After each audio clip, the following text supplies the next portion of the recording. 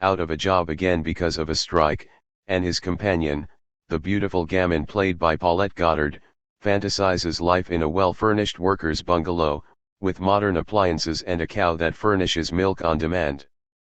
But in the end, there is no satisfactory place for the tramp and the gamin in modern times, in the world of the giant factory. The film concludes with the couple walking down a rural road towards sunset and an unknown future, with a touch of hope provided by the final title, Buck Up Never Say Die. We'll get along. Chaplin's film is a critique of Depression-era capitalism, but it is also a critique of the fundamental characteristics of the mass production factory. For Chaplin, the only solution to the soul-deadening drudgery and monotony of the giant factory is literally to walk away.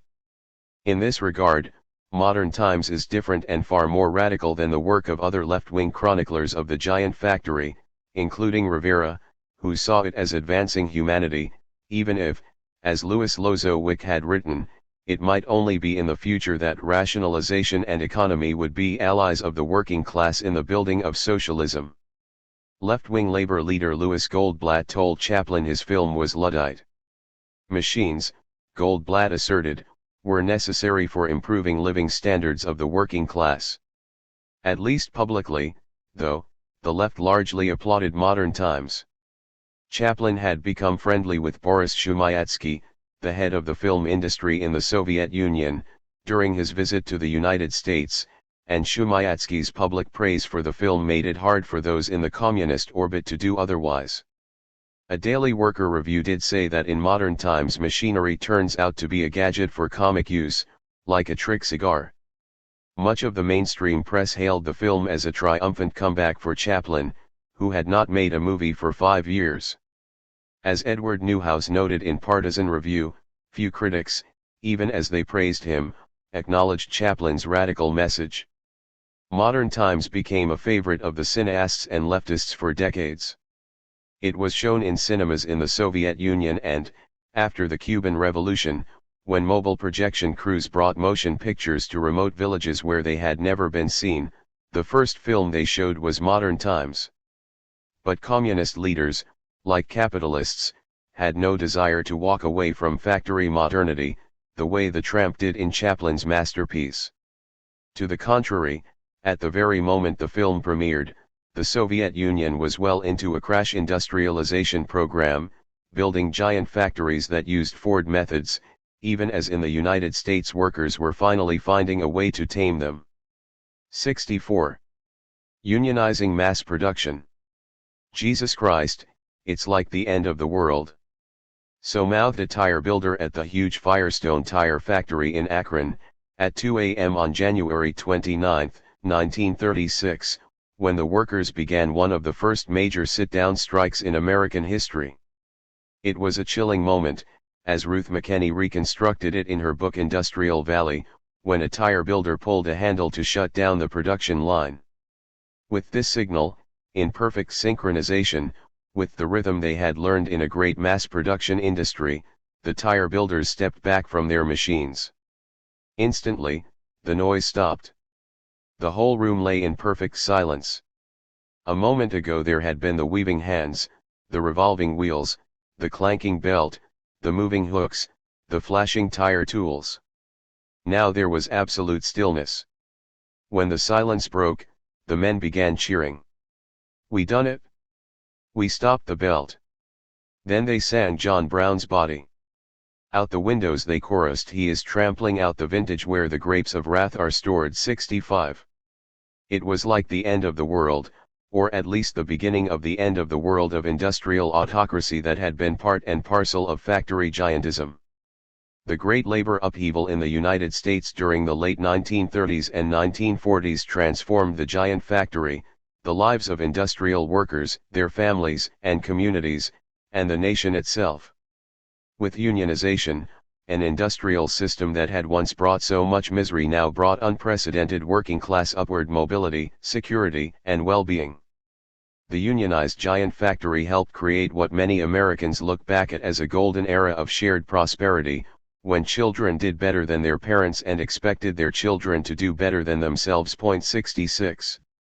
Workers had tried to unionize large-scale industry before the 1930s, but repeatedly they had been repulsed, unable to overcome the physical fortresses and financial resources of the giant manufacturing concerns. But by the mid-1930s conditions had changed. The Great Depression robbed big business and its allies of political legitimacy and popular support. Financially pressed, companies eliminated many of the welfare programs they had introduced in the early 20th century. Wage cuts, speed up, and layoffs further angered workers. Various left-wing groups, though small, provided ideas and leaders to disaffected workers, by this time less divided by ethnicity and language as a result of the restrictions on immigration that came during and after World War I. And crucially, the New Deal and its state-level equivalents provided symbolic and practical support for workers trying to unionize. In 1935, a group of veteran unionists, seeking to capitalize on the new circumstances, founded the Committee for Industrial Organization, CIO, dedicated to organizing the mass production industries across the board, bringing skilled and unskilled workers into the same organizations. 67. The largest industrial facilities, like the U.S. Steel plant in Gary and the main plants of the big three automakers General Motors, Ford, and Chrysler, initially remained impervious to significant union gains. Instead, industrial workers generally first made organizational advances in smaller or peripheral plants. In the automobile industry, unions progressed among skilled tool and die makers, in parts plants, like Electric Auto Light in Toledo, Ohio, struck in 1934, and at smaller firms outside of the industry's Michigan heartland, like White Motors in Cleveland and Studebaker in South Bend, Indiana. In the electrical equipment industry, early labor success largely came at smaller companies, like Philco Radio in Philadelphia and Magnavox Capehart in Fort Wayne, Indiana. At the number 2 company, Westinghouse, unionists established a toehold at the East Springfield, Massachusetts, plant, but at the company's giant East Pittsburgh facility, scene of bitter battles in earlier years, management maintained firm control. General Electric, the industry giant, had a more liberal labor policy, allowing small unions to start up at its giant complexes in Schenectady, New York, and Lynn, Massachusetts, but they had little real power. By 1936, with an economic recovery underway and the CIO providing support, industrial unions began making progress even in some factory Goliaths.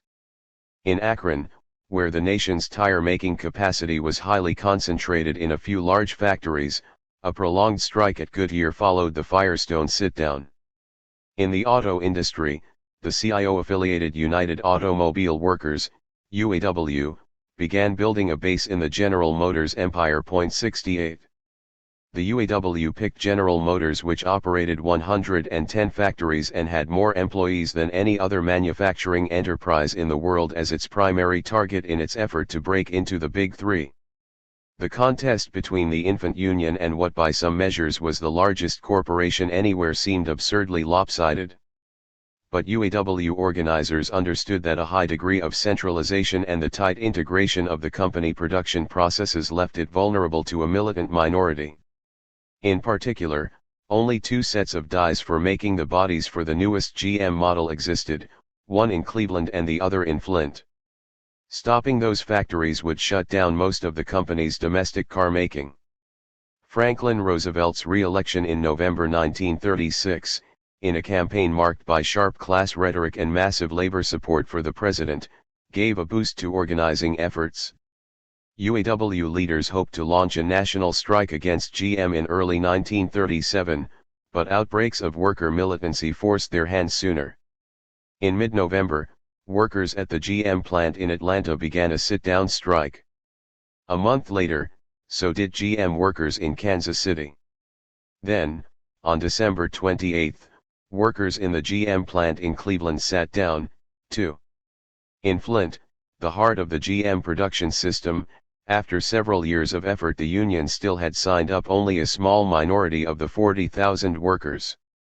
But when on December 30 a union activist saw body dies being loaded to ship out, apparently to factories in areas with less union strength, the workers sat down in the small Fisher Body Plant No. 2 and the 7,000 worker Fisher Body No. 1, blocking the removal of the equipment. In the days that followed, workers at more GM plants in Indiana, Ohio, Michigan, and Wisconsin followed suit. With the production of car bodies and other key components halted, within a week the whole GM national operation began grinding to a halt, with roughly half the workforce idled. The efficiencies and strategic advantages of the giant factory had come back to haunt the company, as a minority of workers, by seizing key choke points, leveraged power far beyond what one might expect from their modest numbers, which the sit-down tactic helped disguise. During the 44 days strikers stayed inside the Flint plants, the giant factory turned from a site of managerial control to an arena of worker self-expression.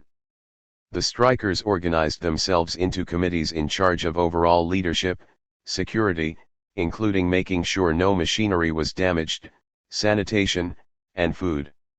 Makeshift sleeping quarters were built in car bodies and on factory floors, using car cushion stuffing to provide a touch of comfort. Cards, games, radio, ping pong, and classes on labor history and parliamentary procedure helped ease the boredom and fear. So did dancers, theater troupes, and other sympathetic outsiders who entered the plants to provide entertainment. The GM strike captured national attention, closely reported by newspapers, radio, and newsreels. The tense confrontation included an effort by company guards and Flint police to evict the occupiers of Fisher No. 2, repulsed by workers heaving heavy door hinges out second-story windows and training high-pressure water hoses on the police, who during their retreat opened fire on Union backers.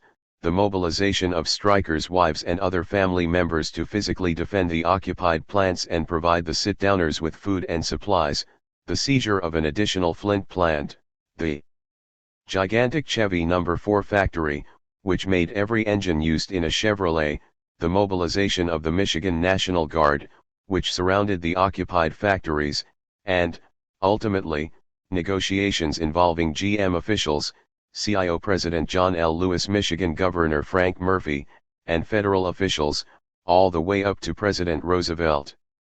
The agreement that ended the strike, in itself, constituted but a modest union gain, a written company pledge that for 6 months it would recognize the UAW as the representative of its members in the struck plants.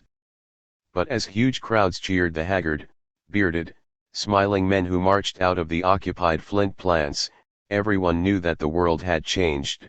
Workers had shown that they could bring one of the most powerful corporations in the world to its knees by shutting down the giant factories in which they labored. 69. The UAW victory set off a wave of strikes and union organization everywhere from giant factories to local retail stores. Nearly 5 million workers took part in walkouts during 1937, including 400,000 sit-downers. For its part, General Motors gave its workers a 5% pay hike and agreed with the UAW to a shop steward system and the use of seniority in layoffs. Meanwhile, the auto union won agreements with smaller car companies, with parts makers, and, after a month-long sit-down in Dodge, Maine and 6 other factories, with Chrysler. In the electrical equipment industry, the United Electrical Workers signed a contract with RCA covering the nearly 10,000 workers, 3/4 female, at its Camden, New Jersey, plant, while General Electric agreed to a national contract that covered most of its largest plants, including its sprawling complex in Schenectady. 70. The most remarkable breakthrough came in the steel industry, what Lewis called the Hindenburg Line of American industry. Less than a week after the end of the General Motors strike, Lewis signed an agreement with Myron Taylor, the chairman of U.S. Steel, which granted workers a wage increase, the 40-hour week, time and a half for overtime, and a grievance procedure. The CIO had created the Steel Workers Organizing Committee, SWOC, to try to unionize the industry, but the going had been slow. Nonetheless, Taylor apparently decided that, given the Union victory over GM and the pro-labor sentiment in Washington and in the state houses of key steel-making states, unionization was inevitable. Rather than allowing a prolonged battle that would mobilize the rank and file and perhaps interrupt production, Taylor cut a deal with Lewis, with no involvement of local activists or even SWOC leaders. 71. As impressive as it was, the CIO offensive failed to sweep the field, as a number of key operators of very large industrial facilities successfully resisted unionization. The worst setback came in steel, as the so-called little steel companies, giants except in comparison with U.S. Steel, refused to recognize SWOC. In response, their workers walked out in late May 1937, but the strike ended in defeat. As in the past, the companies mobilized local governments, police, and the press against the strikers. 18 workers died during the battle, including 10 shot by police during a peaceful protest in front of Republic Steel's South Chicago mill. Just days earlier, when the UAW sent organizers to pass out leaflets outside the Rouge, they were set upon by Ford thugs and beaten mercilessly. Westinghouse, Goodyear, International Harvester, and, most importantly, Ford all dug in their heels and refused to sign contracts with the CIO, weakened as it was by the little steel defeat and a downward plunge of the economy that began in mid-1937. The victory of industrial unionism was not yet assured. 72. But World War II allowed the American labor movement to complete the unionization of large-scale industry. Even before the United States entered the conflict, a defense buildup revived the economy, tightening labor markets and bolstering worker confidence. Also, the 1935 National Labor Relations Act, which gave workers the right to join unions without reprisal and established a mechanism for their legal recognition, finally began forcing employers to change their ways. By late 1941, through a combination of legal challenges, worker mobilization, strikes, and federally supervised recognition elections, SWOC succeeded in organizing Little Steel. Westinghouse, International Harvester, Goodyear, and other holdouts fell to the CIO as well. 73. The largest and symbolically most important victory came at Ford. In the fall of 1940, the UAW relaunched its stalled effort to organize the company. By the end of the year, the union had won substantial backing at the Rouge and a Lincoln plant in Detroit, filing for recognition elections. On April 1, 1941, a strike broke out at the Rouge after the company fired members of a union grievance committee in the rolling mill. As the number of strikers swelled, union leaders called a full-scale walkout at all Ford plants.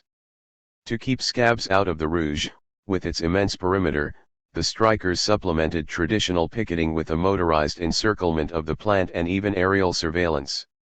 In a reversal of the past pattern, Ford servicemen working for Harry Bennett found themselves being beat up by unionists. After 10 days, the company agreed to end the strike by reinstating the fired workers and holding union recognition elections. At the Rouge, 74,000 workers cast ballots in one of the largest such elections ever held, with 70% supporting the UAW. The union won decisive victories at Highland Park, the Lincoln plant, and other Ford factories as well. Then, in a startling and somewhat inexplicable move, the company agreed to one of the most generous contracts that any CIO union had achieved, including a provision that required all new employees to join the union, a check-off of union dues, which the company took out of workers' pay and gave to the union, disbanding Bennett's service department, strengthened seniority and grievance systems, the rehiring, with back pay, of workers fired for union activity, and even allowing smoking in designated areas at the Highland Park and Lincoln plants, repudiating Henry Ford's imposition of abstinence on his employees. 74. The swelling of the union movement continued during the war itself. To check inflation, the federal government kept wage rates at pre-war levels, but gave unions a boost by granting them maintenance of membership, requiring all workers at unionized plants to join unless they took advantage of a brief opt-out window. Virtually every new hire at unionized firms automatically became a union member, a flood of dues payers as defense payrolls soared. Other new members came through organizing campaigns, which unions, aligning themselves with the war effort, often portrayed as patriotic endeavors. Union membership, which jumped from 3.6 million at the start of the Great Depression to 10.5 million in 1941, reached 14.8 million in 1945, with roughly 1 out of 3 non-agricultural workers carrying a union card. With only a few notable exceptions, the giant factory had been placed under the roof of the House of Labor. Fordism had revolutionized the American economy and society. The uprising of industrial workers gave mass production a new, more democratic meaning. 75. Chapter 5. Communism is Soviet power plus the electrification of the whole country. Crash industrialization in the Soviet Union. In December 1929, Philip Adler, a reporter for the Detroit News, visited Stalingrad, on the Volga River in southwestern Russia, until 1925 called Tsaritsin, where the government of the Soviet Union was erecting a huge new tractor factory on a muddy, treeless field that had been used for growing melons. The factory held special interest for Motor City readers because American companies and workers, many from Detroit, were heavily involved in its planning and operation. Albert Kahn served as the overall architect. The Frank D. Chase Company laid out the foundry, and R. Smith, Incorporated, designed the forge shop. McClintock Marshall Products Company fabricated the beams and trusses. Most of the production equipment was made in the United States, and the Soviets hired several hundred Americans to work at the plant, in many cases as foremen or supervisors. Before going to the factory site, a half-hour out of town, Adler visited the city center, where in the market he found the familiar figures of the tinker, the cobbler, and the dealers in second-hand clothing and furniture who employ the most primitive methods of manufacture and salesmanship. The ox team, the camel, and the biblical ass rival the horse as mediums of transportation. From a minaret among the church cupolas came the cry, Allahu Akbar. Allah is powerful. But when Adler got to the construction site, the watchword everywhere was Amerikanski Temp or American Tempo, and the slogan plastered about was to catch up with and surpass America. The following summer, with the plant beginning to turn out its first tractors, Margaret Bourke-White arrived after an arduous journey, taking what would become one of her most iconic photographs, of 3 workers on a newly finished tractor coming off an assembly line. 1. Figure 5.1 Margaret Bourke-White's iconic 1931 photograph, Stalingrad Tractor Factory. The tractor factory, in Stalingrad was part of a feverish drive by the Soviet Union to rapidly industrialize, boosting its standard of living and increasing its defensive capacity on the road to creating a socialist society. Most Bolshevik leaders believed that a socialist or communist society could be achieved in Russia, a poor and economically backward country, only after significant industrial development. Seizing political power was not enough. There can be no question of communism, Vladimir Lenin declared in 1920, unless Russia is put on a different and a higher technical basis than that has existed up to now. Communism is Soviet power plus the electrification of the whole country, since industry cannot be developed without electrification. And it was a particular type of industrialization Lenin and his comrades had in mind, large-scale machine production too. It took time before the Soviet Republic could launch a major industrialization effort, but by the late 1920s a detailed plan had been adopted. In 1929, on the 12th anniversary of the October Revolution, Joseph Stalin wrote, "We are advancing full steam ahead along the path of industrialization to socialism, leaving behind the age-old Russian backwardness. We are becoming a country of metal, a country of automobiles, a country of tractors." Industrial behemoths were key to the Soviet effort to leap from the ox team, the camel, and the biblical ass to a country of metal, a country of automobiles, a country of tractors. The first 5-year plan, begun in 1928, centered on a series of very large-scale factory and infrastructure projects, including 3 huge tractor factories, a big automobile plant in Nizhny Novgorod, immense steel complexes at Magnitogorsk and Kuznetsk, the Dnieperstroy hydroelectric dam, the Turksib railway connecting Kazakhstan with western Siberia, and the Volga-Don Canal. Lacking the technical expertise and industrial resources for creating and equipping projects of such size and sophistication, the Soviets turned heavily to the West, especially the United States, for engineers, construction and production experts, and machinery, adopting the techniques of scientific management and mass production, and in some cases creating virtual replicas of facilities in the United States. As Stefan Kotkin wrote in his landmark History of Magnitogorsk, for the Communists, the dizzying upheaval that was Soviet industrialization was reduced to the proposition: build as many factories as possible, as quickly as possible, all exclusively under state control. In the Soviet Union, just as in the United States, the giant factory came to be equated with progress, civilization, and modernity. 3. But the Soviet Union was a very different place than the United States. Would the factory itself be different there? Would it have a different social significance? In 1927, Egmont Arends, an editor of the left-wing journal New Masses, reviewing a play, The Belt, which demonized assembly line production, remarked, "The belt is something that has got to be faced even by advocates of a workers' state. Right now Russia is installing modern industrial plants of her own. Are the horrible things that the belt does to minds and bodies of workers inevitable? Or is there a difference between high-pressure production in socialist Russia and Henry Ford's Detroit?" 4. The factory had developed largely as a means for industrialists and investors to make money for themselves. Though it was sometimes freighted with moral imperatives and claims of social good, its physical design, internal organization, technology, and labor relations were determined primarily by the desire to maximize profits. 5. What did it mean to have a factory in a society where profits, in the usual sense, did not exist, where all large-scale productive entities belonged to a government that, at least in theory, served as the agent of the people, especially the working class? Could and should the capitalist factory, as a technical, social, and cultural system, simply be moved into a socialist society? Were methods like scientific management and the assembly line, designed to increase efficiency and labor productivity in order to boost profits, appropriate for a society in which the needs of workers and the well-being of the entire population were declared paramount? The Soviet Union differed from the United States not only in its ideology but also in its level of economic development. Before the 1917 revolution, Russia had been an overwhelmingly agricultural society. What industry it did have was severely disrupted by the revolution and the civil war that followed.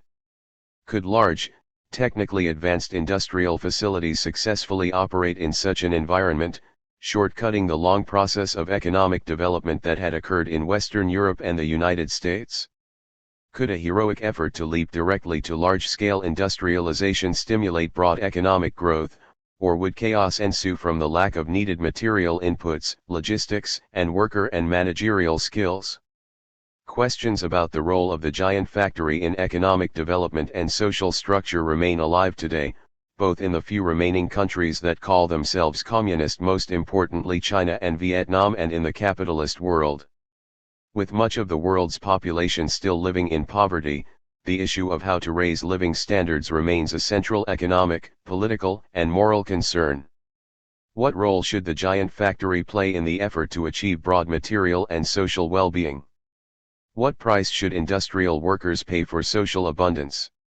Some of the answers to these knotty questions began to emerge during the 1930s, from the muddy fields on the outskirts of Stalingrad and from other sites like it across the Soviet Union. The experience with the American-style giant factory proved crucial not only in shaping the history of the Soviet Union but also in defining a path for development for much of the world in the decades after World War II. Stalinist industrial giantism, for better and for worse, became one of the main paths for trying to achieve prosperity and modernity, a Promethean utopianism that mixed huge social ambitions with enormous human suffering. Marxism plus Americanism. In the 20th century, American production techniques and managerial methods, what came to be called Americanism, commanded considerable interest in Europe.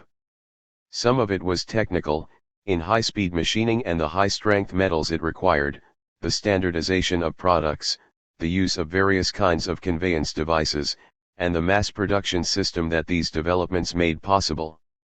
But interest was at least as great in the ideology associated with advanced manufacturing, the promise that with productivity gains the income of workers could go up even as profits rose, thereby dissipating class conflict and social unrest. 6. As avatars of scientific management and mass production, Frederick Winslow Taylor and Henry Ford became well-known and well-regarded figures in Europe.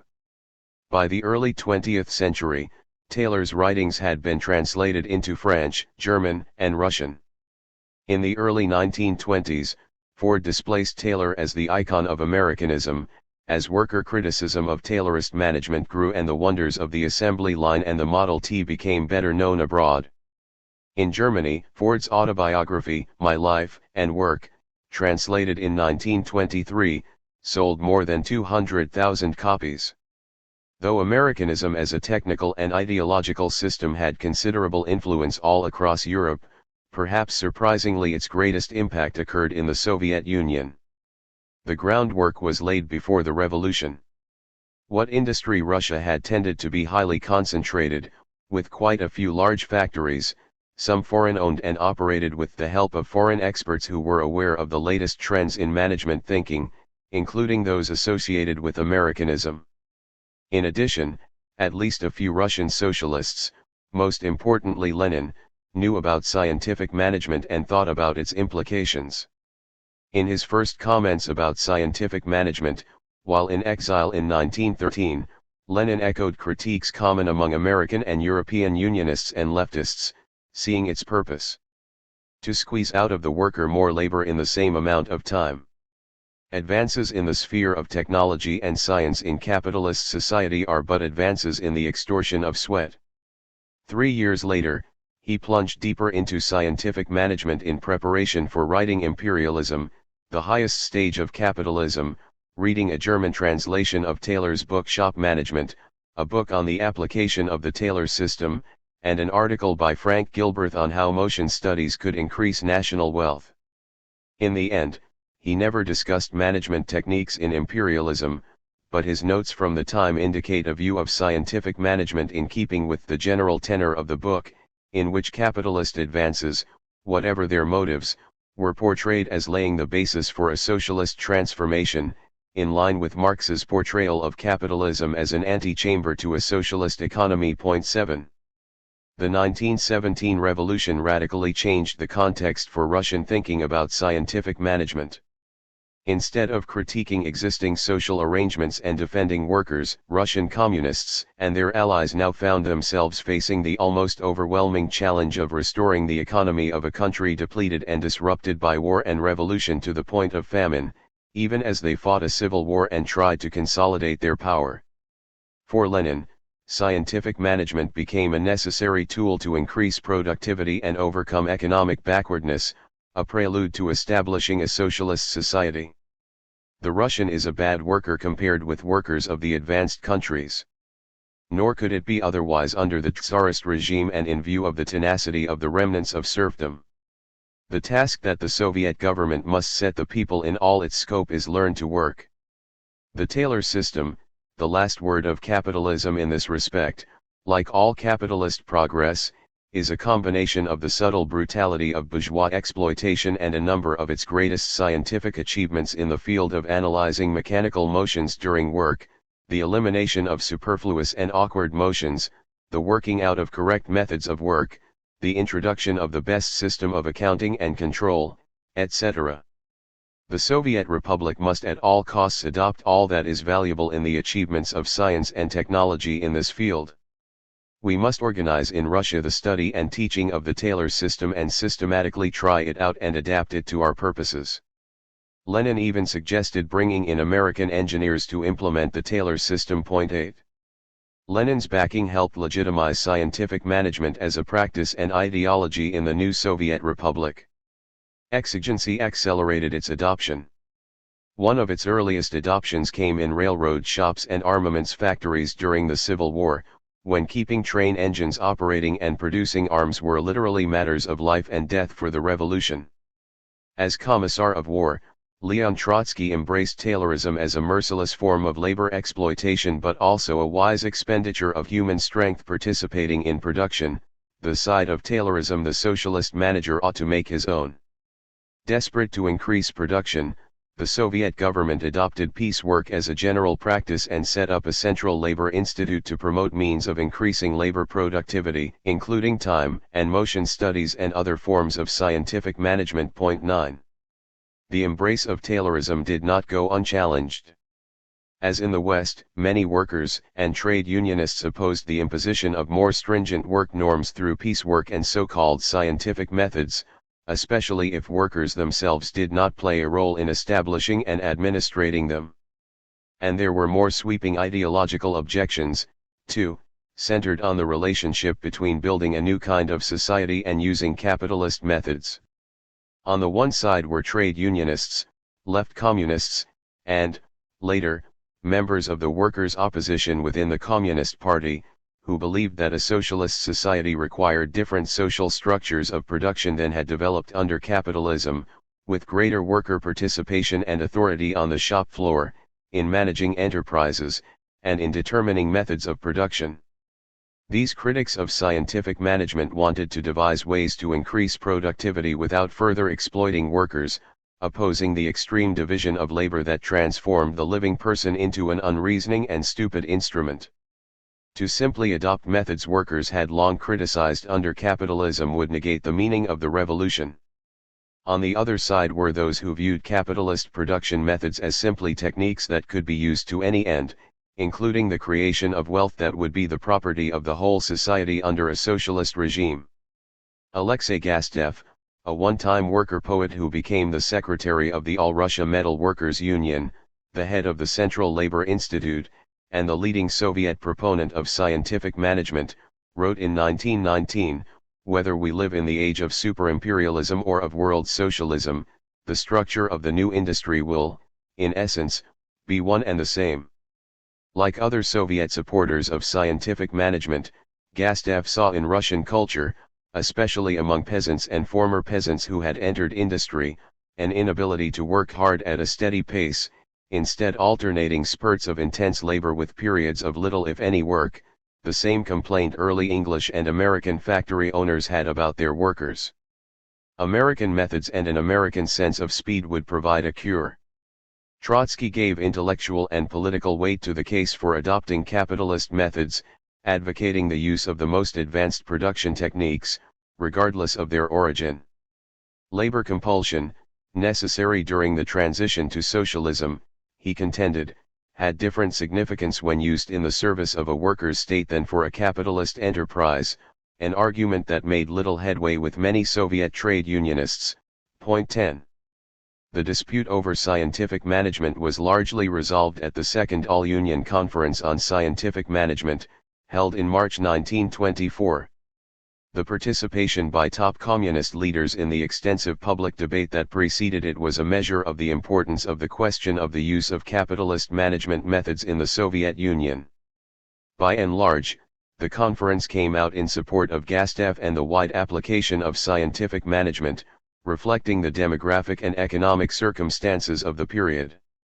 The pre-revolutionary and revolutionary-era skilled working class, the natural center for opposition to Taylorism, had been all but decimated by war, revolution, and civil war, with many of its survivors co-opted into leadership positions in the government and the party.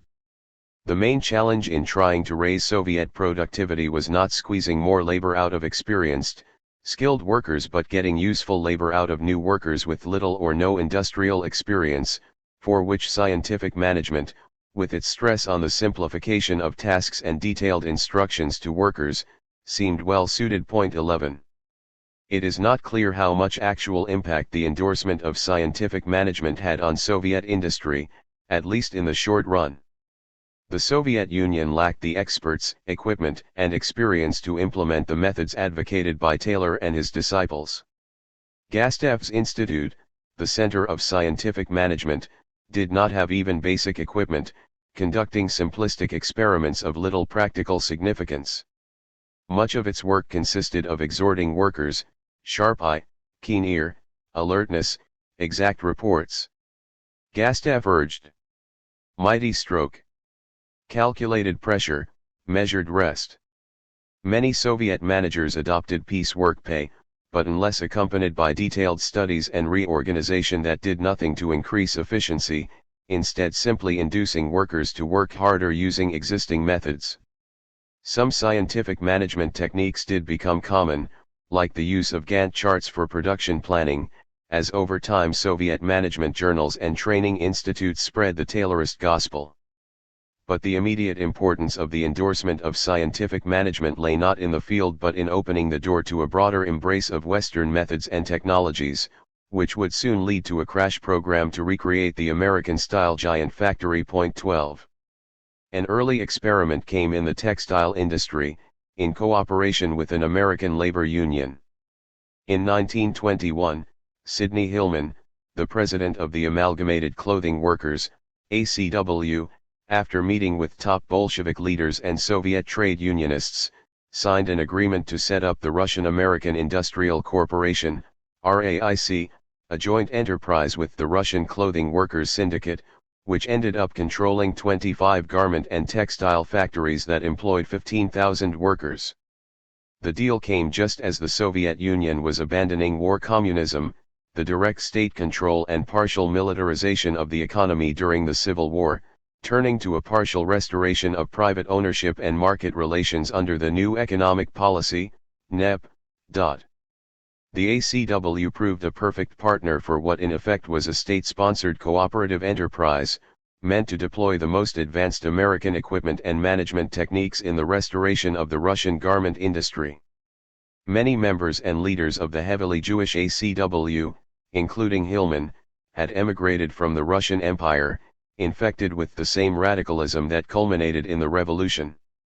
Under Hillman's leadership, though, the ACW had become increasingly practical in its policies, seeing in scientific management a way to improve productivity in a fragmented, often technologically primitive industry, creating the basis for upgrading worker living standards. The trade-off the ACW insisted on was union involvement in setting production norms and piece work rates and a system of neutral arbitration to resolve grievances. But the union affinity with scientific management was not strictly pragmatic, as Hillman's biographer Steve Fraser wrote, the ACW elite was firmly implanted in those socialist traditions that affixed the tempo and timing of socialism to the inexorable rhythms of industrial and social developments under capitalism. Through RAIC, the ACW brought to the Soviet garment industry not only Western capital but more importantly advanced equipment and expertise, including leading proponents of scientific management, factory managers the union had dealings with in the United States, and skilled workers familiar with joint union management efforts at Taylorization. In short order, RAIC could boast of factories that matched the most advanced plants in the United States in their equipment, productivity, and progressive labor relations. Point 13. Flirting with Ford. The NEP, which RAIC was part of, reanimated the Soviet economy. But it failed to fully restore Soviet industry to pre-revolutionary levels of production, let alone fulfill the promise of the revolution to improve life for tens of millions of workers and peasants.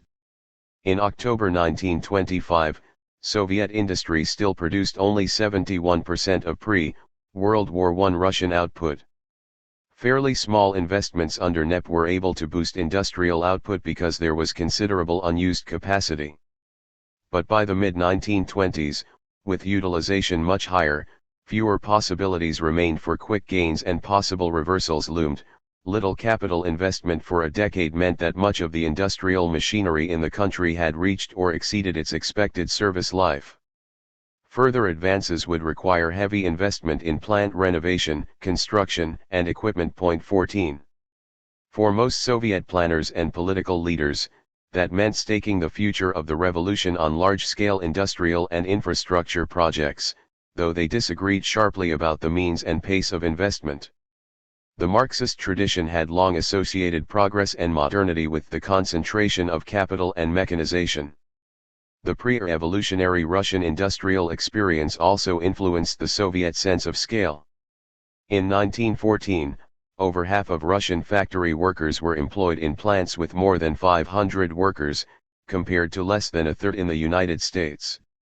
On the eve of the revolution, Petrograd had a cluster of very big government-controlled armament factories, some with well over 10,000 workers, as well as a few giant private plants, including the Putilov metalworking complex, with around 30,000 workers, where a strike helped kick off the revolt against the Tsar.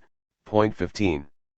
Many Soviets credited the success of the United States, which they saw as an exemplar, to its adoption of standardized products and large industrial complexes. As in Western Europe, Henry Ford was well known in the Soviet Union, seen as a living embodiment of the most advanced social, technical, and economic developments. By 1925, the Russian translation of My Life and Work had gone through 4 printings. But even more important in spreading Ford's fame was his tractor, the Fordson. Before World War I, there were only about 600 tractors spread across the vast domains of Russia. Believing the upgrading of agricultural productivity central to the revolution, starting in 1923 the Soviet Union began importing tractors in growing numbers, largely Fordsons. By 1926, 24,600 orders for Ford tractors had been placed. The Soviet Union also imported some Model Ts. A pipeline from River Rouge to the Russian steppes and cities had been opened. In 1926, the Soviet government asked Ford to send a team to see how it could improve the maintenance of tractors, a large percentage of which, at any given time, were inoperable because of poor servicing, a lack of quality replacement parts, and inefficient labor. Also, the Soviets wanted to explore the possibility of Ford setting up a tractor factory in Russia. Already, they were trying, not very successfully, to produce knockoffs of the Fordson on their own. After spending 4 months touring the Soviet Union, a Ford delegation recommended against building a factory, fearful of political interference in operations and possible future expropriation. Undeterred, Soviet officials still hoped for Ford-style factories to make much-needed agricultural equipment and motor vehicles. 16. By then, Ford methods did not evoke great controversy in the Soviet Union.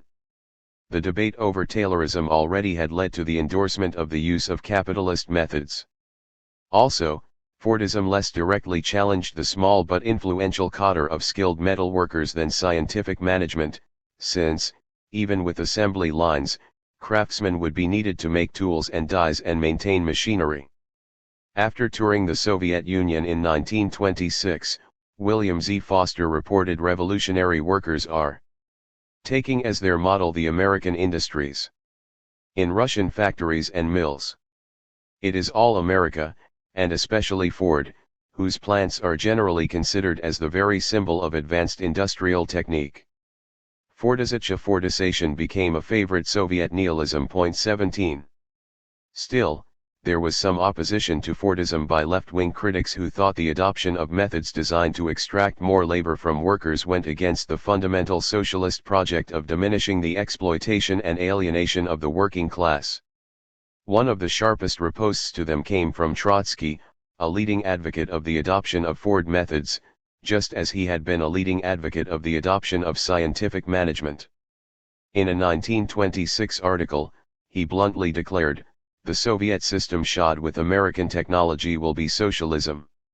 American technology will transform our order, liberating it from the heritage of backwardness, primitiveness, and barbarism." Trotsky thought the assembly line, or conveyor method as he called it, would supplant piecework as a capitalist means of regulating labor, replacing an individualized mode with a collective one. Socialists needed to adopt the conveyor, too, he argued, but under their control it would be different, since the pace and hours of work would be set by a workers' regime. Nonetheless, he acknowledged that by its very nature the assembly line degraded human labor. In perhaps the most powerful argument ever made in defense of the Fordist factory, at least from a point of view other than that of those who profited from it, Trotsky answered a question he had been asked: what about the monotony of labor, depersonalized and despiritualized by the conveyor? The fundamental, main, and most important task, he replied, is to abolish poverty. it is necessary that human labor shall produce the maximum possible quantity of goods. A high productivity of labor cannot be achieved without mechanization and automation, the finished expression of which is the conveyor. Just like Edward Filene, Trotsky claimed the monotony of labor is compensated for by its reduced duration and its increased easiness. There will always be branches of industry in society that demand personal creativity, and those who find their calling in production will make their way to them. Then came a final flourish. A voyage in a boat propelled by oars demands great personal creativity. A voyage in a steamboat is more monotonous but more comfortable and more certain. Moreover, you can't cross the ocean in a rowboat. And we have to cross an ocean of human need. 18. Embracing the giant factory. Just how to cross that ocean of need became the subject of an intense debate among Soviet leaders in the mid-1920s. The Bolshevik assumption always had been that the survival of their revolution would depend on the spread of socialism to advanced countries in Western Europe, which would then help Russia develop.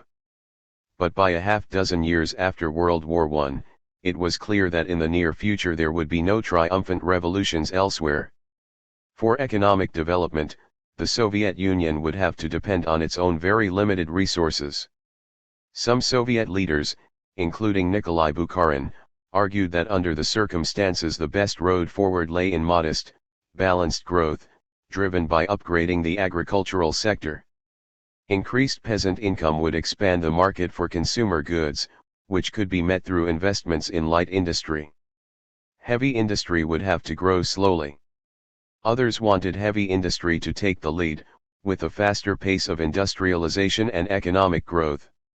In part, they were driven by fears that the Western powers would again use their military forces to try to overthrow the Soviet regime, as they had during the Civil War, necessitating the rapid development of an industrial base that could support a powerful army. They also feared placing the fate of the economy in the hands of a peasantry that wavered in its allegiance to the Soviet regime, withholding grain and other goods when prices were low or when there were too few consumer goods available to spend their money on. Instead, advocates of rapid industrialization, including Trotsky, sought to extract more wealth from the peasantry, if need be through levies, selling grain and raw materials abroad to finance industrialization. A Communist Party Congress in late 1927 balanced the two positions. But during the next 2 years, as a detailed 5-year plan for the economy was worked out, policy shifted toward the super-industrializers and then went far past even their most ambitious goals. The final plan called for a pace of industrialization unprecedented in human history, in half a decade doubling the fixed capital of the country and increasing iron production fourfold. The swing coincided with Joseph Stalin's victory over his rivals in the battle for the leadership of the Communist Party that followed Lenin's death in January 1924. Having outmaneuvered his most formidable opponent, Trotsky, Stalin appropriated his program of rapid industrialization and vastly accelerated it. Stalin feared that boosting the wealth of the peasantry would increase its political power.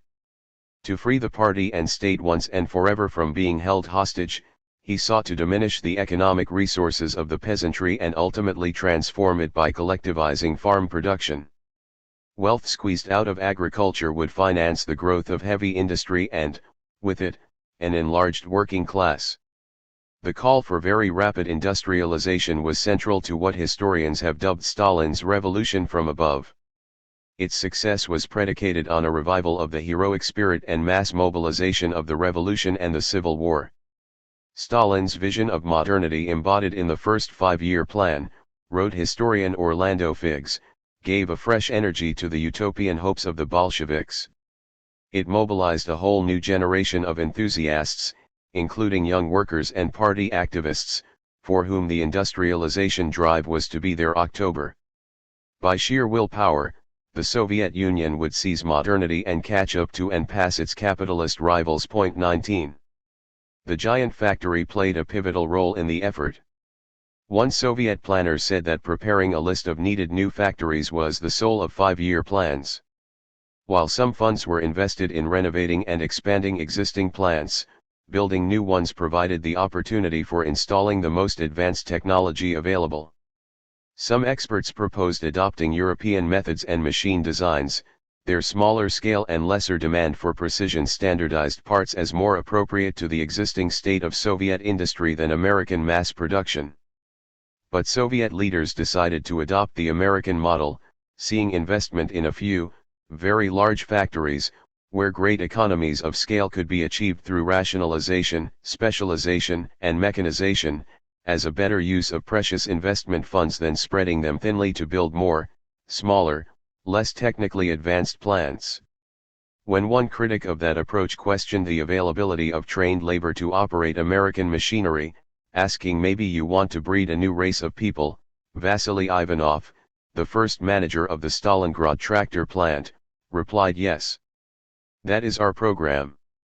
The first 5-year plan incorporated a few big projects already begun or planned, like the Dnieperstroy Dam and hydroelectric project, and proposed massive new ones, like the Magnitogorsk iron and steel complex and the several tractor and automobile factories.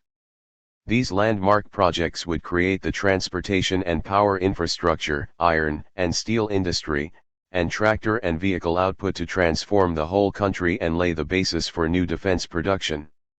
The epic scale of the first 5-year plan projects reflected the utopianism associated with it and the need to stir popular imagination for the massive mobilization and sacrifice it required. Giantism was as much an ideological matter as a technical one. The very scale of the planned industrial complexes made achieving modernity, measured against the most advanced nations, and doing so quickly, seem a palpable possibility, something worth suffering to achieve. Tempo was deemed an existential issue. We are 50 to 100 years behind the advanced countries, Stalin declared in 1931. We must make up this distance in 10 years. Either we do this, or they will crush us. 20. Turning to the West. The Soviet Union lacked the engineering cadre, experience, and capital goods manufacturing capacity to build the 5-year plan projects on its own. Necessity forced it to turn to personnel and machinery from the capitalist world. Some foreign experts already were working in the Soviet Union, but their role greatly expanded once the first 5-year plan got underway.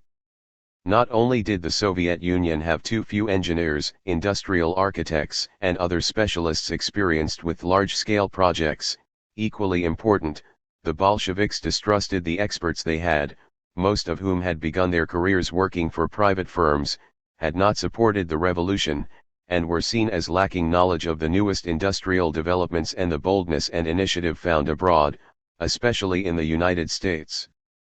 The largest group of foreign experts the Soviets recruited came from Germany, with Britain and Switzerland also providing significant numbers of engineers and technicians. But in terms of their role, American companies and consultants were most important, taking on outsized roles in the leading 5-year plan projects. Though unsympathetic to the Russian Revolution, American businesses did not hesitate to take advantage of the commercial possibilities it presented. 21. The influx began with work on Dnieperstroy, the huge dam and hydroelectric project in the Ukraine, the largest in Europe when it opened in 1932. In 1926, a Soviet delegation visiting the United States signed a contract with Hugh L. Cooper, who had supervised the construction of the dam and power station in Muscle Shoals, Tennessee, to play a similar role for Dnieperstroy. For 1 or 2 months a year, Cooper worked on site, while a small group of engineers from his firm stayed year-round. The Soviets purchased much of the heavy equipment for the project in the United States. The Newport News Shipbuilding and Drydock Company built 9 turbines for the dam, the largest ever manufactured, and sent engineers to supervise their installation. General Electric built some of the generators, part of its very extensive involvement in Soviet electrification and industrialization during the late 1920s and 1930s. 22.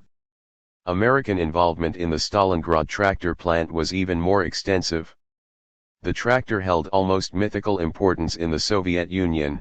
Russian-American writer Maurice Hindus, who traveled frequently in his native land, declared the tractor the arbiter of the peasant's destiny, not a mechanical monster, but a heroic conqueror.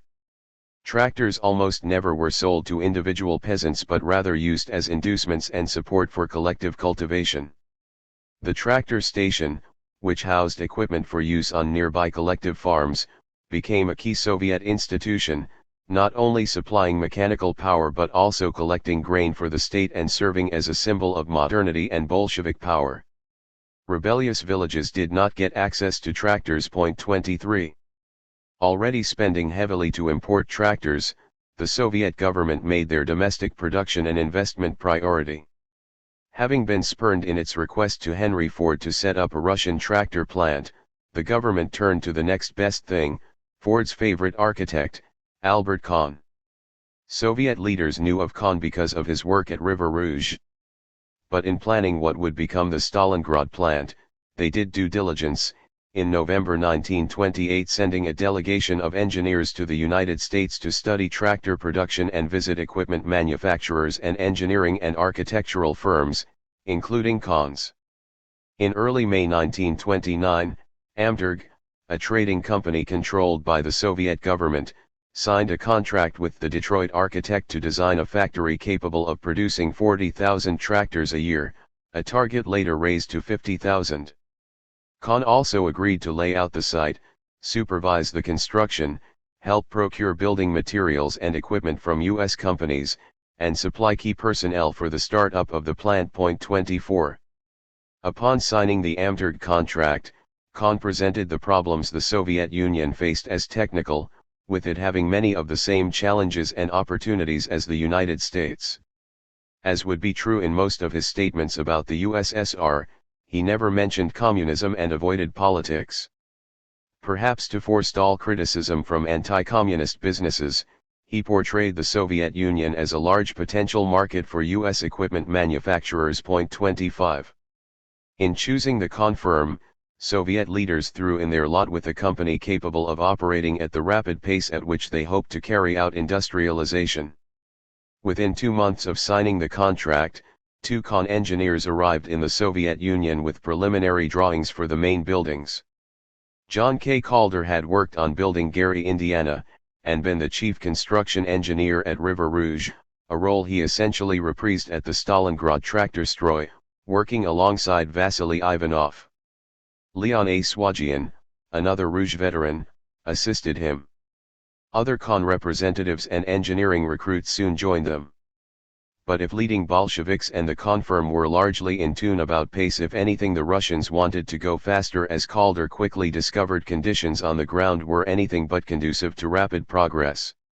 Modern equipment for transportation and construction was all but absent. Camels were used to move materials, while many Soviet construction officials objected to the fast-track methods Calder introduced.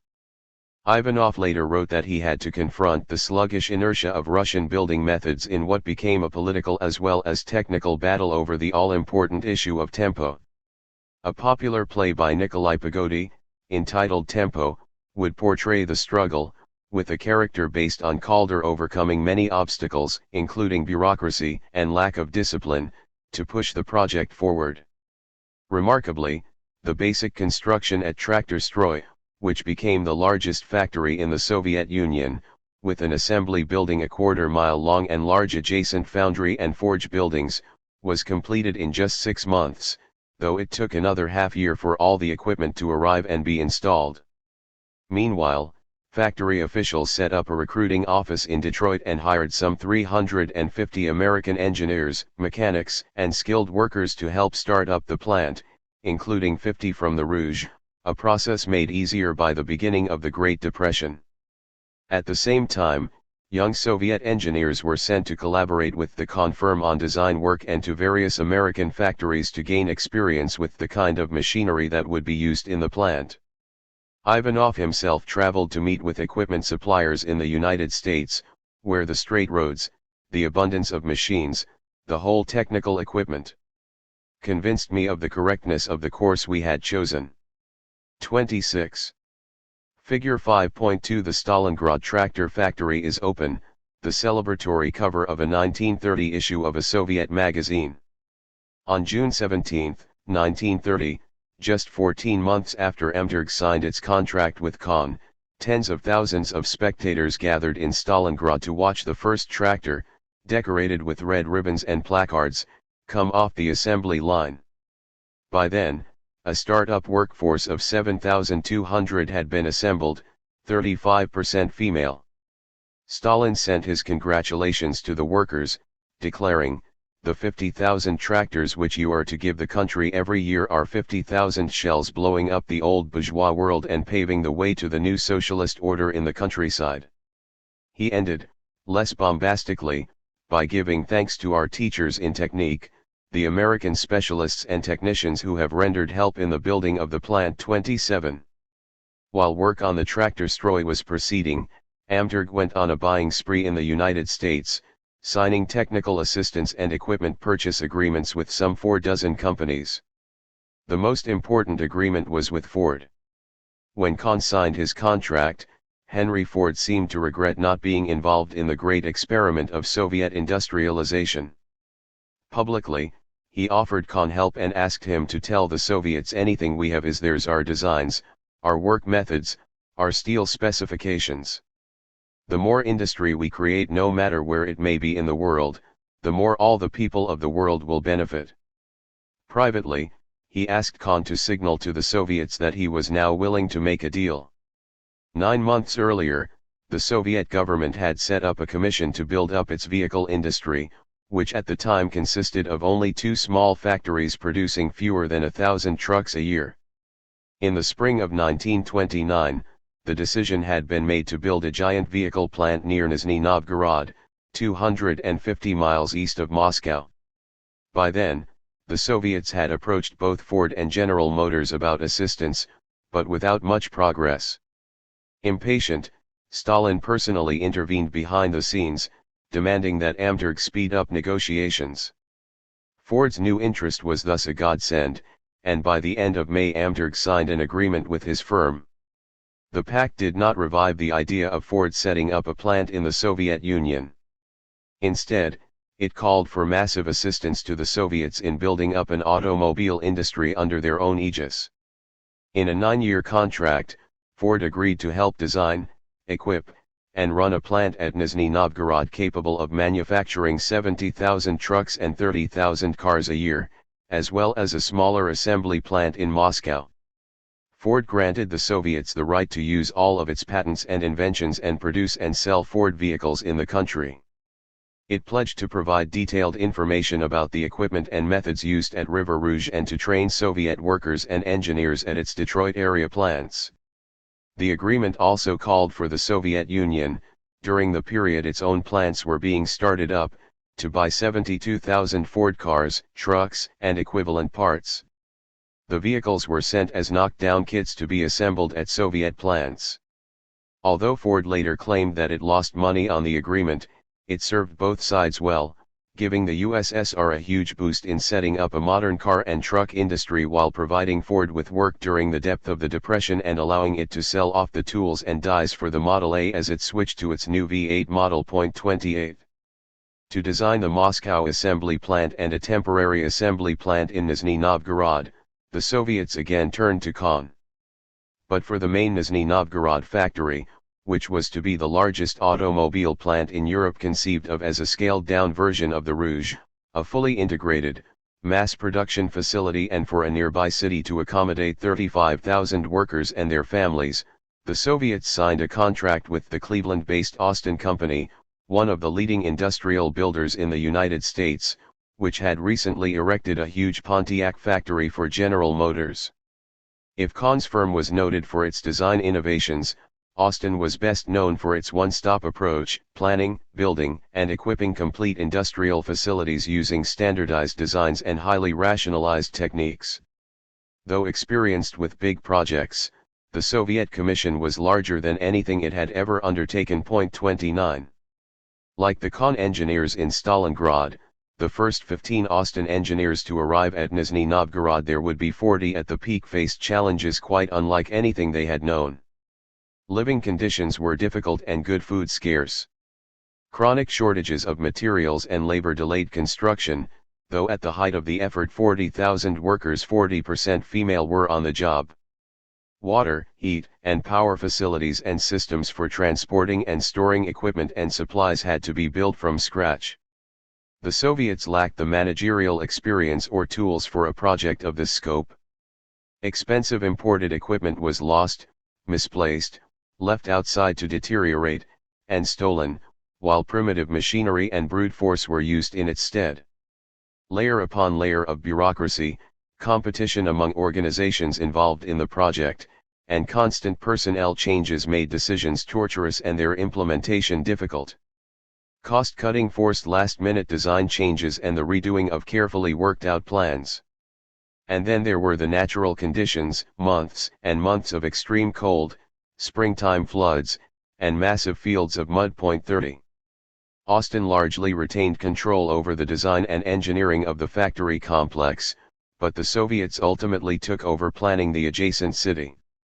The urban center would be one of the first new cities built in the Soviet Union and as such became an opportunity to envision what a socialist city should look like. A design competition led to a plan that included extensive communal facilities and, in some sections, no traditional living units. The first phase of the city had 34-story residential buildings. Most were divided into individual apartments housing several families each, already the urban norm in the face of a massive national housing shortage, but some buildings were designed for an experiment in social reorganization. Clusters of 5 of these buildings, connected by enclosed elevated walkways, were to be living and social units for 1,000 persons each.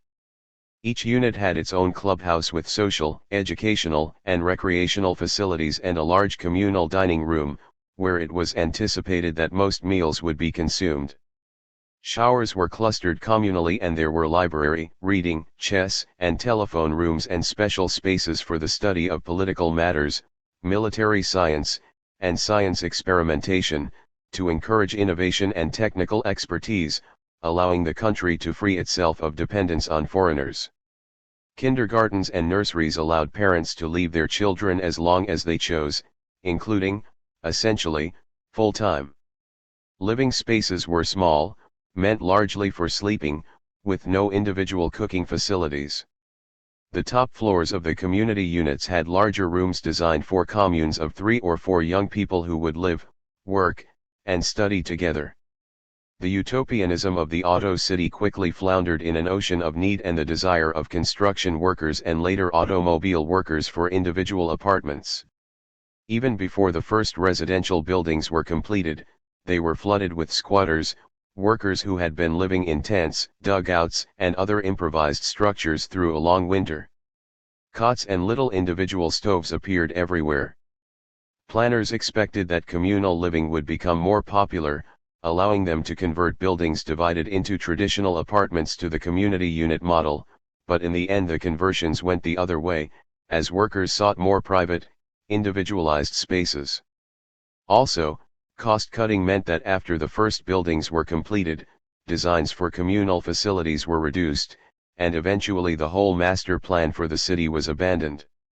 Still, even in its truncated form, the new workers' city represented a particularly elaborate realization of a broader effort to provide extensive social, cultural, and recreational programs and benefits through the workplace, with factories all over the Soviet Union taking responsibility for housing and feeding their workers and their families, educating them, and uplifting their cultural level.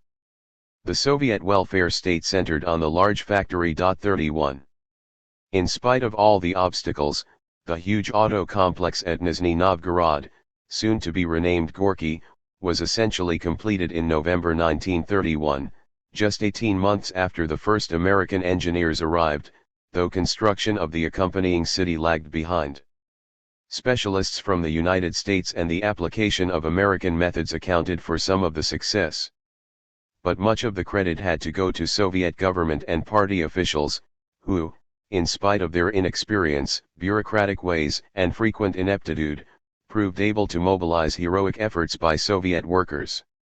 They could do so because they could capitalize on a reservoir of deep commitment by at least some workers, particularly young ones, to crash development industrialization as a form of revolution. Engaged in what they understood as a world historic project and defense of the revolution, Soviet workers made extraordinary sacrifices, living in miserable circumstances, volunteering to work unpaid Saturdays, joining shock brigades, accepting dangerous work site conditions, and putting up with the bumbling and arrogance of officials in charge of the big 5-year plan projects. For at least a brief moment, many Soviet workers saw the factories they were building as theirs, as the means to a brighter future, to a different kind of society, and were willing to do whatever was necessary to complete them. 32. The Kahn brothers in Moscow. The Stalingrad tractor plant and the Gorky automobile factory were among the best-known Soviet projects in the West, receiving extensive coverage in the American press. The New York Times, Detroit Times, Detroit Free Press, Time, trade journals, and other publications regularly ran stories about them. 33 But there were many other large Soviet projects with Americans involved, too. DuPont helped set up fertilizer factories, Cyberling Rubber Company assisted in constructing a large tire factory, CFC Brook built roads in Moscow, other companies advised on coal mines, and the list went on and on. 34. Albert Kahn took on an expanded role after work on the tractor Stroy started. In early 1930, his firm signed a 2-year contract with Amturg that made it the consulting architect for all industrial construction in the Soviet Union. Under the agreement, 25 Soviet engineers worked with the firm in its Detroit offices. But more importantly, it established a Kahn firm outpost in Moscow within a newly created, centralized Soviet design and construction agency. Albert's younger brother Moritz led a team of 25 American architects and engineers in the new Russian office, not only designing buildings but also teaching Soviet architects, engineers, and specialists the methods of the Kahn firm. The contract with the Soviet Union provided a boon for Kahn, enabling his firm to survive through the trough of the Great Depression, when virtually no new construction took place in the United States. But more than just expediency, the Soviet-Kahn partnership grew organically from a shared vision of progress through physical construction and rationalized methods.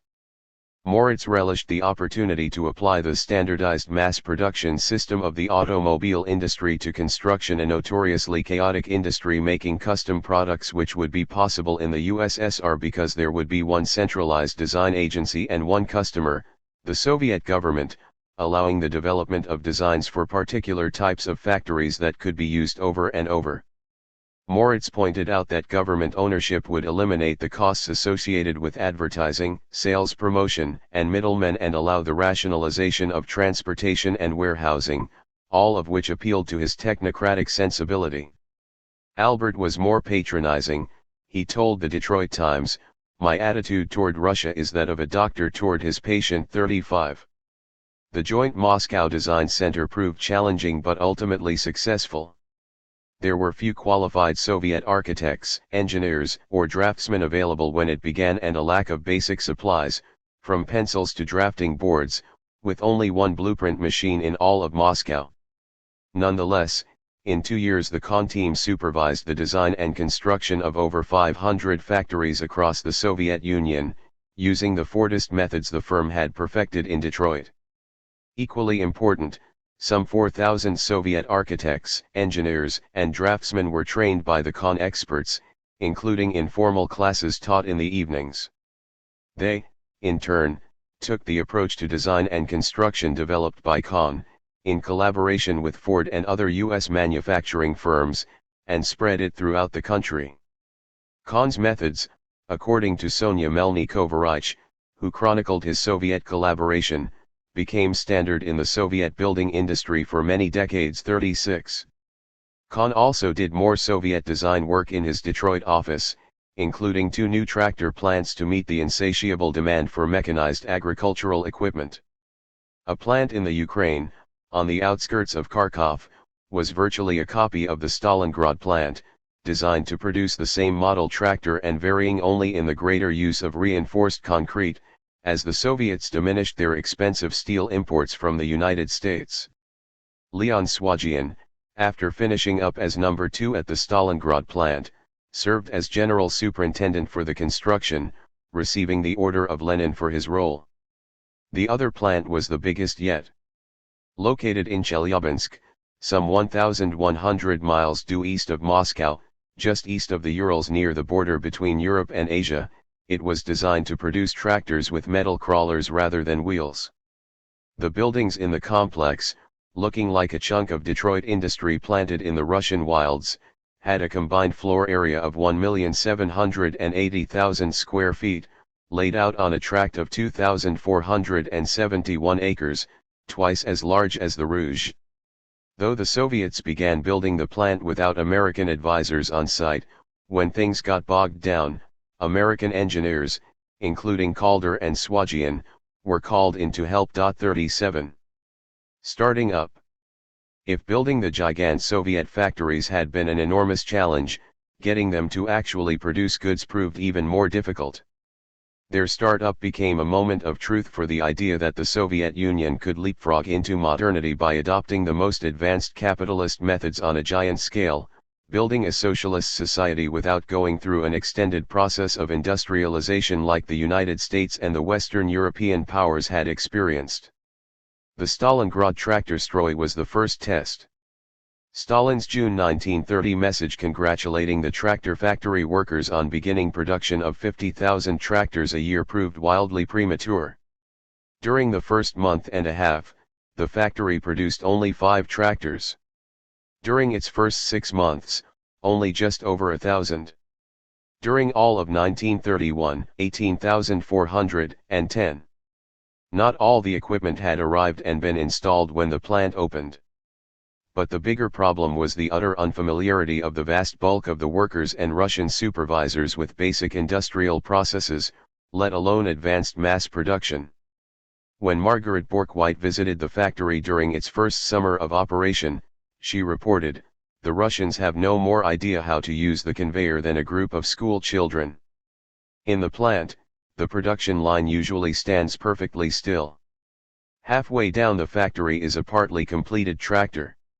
One Russian is screwing in a tiny bolt and 20 other Russians are standing around him watching, talking it over, smoking cigarettes, arguing." 38. The American workers, engineers, and supervisors hired to help start up production and teach the workforce necessary skills had their hands full. Henry Ford's dictum, that mass production could occur only if parts were so standardized that no custom fitting was required, immediately proved a trial. The skilled Russian workers the plant did have largely had been trained in craft ways. Plant manager Vasily Ivanov raced around the factory in a rage when he saw foremen using files to fit together parts, probably because some parts were not truly interchangeable, a problem at Highland Park as late as 1918. As usual in the Stalinist universe, the metaphor of war was used to describe the situation. "We were fighting our first battle," Ivanov later said, "against handicraft Asiatic methods, making the traditional Marxist equation of Asia with backwardness and Europe with modernity." Unskilled workers posed, if anything, a greater problem. Many had just arrived from small peasant villages, never having seen a telephone, let alone a precision machine tool. Frank Honey, an American toolmaker, described the first worker sent to him to train as a spring maker as a typical peasant. Dressed as he was in some strange, countrified sort of clothes. Such workers did not have any notion of basic factory procedures. Bearings in expensive new machines were quickly damaged because they did not know to keep oil free of dirt. Discipline was often lax, with a great deal of standing around doing nothing. It required a slow, painstaking process to teach the new workforce, which swelled to 15,000, how to operate the sophisticated machinery, especially as the American instructors had to work through translators. Furthermore, the Soviet Union lacked the well-developed supply chains on which Fordism rested. High-speed machine tools required steel of precise specifications, but when the tractor factory could get the raw materials and supplies it needed at all, which was often not the case, the composition and quality varied from batch to batch, making for spoiled parts, damaged tools, and long delays. Fordism also required complex coordination, which the plant management had no experience in achieving. Workers and managers spent endless time in consultations and meetings, but nonetheless things did not arrive where and when they were expected. When Sergo Arhonikij, the Commissar for Heavy Industry, in charge of implementing the 5-year industrialization plan, visited the factory as political pressure mounted to get production going, he reported, "What I see here is not tempo but fuss." With Stalin personally monitoring daily production figures, a measure of how important the plant was seen to the future of the country, personnel changes came quickly. Ivanov was replaced by a more technically knowledgeable communist official to work alongside a new top engineering specialist. The Soviet Automobile Trust sent yet another American engineer to the plant, an expert on assembly line production, to try to straighten out the mess. To help establish order, the plant cut back from 3 daily shifts to just 1. Slowly, production began to improve, though product quality remained a problem. Much of the advance came from the growing experience of the workforce and skills gained, though a massive training and education effort. The peasant newcomer whom Honey schooled eventually became a skilled worker and later foreman of the spring department. Rapid promotions for such workers, though, created more problems, as their replacements needed to be trained. During the first 6 months of 1933, the plant turned out 15,837 tractors, a significant improvement, but, after 3 years of operation, still well below the projected annual production of 50,000 shells blowing up the old bourgeois world. 39. At the Nizhny Novgorod auto plant, managers tried to avoid the start-up problems encountered at Stalingrad. They sent hundreds of workers to Detroit to learn production techniques at Ford, while recruiting hundreds of Americans to come help get the plant going. The presence of a female Soviet metallurgist studying heat treatment at Ford merited a headline in the New York Times, part of an unending fascination among American reporters and engineers with Soviet women holding blue-collar jobs that in the United States were strictly male. Production was begun gradually, first just assembling car and truck part kits sent from Detroit before beginning to make all the needed parts on site. Still, the plant took longer than expected to get up to speed. 40. Again, shortages of supplies and managerial ineptitude were part of the problem, but a shortage of labor, especially skilled labor, would have made a rapid start-up impossible under the best conditions. Larger than the Stalingrad tractor stroy, what was soon named GAZ, Gorkovsky Avtomobilny Zavod Gorky Automobile Factory, had 32,000 workers. Few had any industrial experience or much work experience of any kind. When the plant opened, 60% of the workers were under age 23 and only 20% over age 30. Nearly a quarter of the manual workers were female. It was almost like being in an early British or American textile mill, in a world of the young. New workers and their foreign teachers confronted difficult conditions. Living quarters were primitive, if somewhat better for the Americans, and meat, fish, fresh fruit, and vegetables nearly impossible to find. When Victor and Walter Reuther, auto union activists from Detroit, arrived at the plant in late 1933 to work as tool and die makers, most of the complex had no heat. They were forced to perform and teach precision metalworking in temperatures far below freezing, periodically going into the heat treatment room to warm their hands. As at Stalingrad, political pressure quickly mounted to get production going. Even before the plant opened, ineptitude became criminalized. 9 officials were tried for willful neglect and suppression of suggestions made by American workers and technical specialists. After a show trial in Moscow before several thousand spectators, light sentences, at most the loss of 2 months' pay, were handed out, in a warning to other managers. 3 months after production began, Arhonikij came to inspect, accompanied by Lazar Kaganovich, like him a member of the Politburo, the top communist ruling body. The pair blamed local communists and unionists for mismanagement and slandering engineering and technical personnel, resulting in the firing of some plant and regional party officials. But slowly production improved, a measure of the eagerness of the young workforce to learn new skills and what amounted to a whole new way of life, and their resilience in the face of hardship. By the time the Reuther brothers headed back to the United States after 18 months at GAZ, most of the other foreign workers already had departed. The skill level of the native workforce had enormously improved, more food and consumer goods were available, and cars and trucks were steadily coming off the line. New York Times Moscow reporter Walter Duranty, a big booster of Stalinist industrialization, in declaring his confidence that gas would quickly get up to speed, chided that foreign critics sometimes fail to realize two things about Russia today: the astonishing capacity for bursts of energy to get the seeming impossible accomplished, and the fact that Russians learn fast. When two Austin engineers returned to the plant site in 1939, they were dumbfounded to see that a city of 120,000 people had grown up around the core residential area they had constructed, with 6 to 8-story apartment buildings, paved streets, quite a few flowers, and people who looked better. 41. As a cadre of skilled workers developed, other start UPS became easier. When the Kharkov tractor plant began operations in the fall of 1931, it benefited from a large group of experienced workers who were transferred from its twin in Stalingrad. Also, rather than immediately having to manufacture the 715 custom parts that went into its tractors, the plant could begin assembling vehicles using some parts shipped over from the Stalingrad factory. 42. By contrast, the construction and initial operation of the Magnitogorsk metallurgical complex made the Stalingrad tractor factory and the Gorky automobile plant look like easy sailing. 43. Before the revolution, Russia had only a small iron and steel industry.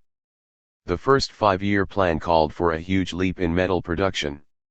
Key to the effort was to be a massive integrated steel plant 40 miles east of the Urals, next to two hills which contained so much iron ore that they affected the behavior of compasses, giving them the name Magnetic Mountain, Magnitnaya Gora, and the city that was to arise with the plant the name Magnitogorsk. By some accounts, Stalin personally called for the creation of the complex after learning about the U.S. steel plant in Gary, Indiana. Like Gary, the plant was to include every phase of the production of steel products, including blast furnaces, open hearth converters, rolling mills, and other finishing plants, coke-making furnaces, and equipment to make chemicals out of coke byproducts. Unlike Gary, the complex included its own iron mine. Magnitogorsk, the mighty giant of the 5-year plan, as one Soviet periodical dubbed it, was but one component of an even larger scheme, a combinate, an assemblage of functionally and geographically related facilities, which stretched all the way to Kuznetsk in central Siberia, the source of most of the coal initially used in the steel complex, and which included the Chelyabinsk tractor factory, 120 miles northwest of Magnitogorsk. Even some of the less heralded combinate factories were huge, like the railroad car plant in Nizhny Tagil, north of Chelyabinsk. A prominent part of the second 5-year plan, which began in 1933, the sprawling factory complex employed 40,000 workers and had its own blast furnaces and open hearth department. 44. Foreign experts helped design Magnitogorsk, but unlike in Stalingrad and Nizhny Novgorod, no one firm coordinated the whole effort, creating myriad problems. In 1927 the Soviets retained the Fren Engineering Company of Chicago as a general advisor in developing its metallurgy industry, and it did some initial planning for Magnitogorsk. Then the Soviets hired the Cleveland firm of Arthur G. McKee and Company to do the overall design, but amid much rancor the company proved unable to churn out plans at the rate the Soviets desired. So its role was cut back and other US and German firms were brought in to design particular components of the complex, with various Soviet agencies playing a part, too. As a result, in the words of American John Scott, who spent 5 years working at Magnitogorsk, its elements were often very badly coordinated. The whole project was late in getting going and took far longer to complete than originally projected. Even if the planning had been better managed, the scope of work and the challenges of the site would have made the super-American tempo the Soviets claimed was being maintained impossible to achieve. When work at Magnitogorsk began, there was nothing in place, no buildings, no paved roads, no railroad, no electricity, insufficient water, no coal or trees to provide heat or energy, no nearby sources of food, no cities within striking distance. Out of the dust of the steppe, Soviet officials and foreign experts had to conjure up a vast industrial enterprise, and do so in the cruel weather east of the Urals, where summers were short and winters exceedingly long and cold. In January and February, the low temperature averaged below 0 degrees Fahrenheit. Some winter mornings it was 35 degrees below zero. John Scott, while working as a welder on blast furnace construction, once came upon a riveter who had frozen to death on the scaffolding. 45. Much like the first English textile factory owners, Magnitogorsk managers had to recruit a workforce to build and operate the complex, which by 1938 had 27,000 employees, and come up with ways to house it, feed it, and take care of all its needs in an isolated spot where there never had been a large assemblage of people. Some workers came voluntarily, swept up in enthusiasm for the effort to leap forward to modernity and socialism, or simply looking for an escape from their village or an unpleasant situation. Others were assigned by their employers to go to Magnitogorsk, like it or not. But such workers were not enough, especially since they flowed out of Magnitogorsk almost as quickly as they flowed in, put off by the extremely primitive living conditions and difficult work. So, again, like the early English mill owners, the Soviets turned to unfree labor, on a huge scale. The Soviets used forced labor at many big projects, including the Chelyabinsk tractor factory, the Dnieprostroi Dam, and, most famously, the White Sea, Baltic Canal, constructed almost entirely by prisoners.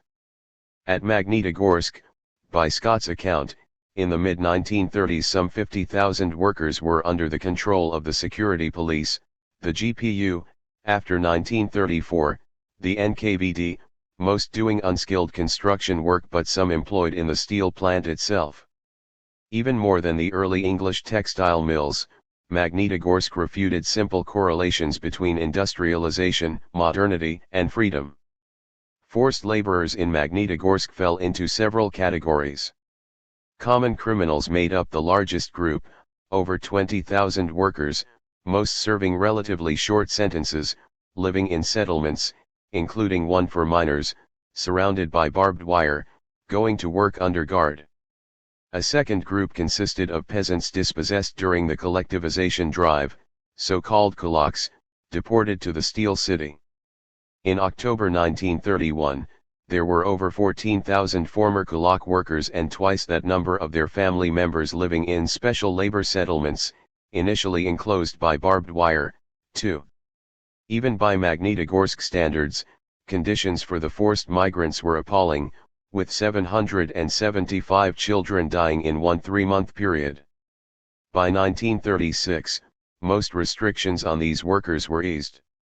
Finally, there were veteran engineers and technical experts, trained under the old regime, who had been convicted of crimes but nonetheless worked as specialists and supervisors, in some cases, especially in the early days, holding very responsible positions, generally indistinguishable from other managerial personnel except for their legal status. 46.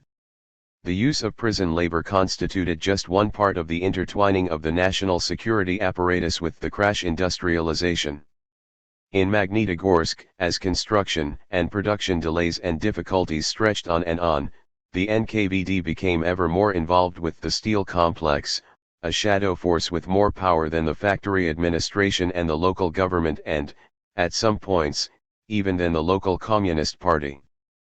Problems stemming from poor planning, incompetent management, untrained workers, supply and transportation shortages, and the wear on machines and workers from politically driven crash efforts were increasingly attributed to failure to follow the Communist Party line, to deliberate wrecking and sabotage, and eventually to conspiracies involving foreign powers and internal oppositionists, like the Trotskyite Zinovievite Center and the Polish military organization, which were alleged to be operating in Magnitogorsk.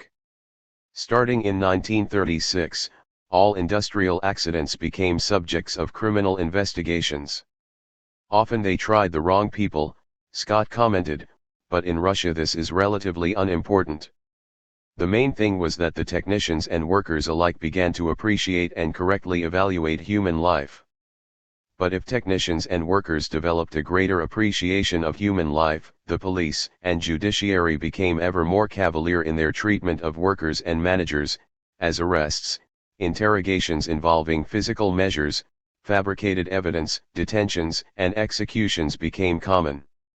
Top factory managers, state officials, and party functionaries toppled into the abyss as real and perceived failures were attributed to treachery and counter-revolution, until finally even the leaders of the Magnitogorsk NKVD, who led the terror, themselves fell to it. Though no exact count is available, according to Scott, in 1937 the purge led to thousands of arrests in Magnitogorsk. And it was similar elsewhere, at the Gorky auto plant. During the first 6 months of 1938, 407 specialists were arrested, including almost all the Soviet engineers who had spent time in Detroit and some of the few Americans who still remained at the factory. 47. Watching on the ground, Scott saw the fury of charges, countercharges, and arrests impede production, but in his view only temporarily and to a limited extent. Overall, as managers and workers slowly mastered their jobs, supply and transportation problems were ironed out, and new components of the complex came online, Magnitogorsk's output of iron ore, pig iron, steel ingots, and rolled steel all moved upward, as did productivity. 48 Some of the giants built during the 1930s never reached their projected output, but, overall, the first 5-year plan, which was accelerated to be finished in 4 years, and the second 5-year plan that followed led to an enormous leap in Soviet industrial output. Estimates vary, but between 1928 and 1940 total industrial output increased at least 3.5-fold and by some accounts as much as 6-fold. The greatest gains were in heavy industry. Iron and steel production more than quadrupled. Machine production increased 11-fold between 1928 and 1937, and military production 25-fold. By the latter year, motor vehicle production approached 200,000 vehicles. Electrical power increased 7-fold. Transportation and construction also swelled. By contrast, output of consumer goods, a low priority in the first 5-year plan, rose only slightly. Stalin was premature in 1929 when he said, "We are becoming a country of metal, a country of automobiles, a country of tractors," but a decade later there was much truth to his claim. 49. Making socialist citizens. The giant Soviet factories were conceived of not only as a way to industrialize and protect the country but also as instruments of culturalization, which would create men and women capable of operating these behemoths and building socialism.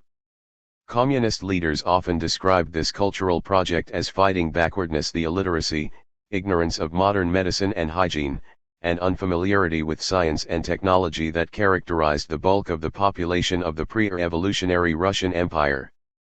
Many Bolsheviks, especially Lenin, defined culture in traditional European terms, as literacy, knowledge of science, appreciation of the arts. Civilization meant novels, chess, Beethoven, indoor plumbing, electricity. But some communists, and to some extent the party and state as a whole, at least through the early 1930s, believed that a distinctly communist culture and civilization should be created out of the revolution. The factory was an instrument to realize socialist modernity. 50. The simple act of coming to a factory could launch the process of cultural change. This was especially the case for men and women from peasant villages, and even more so for migrants from nomadic regions of the country. Many newcomers had never seen a locomotive, indoor plumbing, electric lights, even a staircase. Walking into a factory for the first time could be terrifying, just as it had been in earlier years in England and the United States. A.M. Sorotina, a young woman who came to the Stalingrad tractor factory from a village near the Caspian, remembered, there was an awful roaring and hammering of machines and there were motor cars whizzing to and fro over the shop. I dodged to one side in fright and took refuge behind a stand. 51. That a young woman was on the shop floor of the tractor Stroy reflected the profound change in gender roles and family relations that accompanied the gearing up of heavy industry. After the revolution, the Communist Party and the Soviet government promoted women's equality and new familial arrangements, but the changes were especially dramatic in the budding industrial centers, where there was no old order that had to be overthrown. At the start of the first 5-year plan, 29% of industrial workers were female. By 1937, 42%. Women held many types of positions for which they would never even be considered in the United States or Western Europe, such as crane and mill operator.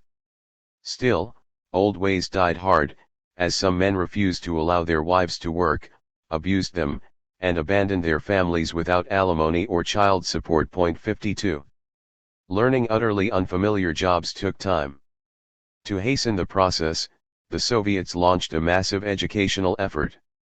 In addition to informal shop floor training by skilled workers, supervisors, and foreign experts, formal classes were held after work to teach skills for specific jobs. Victor Reuther recalled that the Gorky auto plant was like one huge trade school.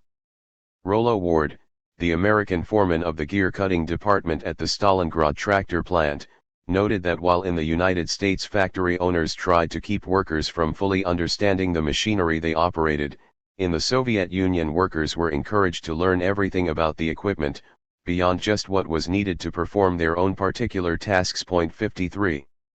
The educational push was not narrowly vocational. In the new industrial cities, crash efforts were made to build enough kindergartens and elementary schools for the flood of incoming and newborn children. Adult literacy courses were heavily attended, in Magnitogorsk enrolling 10,000 students. To raise the political level of activists, there were schools teaching Marxist theory and Soviet economic and social structure. For workers who had mastered basic skills, there were advanced schools in engineering, metallurgy, and the like. Women made up 40% of the students at the Magnitogorsk Mining and Metallurgical Institute. Many of these programs had some day students receiving stipends and many more students coming after work. John Scott, who attended night school most of the time he lived in Magnitogorsk, reported that virtually everyone in the city between ages 16 and 26 was studying in some sort of formal program, which took up almost all of their spare time. Every night from 6 until 12 the streetcars and buses of Magnitogorsk were crowded with adult students hurrying to and from schools with books and notebooks under their arms, discussing Leibniz, Hegel, or Lenin, doing problems on their knees, and acting like high school children during examination week in a New York subway. For worker students, the tremendous dedication needed to get to class, stay awake, and then do homework after a hard day's work opened a path of upward mobility. For Soviet leaders, the education push, especially in technical fields, liberated the country from dependence on foreign and old regime expertise. 54. Factories tried in other ways, too, to transform worker culture. Red corners were common. Somewhat like the reading rooms in 19th and early 20th century English and American Union halls, these designated spaces had books, pictures of Lenin and other communist leaders, political posters, and room for meetings. Many enterprises sponsored literary groups, with worker writers producing wall newspapers and broadsheets that were posted at work sites. At the Gorky auto plant, management sponsored a competition among departments for ideas to elevate the cultural level. One department brought in artificial palm trees from Moscow, which were placed alongside the assembly line. The department in which the Reuther brothers worked made dies to punch out metal spoons, considered a cultural advance over the wooden, peasant-style spoons workers used in the plant cafeteria and at home. In Stalingrad, the factory manager, inspired by what he saw in the United States, had trees and grass planted around the tractor plant to keep down dust that might damage machinery and to create a more attractive view for workers as they arrived and left. 55. Figure 5.3 The workers' cafeteria at the Gorky auto plant. The cities that arose alongside the giant factories were at least as important in promoting new habits and values as the plants themselves. Generally, in the USSR, local Soviets the government owned housing and other urban facilities. But in the industrial boomtowns, factories often filled that role, taking charge of almost all aspects of their employees' lives. Much as in the early English textile industry, many factories owned stores and farms to supply them, with workers spending a substantial proportion of their wages at factory canteens and shops, with special shops with better goods and lower prices for foreign workers and later on for party officials, top managers, shock workers, and other favorites.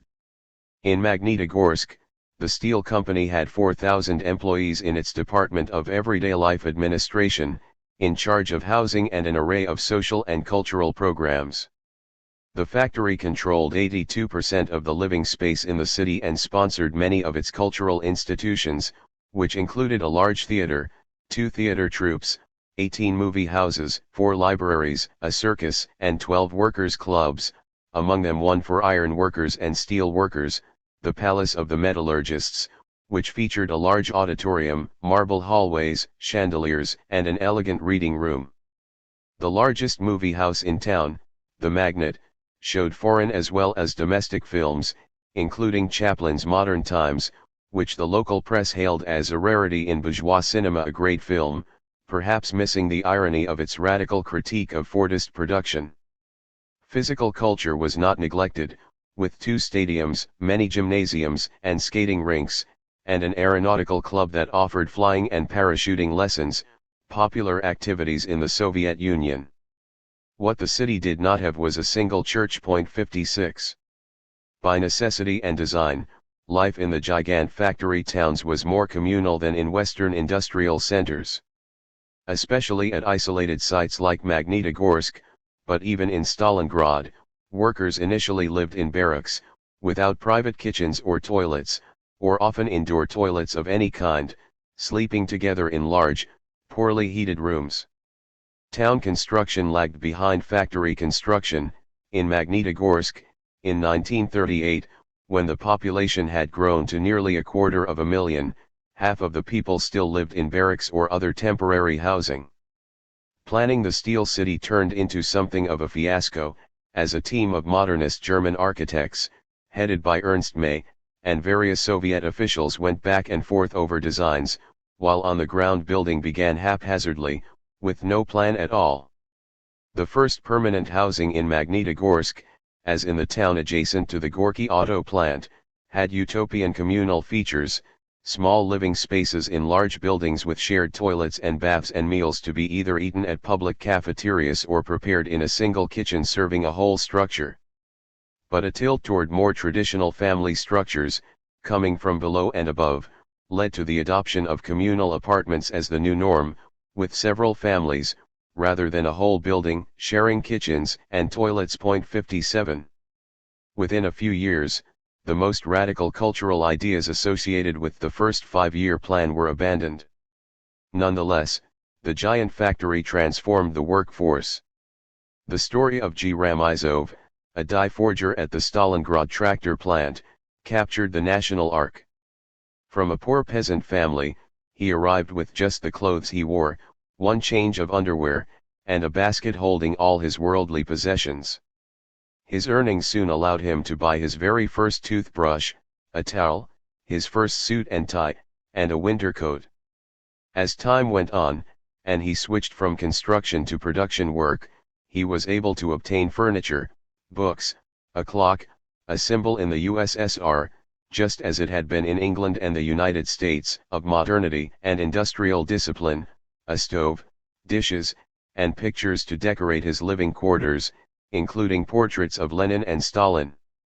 Conventional, ordinary, unimpressive, unless one came from the poverty, illiteracy, and cultural isolation that was the lot of the vast bulk of people in the Russian Empire before the revolution and the crash industrialization it sponsored. 58. Celebrating the gigant. Soviet writers, artists, and government officials relentlessly celebrated big factories during the decade prior to World War II. Joining outsized infrastructure and huge collective farms in a cult of giantism, they were at the core of national self-understanding and state propaganda. Artists and propagandists commonly equated the struggle to build socialism with the drive to industrialize, making the factory a central site for the fight against backwardness and the plunge into a new type of future. In literature, the machine often appeared as a metaphor for society. It also appeared more literally. The title character in Lydia Tchaikovskaya's novella Sofia Petrovna, written at the end of the 1930s, comments that in Soviet stories and novels there was such a lot about battles and tractors and factory shops and hardly anything about Love 59. But where the factory truly came to the forefront was in the many documentary projects of the era. The Soviets were in the vanguard of what was a heyday of documentary art and literature in Europe and the United States, helping to inspire and shape the broader movement. While elsewhere documentary art and writing often focused on social ills, including those stemming from the Great Depression, in the Soviet Union documentary work had a celebratory tenor, highlighting the great progress being achieved across the vast nation. 60. The most innovative work combined photography and journalism in elaborate, visually striking accounts of the advance of Soviet society through large-scale industry, infrastructure, and collectivization. The magazine USSR in Construction featured many of the most outstanding visual artists in the Soviet Union.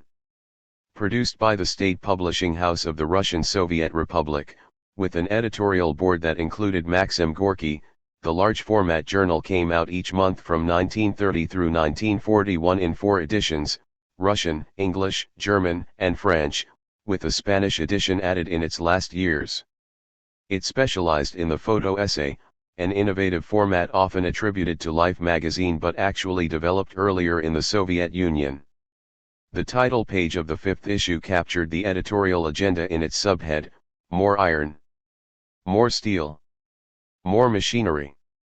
In issue after issue, photo essays appeared on dams, canals, hydroelectric plants, railroads, auto factories, tractors arriving at collective farms, paper mills, woodworking plants, garment factories, a match factory, shipyards, workers' housing, technical institutes, and workers' clubs. Whole issues were devoted to the Chelyabinsk tractor factory, Magnitogorsk, the Nizhny Tagil railroad car factory, and Gaz, the Soviet Detroit. USSR in Construction bore no resemblance to the engineering and trade journals in the United States that documented industry, like Scientific American, in its early years, or Iron Age, with their technical language, tightly packed text, and diagrammatic illustrations. The Russian magazine was gorgeous, with innovative design, selective use of color, and arresting layouts of photographs taken by leading Soviet photographers, including Max Alpert, Arkady Shakhath, Georgy Zelma, Boris Ignatovich, Semyon Fridlyant, Yevgeny Kaldai, and, perhaps most notably, Alexander Rodchenko. Gorky himself wrote some of the text for the early issues. But the true auteurs of the magazine were the designers, who included Nikolai Troshin, Rodchenko and his wife Varvara Stvanova, and the married team of L. Lisitsky and Sophie Kuppers.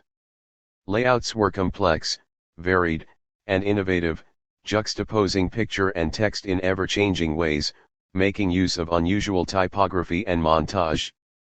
Sometimes the layouts were conceived before the photos were taken, with the photographers instructed on the kinds of images that would be needed for the assemblage. Over time, the designs became ever more elaborate, as the magazine began using horizontal and even vertical fold-out leaves, inserts, maps, pop-ups, irregularly cropped photographs, and transparent overlays. One issue, devoted to a new airplane model, had an aluminum cover. 61. Some of the same photographers and designers were involved in books that used a similar format to exhaustively document the industrialization effort. USSR Stroysotsialism, USSR Builds Socialism, a 1933 volume, was organized by industry electric, coal, metallurgy, and so forth with exquisite photography, montages, and other graphic devices. Like USSR in Construction, it was in part designed as propaganda promoting Soviet achievements abroad, with the main text in Russian but captions in German, French, and English as well. But the most important audience for the celebration of industrialization and the giant factory was at home. In its early years, the press run for the German and English editions of USSR in Construction peaked just over 10,000, with fewer copies in French, but the Russian edition had issues with print runs exceeding 100,000. The key readership group for this semi-avant-garde testament to industry and infrastructure was the new Soviet elite of party officials, government functionaries, and industrial managers, who no doubt took a proprietary pride in the accomplishments of the new society, at the top of which they sat, much like American industrialists enjoyed the celebration of industry in Fortune and the photographs of Margaret Bourke-White. For the 1935 Seventh Congress of the Soviets, Lisitsky and Kuppers produced a lavish 7-volume documentation of heavy industry, complete with accordion foldouts, overlays, special papers, collages, and incorporated fabric. 62. The documentary magazines and books and the many posters celebrating industry drew much of their splendor from the very high quality of Soviet photography. With most of the country illiterate during the first years after the revolution, the Bolsheviks saw photography, film, posters, and heavily illustrated magazines as more effective vehicles of propaganda and enlightenment than the written word. The first issue of USSR in Construction carried a notice that the state publishing house has chosen the photo as the method of illustrating socialist construction, for the photograph speaks much more convincingly in many cases than even the most brilliantly written article. The camera itself became a mark of modernity. Every progressive comrade, Anatoly Lunacharsky, the Commissar of Enlightenment, wrote, must not only have a watch but also a camera. 63. Soviet photographers engaged in fierce debates over the style and to a lesser extent the content of their images, forming rival organizations, but most shared a commitment to the socialist project and willingly followed government injunctions to document the giant projects of the 5-year plans. Even sites distant from Moscow and Leningrad attracted top photographers. Dmitry Dubabov, Max Albert, and Georgy Petrosov all took extraordinary photographs at Magnitogorsk, with the latter spending 2 years there as the head of information for the factory. While there were some commonalities between the documentary approach of the Soviets and leading American industrial photographers, like Bourke-White and Charles Sheeler, there were important differences, too. Soviet photographers more quickly adopted the small, light 35mm camera, introduced by Leica in 1924, with the Soviet version beginning production in 1932, than the Americans, who largely stuck with their big, heavy, large-format equipment. The 35mm camera made it easier to shoot from odd angles and unusual vantage points. Uncommon framing, diagonal positioning, unfamiliar angles, and shots taken from very low down or very high up characterized early Soviet photography, including the industrial work. Although by the early 1930s government authorities began to criticize unconventional artistic modes, moving toward an embrace of socialist realism, photography, as art historian Susan Tumerkin Goodman wrote, remained the last bastion of a radical visual culture, imparting excitement to the documentation of the giant factory and associating it with modernist trends in the arts. 64. Soviet filmmakers, who shared many stylistic approaches with Soviet photographers, also embraced the factory as a subject. In the 1931 film Enthusiasm, Symphonia Donbassa, Enthusiasm, Symphony of the Donbass, the avant-garde newsreel and documentary filmmaker Gigi Avertov portrayed the transformation of Ukrainian towns, racked by religion and alcoholism, through the development of coal mines and a giant steel mill. Dramatic images of steel making contribute to the visual inventiveness and frantic montage typical of Vertov's films, in this case complemented by the innovative use of sound, then just being introduced. Charlie Chaplin declared Enthusiasm the best picture of the year. 65. While the Soviets favored visual imagery in their celebration of the factory, they did not ignore the written word. In 1931, Maxim Gorky proposed a massive project to document the history of factories and plants, both older facilities and the new giants of the first 5-year plan. Reflecting how important Soviet leaders viewed the representation of factories, the highest levels of the Communist Party became involved with the series, which was discussed by both the Central Committee and the Politburo. Bukharin, by then already beginning to fall out of favor, and Kaganovich, one of Stalin's closest colleagues, composed separate lists of possible editors, and Stalin himself crossed off names and added others. 30 volumes were published before the series was discontinued in early 1938 amid the height of the purges. Some documentary volumes were published in English as well as Russian.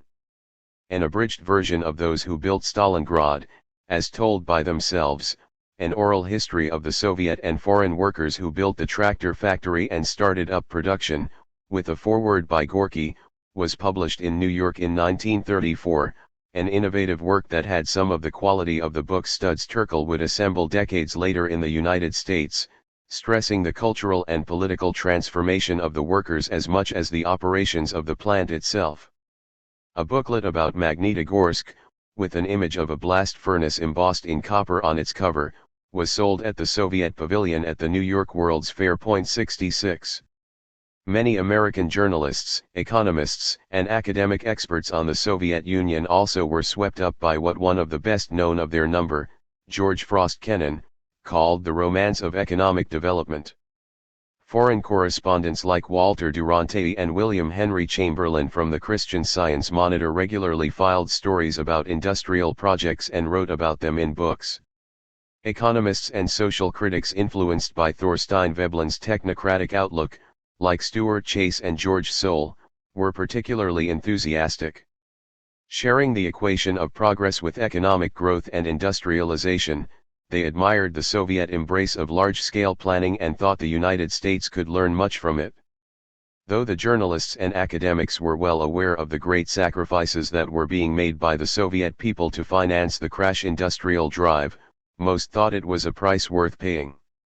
Louis Fisher, the Moscow correspondent for The Nation, later wrote that before World War II he had been glorifying steel and kilowatts and forgetting the human being. 67. Europeans flocked to the Soviet Union in even greater numbers than Americans. Many brought back positive reports from sites of industry. Dutch filmmaker Joris Ivens, who later became internationally famous for directing The Spanish Earth, a pro-Republican documentary made during the Spanish Civil War, spent 3 months in 1932 camped out in a barracks in Magnitogorsk, filming workers erecting huge blast furnaces. Left-wing Austrian composer Hans Eisler, who agreed to create the soundtrack for his film, joined him, recording industrial sounds to use, much as Vertov had done in his recently released Enthusiasm. Ivens centered what became Song of Heroes on the transformation of a Kyrgyz peasant into a Soviet worker.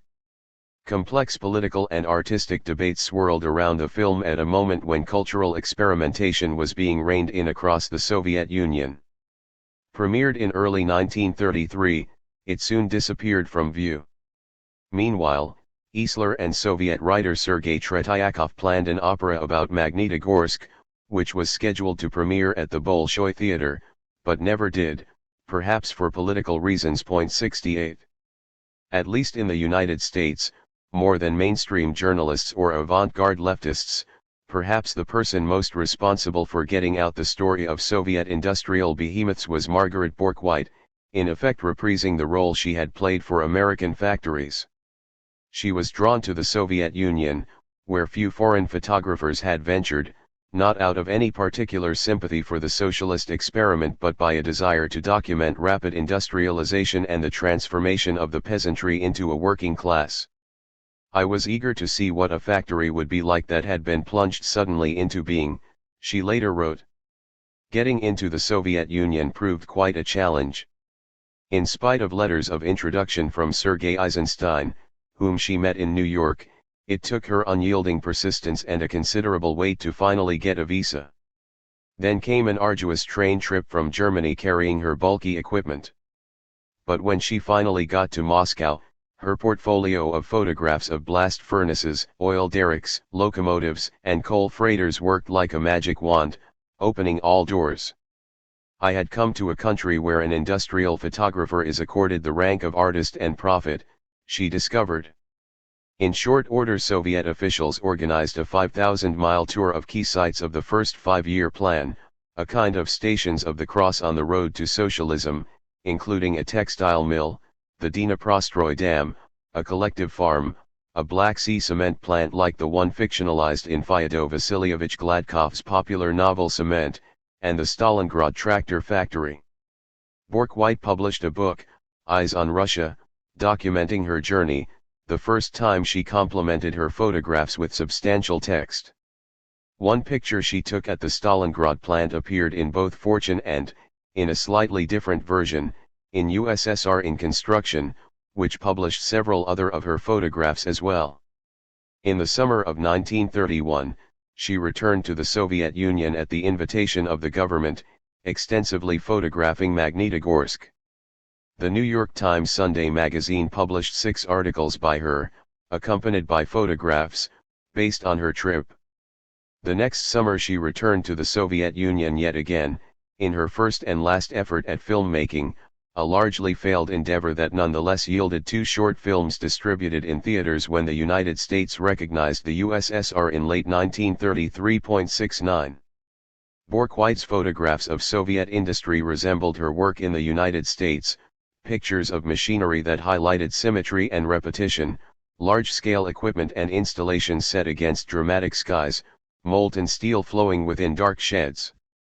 Her photographs of a textile mill on the outskirts of Moscow were not so different from those she had taken in Amiskeg. The main dissimilarity between her Soviet photographs and her early industrial work is her greater attention to workers, both in industrial settings and in portraits. Compared to Soviet photographers, with their more unusual compositions, Bork-White's Soviet photographs seem a touch old-fashioned, staid, dignified, a bit static. As was the case in the United States, she often staged photographs to capture what she saw as the essence of the processes before her.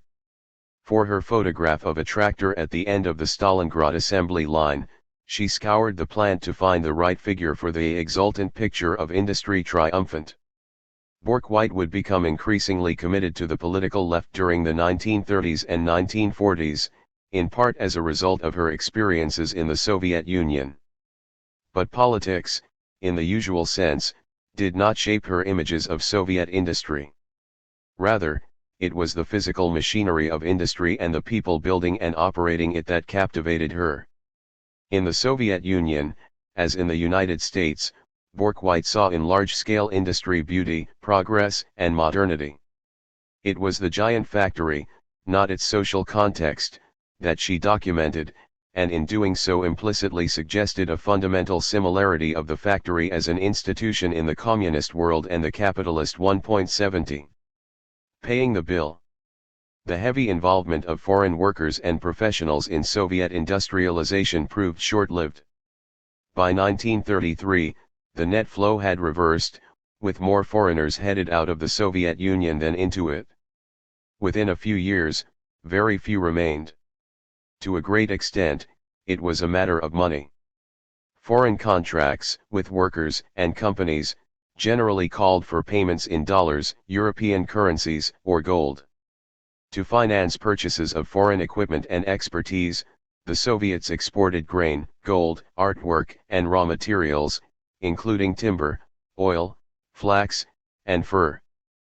But the value of these goods was falling. A global drop in commodity prices began in the late 1920s, even before the American stock market crash, forcing the Soviets to increase foreign sales to stop the depletion of their gold and hard currency reserves. In August 1930, Stalin called for more than doubling grain exports, otherwise we risk being left without our new iron and steel and machine-building factories. We must push grain exports furiously. That meant ever greater and more brutal requisitioning of grain in the countryside and hunger throughout the country. By the time first new factories were ready to begin operating, the Great Depression had hit the United States and Western Europe, so that there were plenty of skilled workers out of jobs willing to head to the Soviet Union simply to get work, if not out of political sympathies. But the Depression also led to a further drop in prices for grain and raw materials, accelerating the decline of Soviet foreign reserves. In mid-1931, Soviet leaders began curtailing the importation of foreign equipment and the use of foreign experts. The Americans were hit particularly hard, as firms in other countries offered better terms and credit arrangements not available from the United States. When Albert Kahn's consulting contract ended in 1932, the Soviets offered to renew it only if the company agreed to be paid in rubles, which were not convertible into dollars. Kahn traveled to Moscow in an effort to save the partnership, but in the end his company brought home its personnel. In 1934, after purchasing the number of vehicles and parts specified in their contract with Ford, the Soviets terminated that agreement, 2.71. But it was not just a matter of money. Inflated expectations of what foreign equipment, methods, and experts could accomplish led to something of a disillusionment with Americanism, as the new factories, erected at enormous cost, had difficulty meeting their targeted output. The effects of the Depression in the West also dampened enthusiasm for the United States and its representatives, as a traditional Marxist critique of the internal contradictions that crippled capitalist progress re-emerged. Vasily Ivanov reported after his trip to the United States early in the Depression, "I saw with my own eyes how the productive forces were outgrowing their narrow capitalist framework. The factories were working at 1/3 of capacity, repressing their powers, crushing and constricting their exuberance of technical potentialities. The United States might not continue to be a leader in industrial innovation." At the same time, a new generation of Soviet managers and specialists was beginning to come into its own, with up-and-coming leaders increasingly confident they did not need foreign tutors, whom in some cases they came to resent. A general turn toward suspicion of outsiders and even xenophobia emerged in the mid and late 1930s, accompanied by ever more grandiose claims of Soviet superiority in all realms. In accounts of the industrialization drive, the role of foreigners became downplayed or erased. After the mid-1930s, non-natives who decided to stay in Russia were viewed with suspicion and had difficulty finding work or even staying out of prison. 72. While the Soviets began moving away from directly copying methods, plants, products, and processes developed under capitalism, the basic thrust of their industrial drive remained unchanged. The second five-year plan and a third five-year plan, begun in 1938 but cut short by World War II, continued to prioritize heavy industry, though they gave greater attention to consumer goods as well. After World War II, the Soviet Union resumed the pre-war model of multi-year economic plans and concentrated investment in giant production and research complexes, often with accompanying new cities. The crash industrialization of the first five-year plan created a template that would be used in the Soviet Union until its demise and in many of its satellites and allies as well. 73. But many of the key figures in the industrialization drive did not live to see the spread of the model they helped create. The Great Terror of the late 1930s wiped out the pioneers who brought the Amerikansky temp to the Soviet Union and built the first giant factories. Many of the participants in the industrialization debate of the 1920s, including Bukharin and other top Bolsheviks, were arrested on patently absurd charges, convicted in show trials, and executed, or, in Trotsky's case, murdered in exile. Sergo Arhonikij committed suicide in 1937. Alexei Gastev, the Soviet tailorist, survived repeated internal party battles, only to be arrested in September 1938 on charges of counter-revolutionary terrorist activity and executed the following spring. Saul Braun, who as head of Amterg had signed agreements with American companies worth tens of millions of dollars, including the pacts with Kahn and Ford, was arrested in October 1937, tried in secret, and shot in April 1938. Others executed at roughly the same time included Vasily Ivanov, the first directors of the tractor plants in Kharkov and Chelyabinsk, the first director of the Gorky Auto Factory, and the head of the Auto Trust who signed the contract with the Austin Company. Such leaders of the big industrialization projects, who generally had political but not technical credentials, making them dependent on foreign or old regime expertise, having done their jobs and built potentially threatening local power bases in the process, were simply wiped out, replaced by a generation of newly trained managers, usually from peasant or working-class backgrounds, who had no ties to the early days of the Bolsheviks and the ideological and organizational resources they provided. 74. Did it work? Did the giant factory succeed in the Soviet Union? The question carries a different meaning and weight than if asked about earlier incarnations of industrial giantism. Elsewhere, Big factories had been built by individuals or corporations for a narrow purpose, their own economic reward. Sometimes they also had philanthropic or social goals, but those were almost always secondary and often instrumental to the economic success of the factory and its payoff to its creators and investors. By contrast, in the Soviet Union, giant factories were seen as a means to very large social and political ends: industrialization, modernization, national defense, and the creation of socialism. While earlier big factories were conceived of as a way to expand production, in the Soviet Union they were seen as a way to transform society, culture, and, ultimately, world history. By the measure of aggregate output and economic growth, the Soviet industrialization drive of the 1930s succeeded. The infrastructure and industrialization efforts under the five-year plans accelerated the growth of industry and the overall national economy to rates that surpassed those in the West, where the Depression left the leading industrial countries in stagnation. In sector after sector, Soviet industrial output zoomed up, in many cases with industrial giants playing a critical role. Economists have debated if the same kind of growth could have been achieved through a more balanced program of development, less focused on concentrated investment in landmark giants. As the Soviets discovered, there were diseconomies of scale in creating islands of industrial giantism in a vast, undeveloped nation. Expensive, advanced equipment went unused, unmaintained, or prematurely worn down through overuse. Skilled labor shortages proved endemic and supply chains immensely difficult to create and sustain, given the thinness of the national industrial base and the difficulties of coordination through centralized planning structures rather than markets.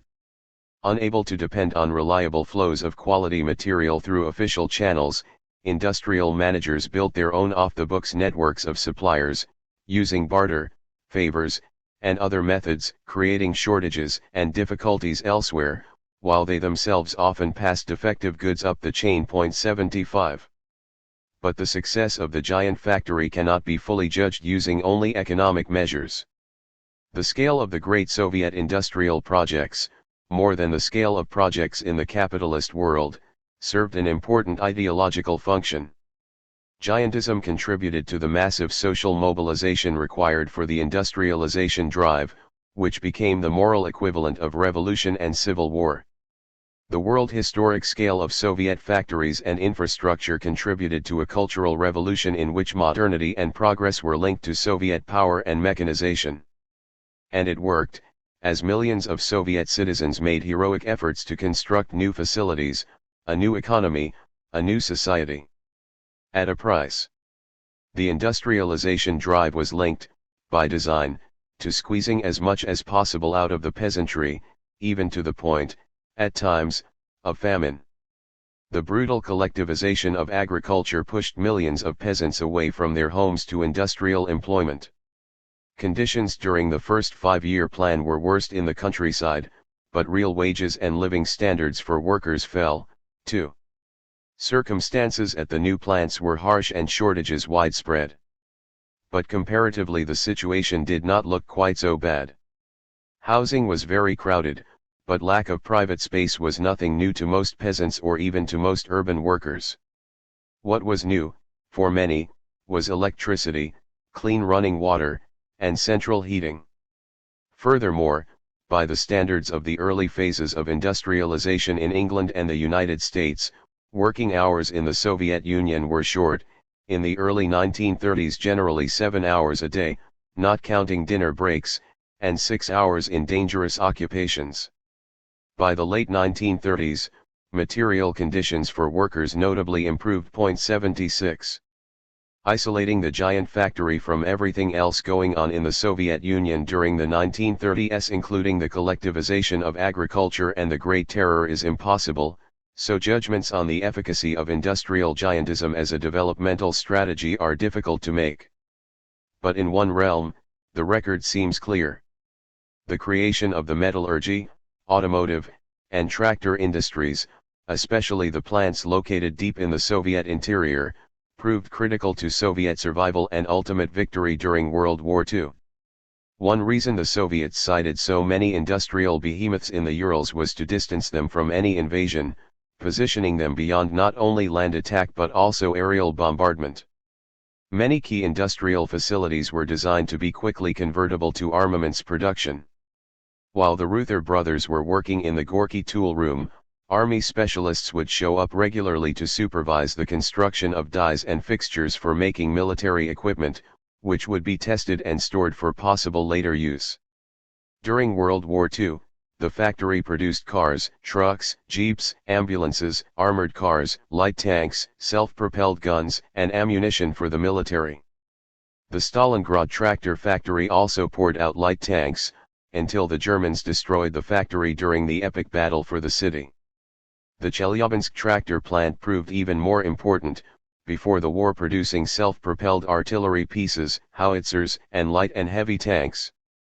After the Germans invaded, machinery and personnel from other factories, including the Kharkov tractor plant and diesel engine factory, were moved to Chelyabinsk. Over the course of the war, the expanded complex produced 18,000 tanks and self-propelled guns, 48,500 tank engines, and over 17 million pieces of ammunition.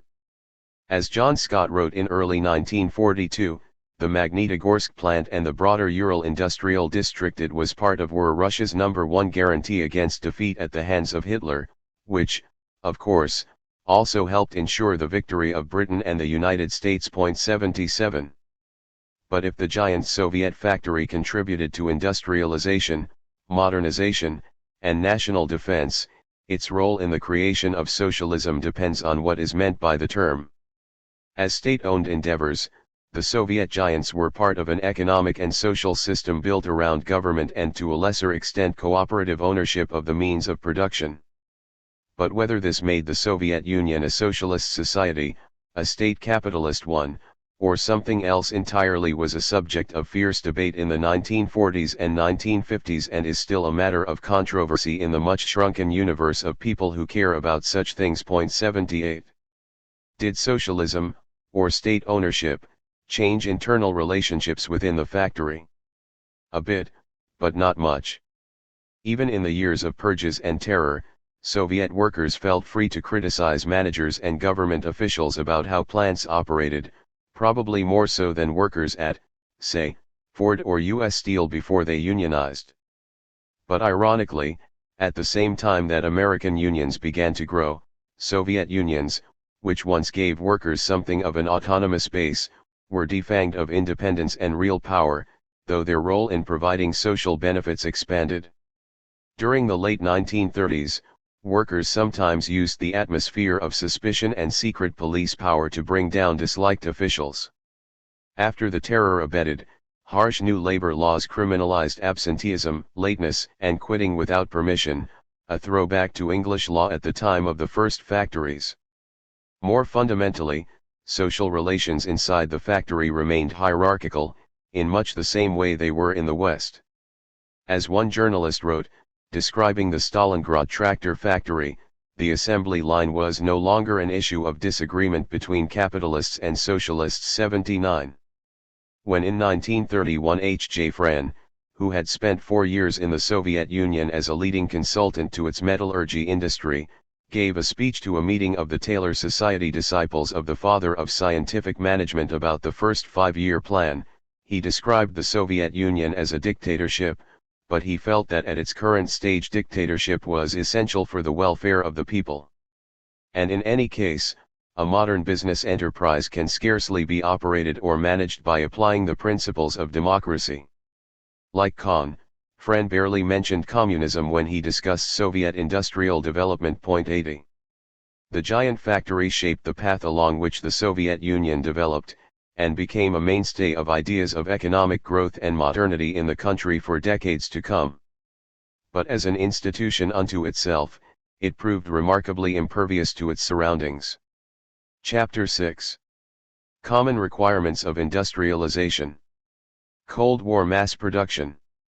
From the early 1940s through the 1960s, IT became common among political intellectuals and academics, especially in the United States, to argue that the United States and the Soviet Union were becoming more similar, that ultimately they would come to closely resemble one another. James Burnham first made this case to a broad public in his 1941 book, The Managerial Revolution. Burnham, an American backer of Leon Trotsky, initially accepted the exiled Russian leader's characterization of the Soviet Union as a workers' state, even if degenerated by Stalinism and the rise of a Bonapartist bureaucracy.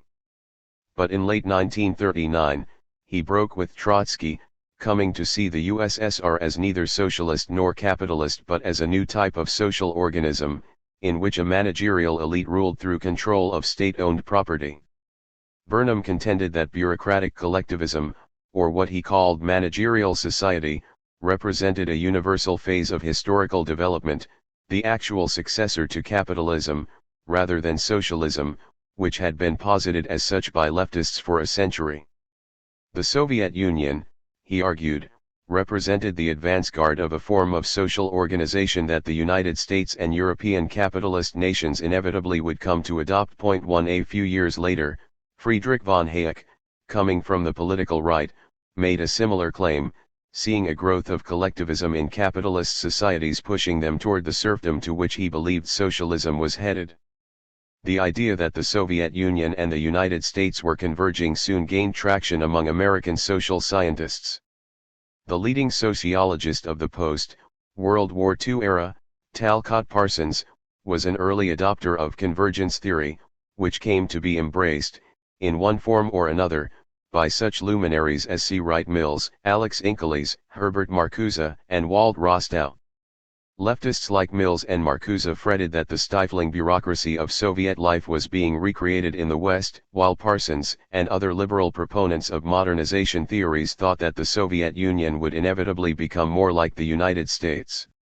What these theories shared was the belief that economic development was behind convergence. As Marcuse put it in 1958, both the Soviet Union and the United States were shaped by the common requirements of industrialization, which pushed them toward bureaucracy, centralization, and regimentation. In effect, these authors believed, modern industry existed as a social and cultural system independent of the economic arrangements in which it was embedded. Ultimately it would mold the larger society.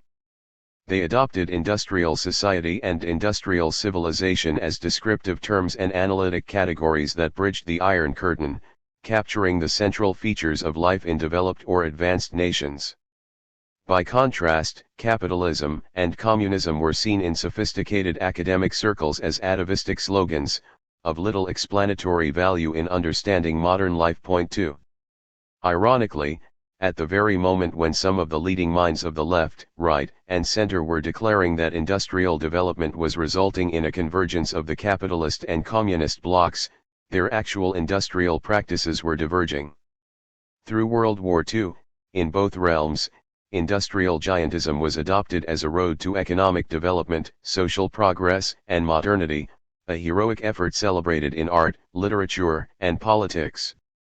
But after the war, American corporations moved away from ever upping the scale of industry, deciding that the industrial behemoth had reached its limits of profitability and control. Rather than continuing to concentrate production in industrial colossuses, they began to decentralize manufacturing in smaller, scattered plants.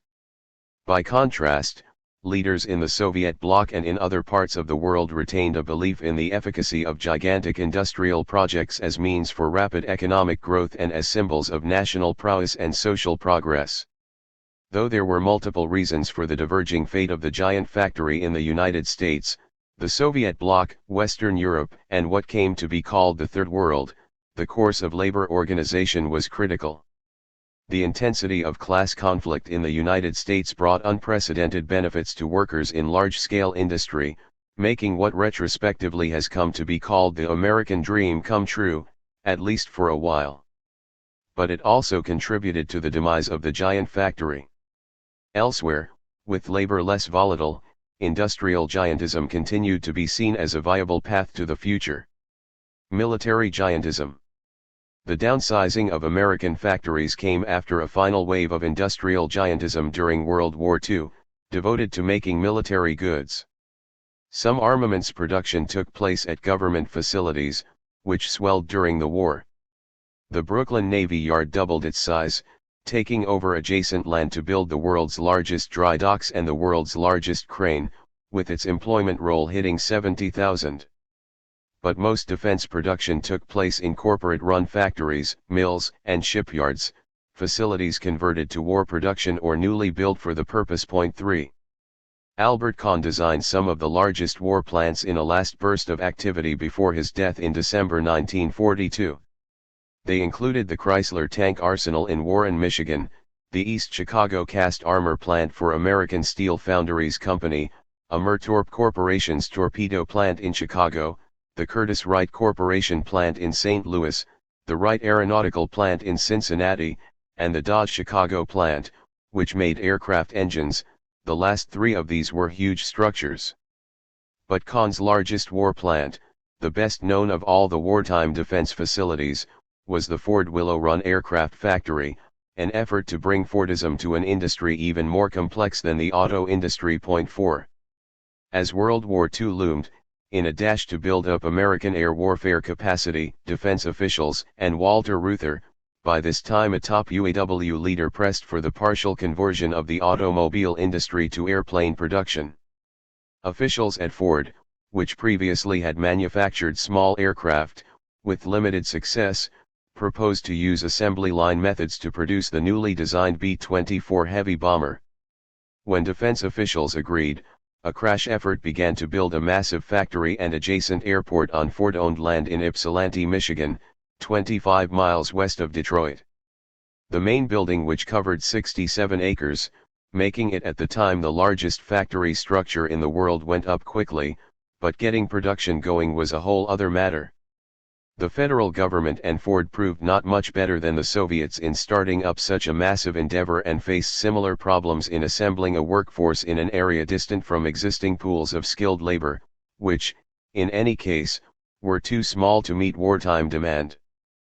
Part of the blame for Willow Run repeatedly falling behind production schedules, which became a political hot potato, came from applying mass production techniques to the manufacture of bombers. Creating specialized tools and fixtures delayed the start of parts making, usually done in the aircraft industry using standard machine tools. Repeated design changes from the Army impaired a manufacturing approach predicated on long runs of standardized parts. As in the Soviet Union, slow delivery of materials contributed to delays. So did repeated reorganizations and personnel changes in the federal defense agencies and managerial chaos at Ford. Contrary to its rationalist public image, Ford suffered from personal fiefdoms, fierce competition among executives, and a lack of clear lines of responsibility. But an inability to find and retain enough workers presented the biggest problem. Figure 6.1 The B-24 Liberator assembly line at the Willow Run bomber plant in Michigan, circa 1944. Across America, defense industries scrambled to find workers, especially with industrial skills. The location of Willow Run added a burden.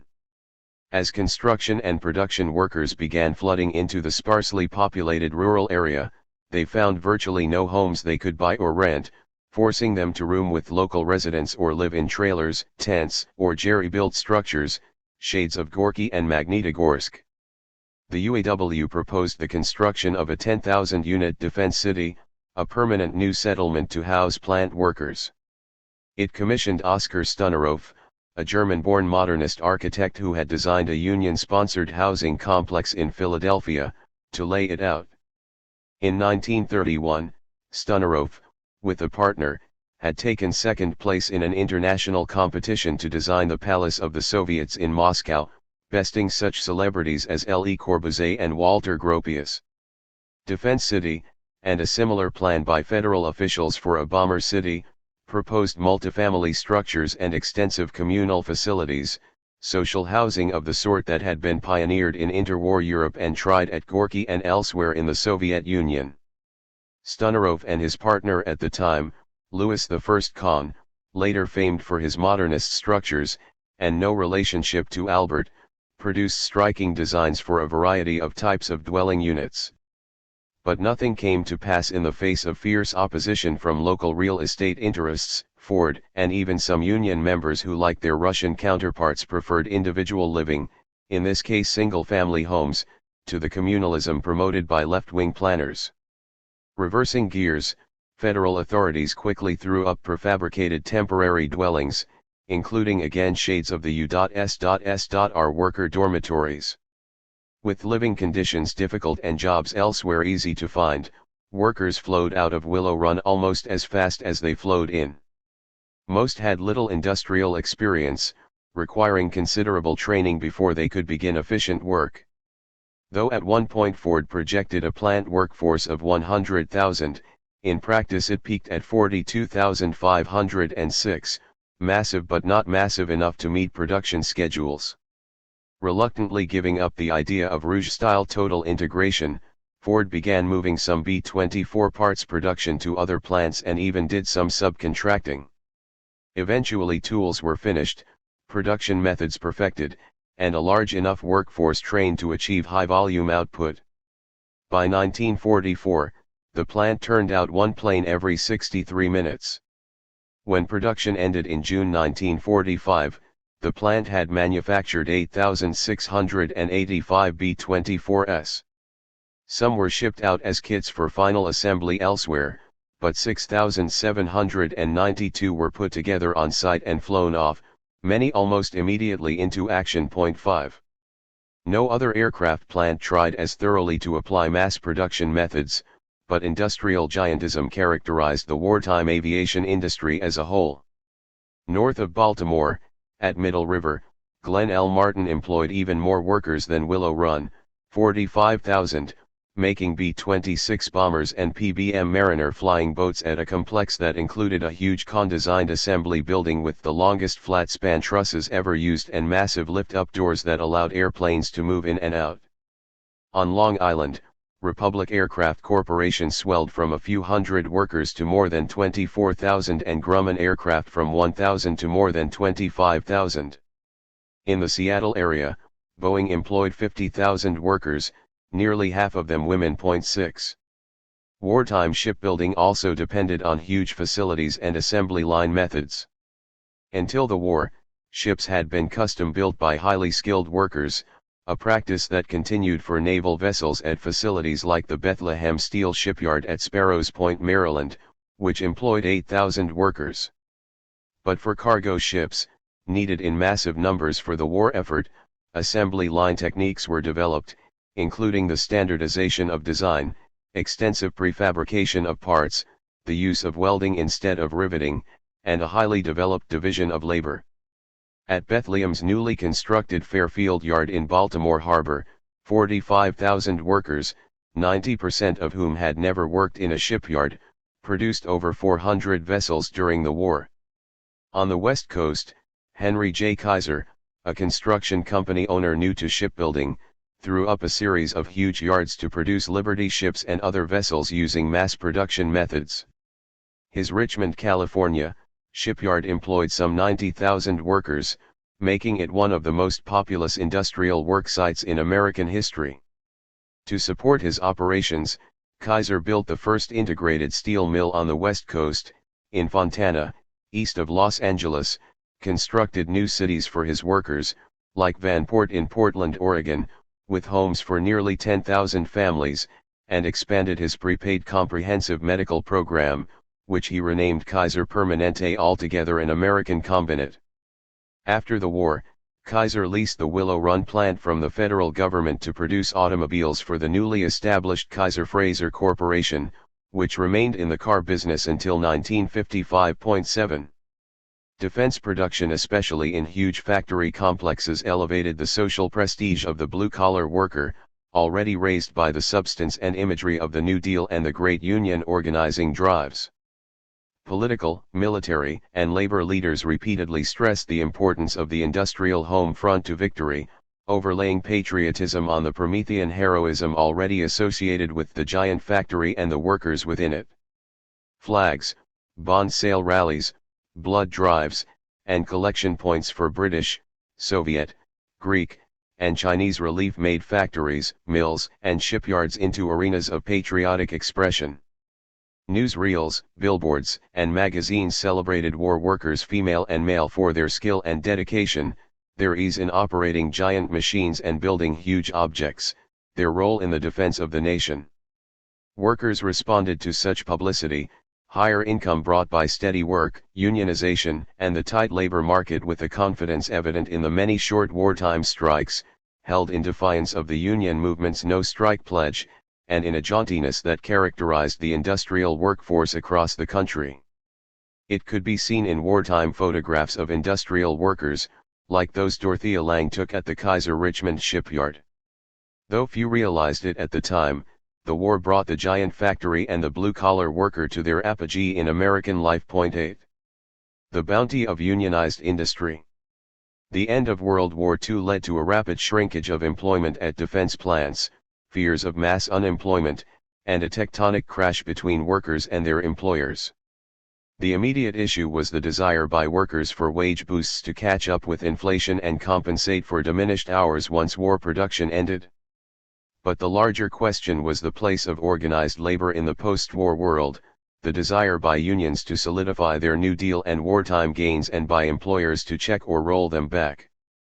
In the year following the end of the war, 5 million workers went on strike in the largest strike wave in American history.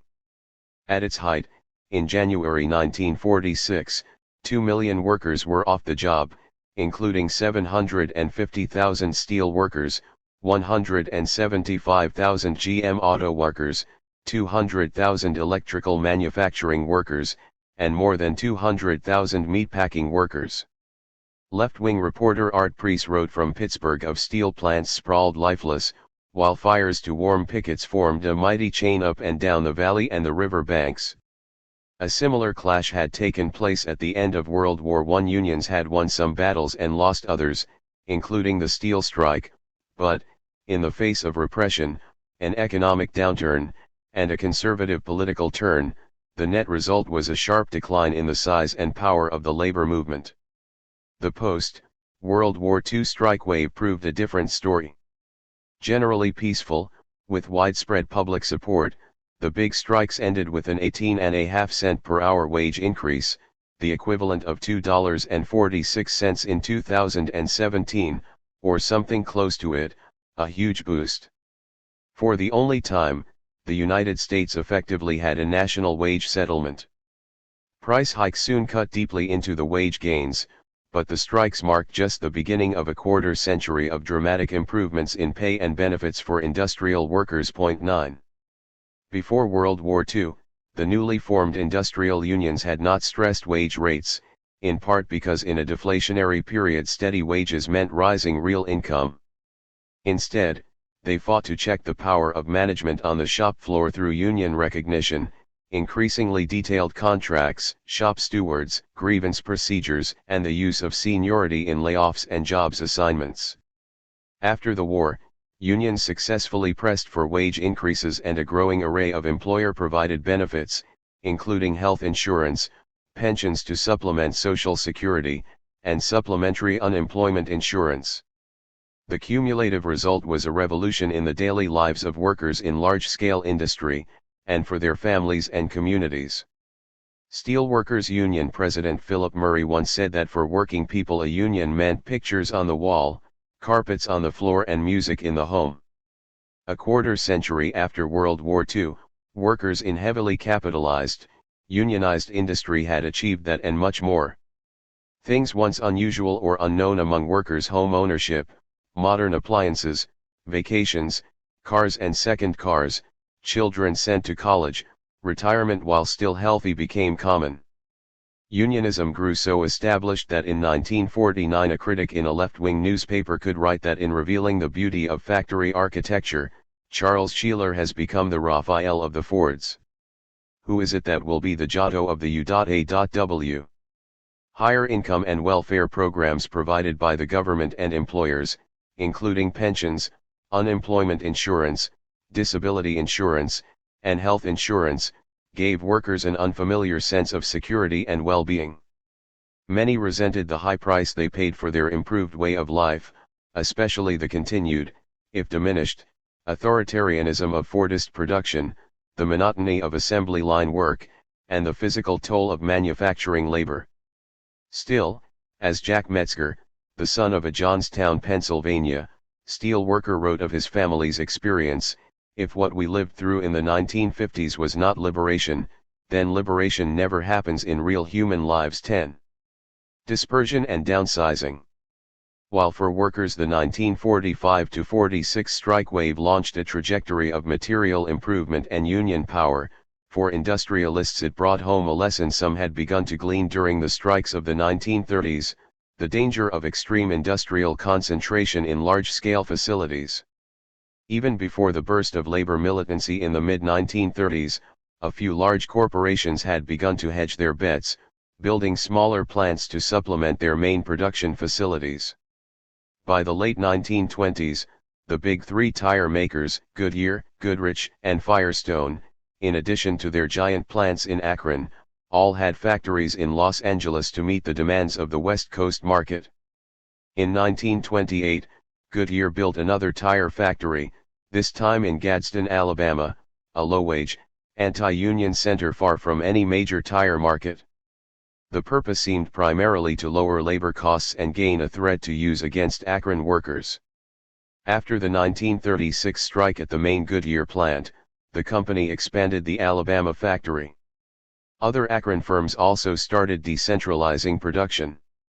By 1938 the Firestone workforce in Akron had fallen from 10,500 to about 6,000, as the company shifted work to a factory it built in Memphis and to other outlying plants. The Goodyear Akron plant shed a fifth of its workforce. Labor was not the only reason tire companies began dispersing production. Technological innovations and the increasing standardization of tire sizes made it possible to build mass production plants that operated efficiently at smaller scales than the Akron monsters. As car ownership spread and population redistributed, siting plants near growing markets meant lower shipping costs. But the biggest factor seemed to be a desire to stop being held hostage by small groups of workers. The sequential nature of tire production meant that if one department went on strike, a whole plant might be shut down. And that happened repeatedly in Akron, where sit-downs and other strikes, often begun without official union involvement, became endemic, as a volatile worker culture of direct action developed. In an October 1944 strike at the Goodyear factory, just 4 striking workers idled 5,000 others. When siting new factories, companies looked for locations where labor costs were lower and unionism was less likely to succeed, or at least be of a less militant sort.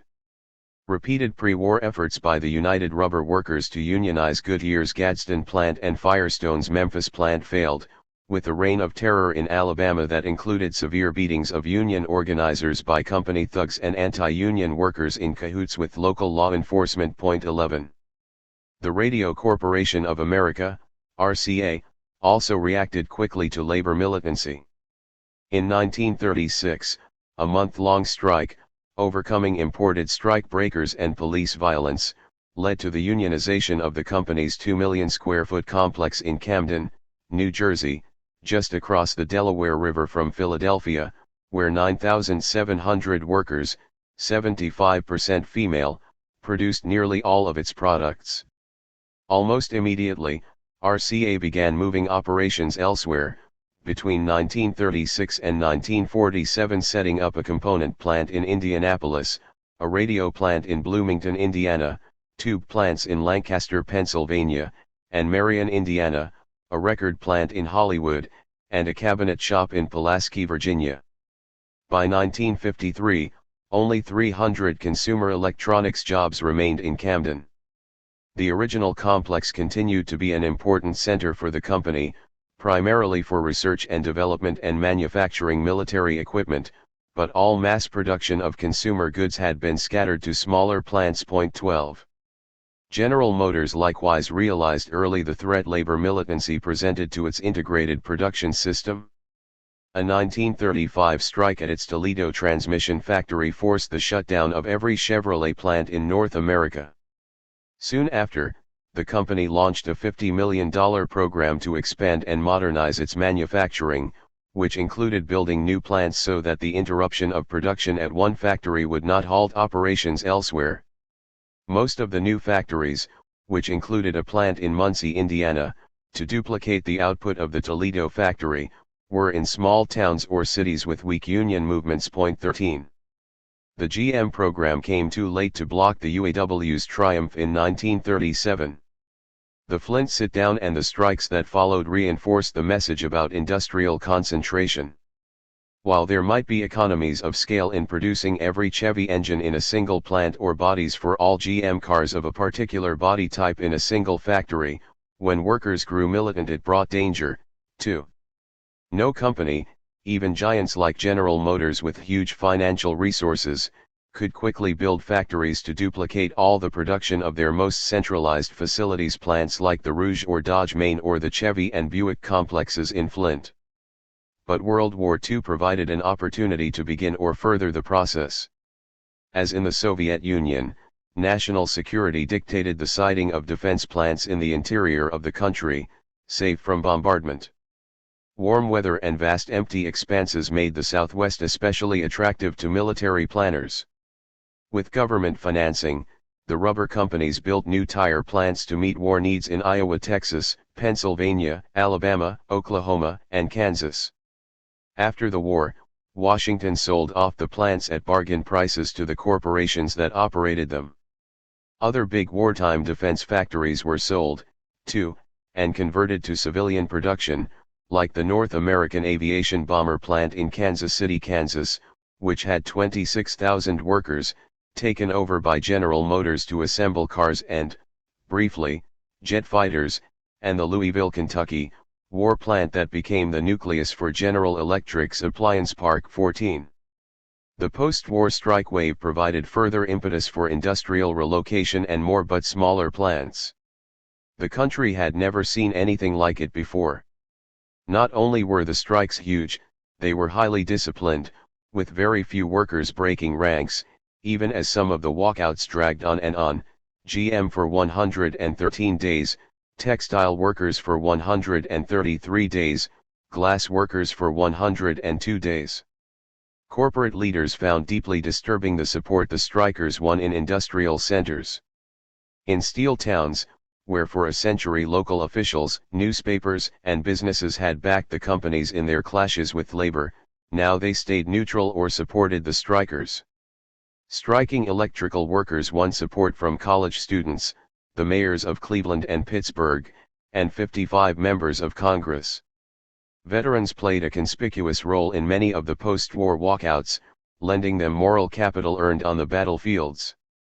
In Bloomfield, New Jersey, which housed both GE and Westinghouse factories, the local branch of the American Legion, a notoriously conservative group with a history of anti-unionism, backed the strikers, even though leftists led their union.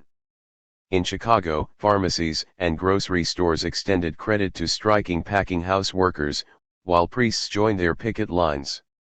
The Truman administration vacillated in its handling of the walkouts, but it took the legitimacy of unionism for granted and ultimately used federal power to force the major corporations to grant large wage hikes. 15. Figure 6.2 Pittsburgh Mayor David L. Lawrence addressing a crowd of Westinghouse strikers in April 1946. The strikes made painfully clear to manufacturing companies that they no longer controlled the physical, social, and political environments in which their largest factories operated. GE President Charles Wilson bitterly complained in congressional testimony that strikers had kept even non-unionists, managers, scientists, and office workers from entering struck facilities. "I don't think a corporation should have to go with its hat in hand to a union and ask permission to bring its engineers and so on into a plant." Politics and daily life in industrial communities changed as Brownian politicians got elected to local and state office. Small businesses allied themselves with their working-class customers, and unions injected themselves into all aspects of civil life, from the community chest to recreational sports to cultural activities. In Yonkers, New York, manufacturing companies like Otis Elevator and Alexander Smith, which, with a peak workforce of 7,000 workers at its massive mill, was the premier carpet manufacturer in the United States, had effectively controlled the town. But after the war, decisions about taxes and public policies became subjects for debate, with a well-organized, ambitious local labor movement throwing around its weight.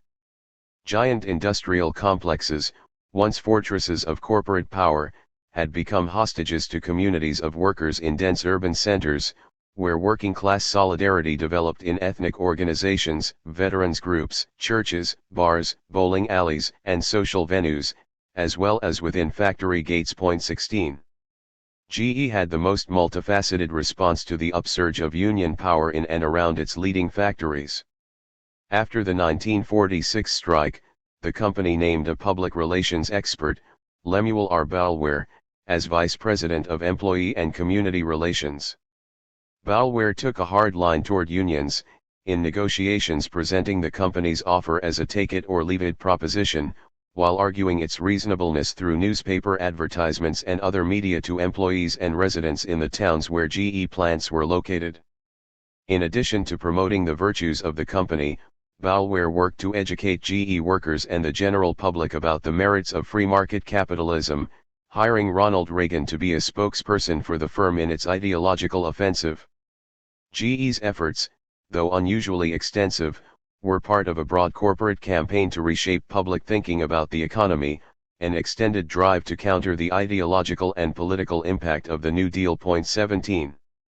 GE and other electrical equipment manufacturers also started transferring operations out of their large factories to smaller plants located in the South, the border states, the West Coast, rural New England, the Midwest, the Mid-Atlantic region, and Puerto Rico. The resulting drop in employment in older factories could be very substantial. When GE transferred some of the production of small home appliances from its Bridgeport, Connecticut, plant to new factories in Brockport and Syracuse, New York, Allentown, Pennsylvania, and Asheboro, North Carolina, the workforce shrank from 6,500 to less than 3,000. At the historic GE Schenectady factory, which produced heavy current products and at its height during World War II employed 40,000 men and women, the workforce plummeted from 20,000 in 1954 to 8,500 in 1965, as the company shifted work to plants in Virginia, Indiana, Maryland, New York, Vermont, and California. 18. Multiple reasons figured in the dispersals. In the case of GE, building geographically distributed plants was linked to a corporate reorganization, which created decentralized product divisions. As had begun before the war, many companies built plants to be near growing markets, especially in the South and West, facilitated by improvements in transportation, communication, and air conditioning. Modernization sometimes necessitated relocation. In cities like Detroit, few large empty tracts of land with good railroad connections, necessary for producers of large products, like automobiles, remained. As manufacturers sought to replace old, multi-story plants with single-story facilities, with room for truck loading docks and employee parking, they often turned to suburban sites, small or medium-sized cities, or even rural areas, where large tracts were readily available. Government incentives also came into play, including tax breaks, tax-free industrial development bonds, and labor training programs, all widely used by southern states to attract northern industry. 19. In the large, theoretical literature on industrial location, labor rarely gets much attention. Differential wage rates are sometimes considered, but the presence or absence of militant workers and unions almost always is ignored. 20. However, in practice, labor often was a key factor in corporate decision-making. One guidebook for executives charged with evaluating the placement of a company's productive capacity frankly and matter-of-factly noted an informal decision rule that some corporations follow is no plant which is unionized will be expanded on-site, a dictum grounded in management's concern for maintaining productivity and flexibility at its facilities. When companies embarked on major expansions, rather than enlarging unionized plants, they generally built new ones, often new locations in right-to-work states. GE publicly justified its downsizing of older plants and job relocations as an effort to remain competitive with companies using low-wage Southern labor, but privately Boulware discussed it, along with Speed Up, as a way to discipline the workforce. 21. Some large corporations with national union contracts faced opposition when they began moving production to areas hostile to organized labor. In 1960, striking workers sought a contractual measure limiting the ability of GE to shift work from northern plants to the south, but the company rejected the idea and the walkout proved a dismal failure. A decade later, the UAW took on the same issue when it accused GM of a Southern strategy in building parts plants in Louisiana, Alabama, Georgia, and Mississippi and an assembly plant in Oklahoma City. Ultimately, all the GM plants were unionized, but many companies, like RCA, found that in moving out of established factories to new communities they might end up with unions, but weaker and less militant unions than they were leaving behind. 22. Not all new plants were smaller than the ones they replaced or partially supplanted, but most were. Sometimes this reflected a desire to multi-source intermediate or final products, building plants for just some of the production previously done at a larger factory. Automation also led to downsizing. Many manufacturers embraced new technologies after World War II that allowed machines to be self-regulating and perform tasks that previously required human labor. Motives included greater precision and speed and the elimination of physically onerous tasks. But a desire to lower labor costs and reduce the power of workers contributed significantly to the automation drive. In the automobile industry, Ford took the lead. Setting up an automation department, the company began shifting work out of the Rouge, which had one of the most militant UAW locals in the country and where wildcat strikes and slowdowns remained common. The labor savings proved considerable. In the mid-1950s, the company transferred production of Ford and Mercury engines from the Rouge to a newly automated plant in Cleveland. It also built a plant in Dearborn to make Lincoln engines. At the Rouge, it had taken 950 workers to make piston connecting rods, but at the Cleveland and Lincoln plants it required only a combined workforce of 292. During the 1950s, Ford transferred many other operations out of the Rouge to more automated plants, including stamping, machine casting, forging, steel production, and glass making. As a result, employment at the Rouge shrank from 85,000 in 1945 to 54,000 in 1954 to 30,000 in 1960, making it still one of the largest factories in the United States, though only a shadow of what it had been in its heyday. 23. Dodge Main underwent a similar metamorphosis, as the Chrysler Corporation de-integrated, decentralized, and automated production. From a peak of 40,000 workers during World War II, the plant production workforce shrank to 8,300 in 1963. With parts production moved elsewhere, the sprawling plant housed little more than assembly operations. When, in 1980, the company shuttered it completely, only 5,000 men and women remained. 24. Automation and mechanization contributed to an impressive rise in productivity. During the quarter century after World War II, employment in the automobile industry plateaued at 750,000, while output roughly doubled. Between 1947 and 1967, total employment by manufacturing enterprises rose 27%, while value added, adjusted for inflation, jumped 157%. More efficient management and speed up accounted for some of the boost, but new plants and equipment figured heavily. Large factories continued to be built. In 1967 there were 574 factories in the United States with 2,500 or more workers, compared to 504 20 years earlier. 25. But companies rarely erected the kind of giant, showcase plants that had sprung up across the manufacturing belt in the late 19th and early 20th centuries. GE's Appliance Park in Louisville, where the company manufactured refrigerators, washers, dryers, electric stoves, dishwashers, disposals, and later air conditioners, was something of an exception. Begun in 1951 on a 700-acre site, eventually expanded to 920 acres. The heavily landscaped complex included 6 factory buildings, a research and development center, a warehouse, and its own powerhouse. It even had its own zip code. With 16,000 workers in 1955 and 23,000 at its peak in 1972, 15,000 union represented, the complex was large by any standard. But it never reached the size of the workforce at the company's Schenectady complex during its heyday and was only a fraction of the one-time size of such giants as the Rouge and Dodge Main. 26. The disappearing worker. With the shrinkage of the giant factory and broad social changes, the industrial worker faded in popular culture and political saliency. For a brief period after World War II, the media still paid attention.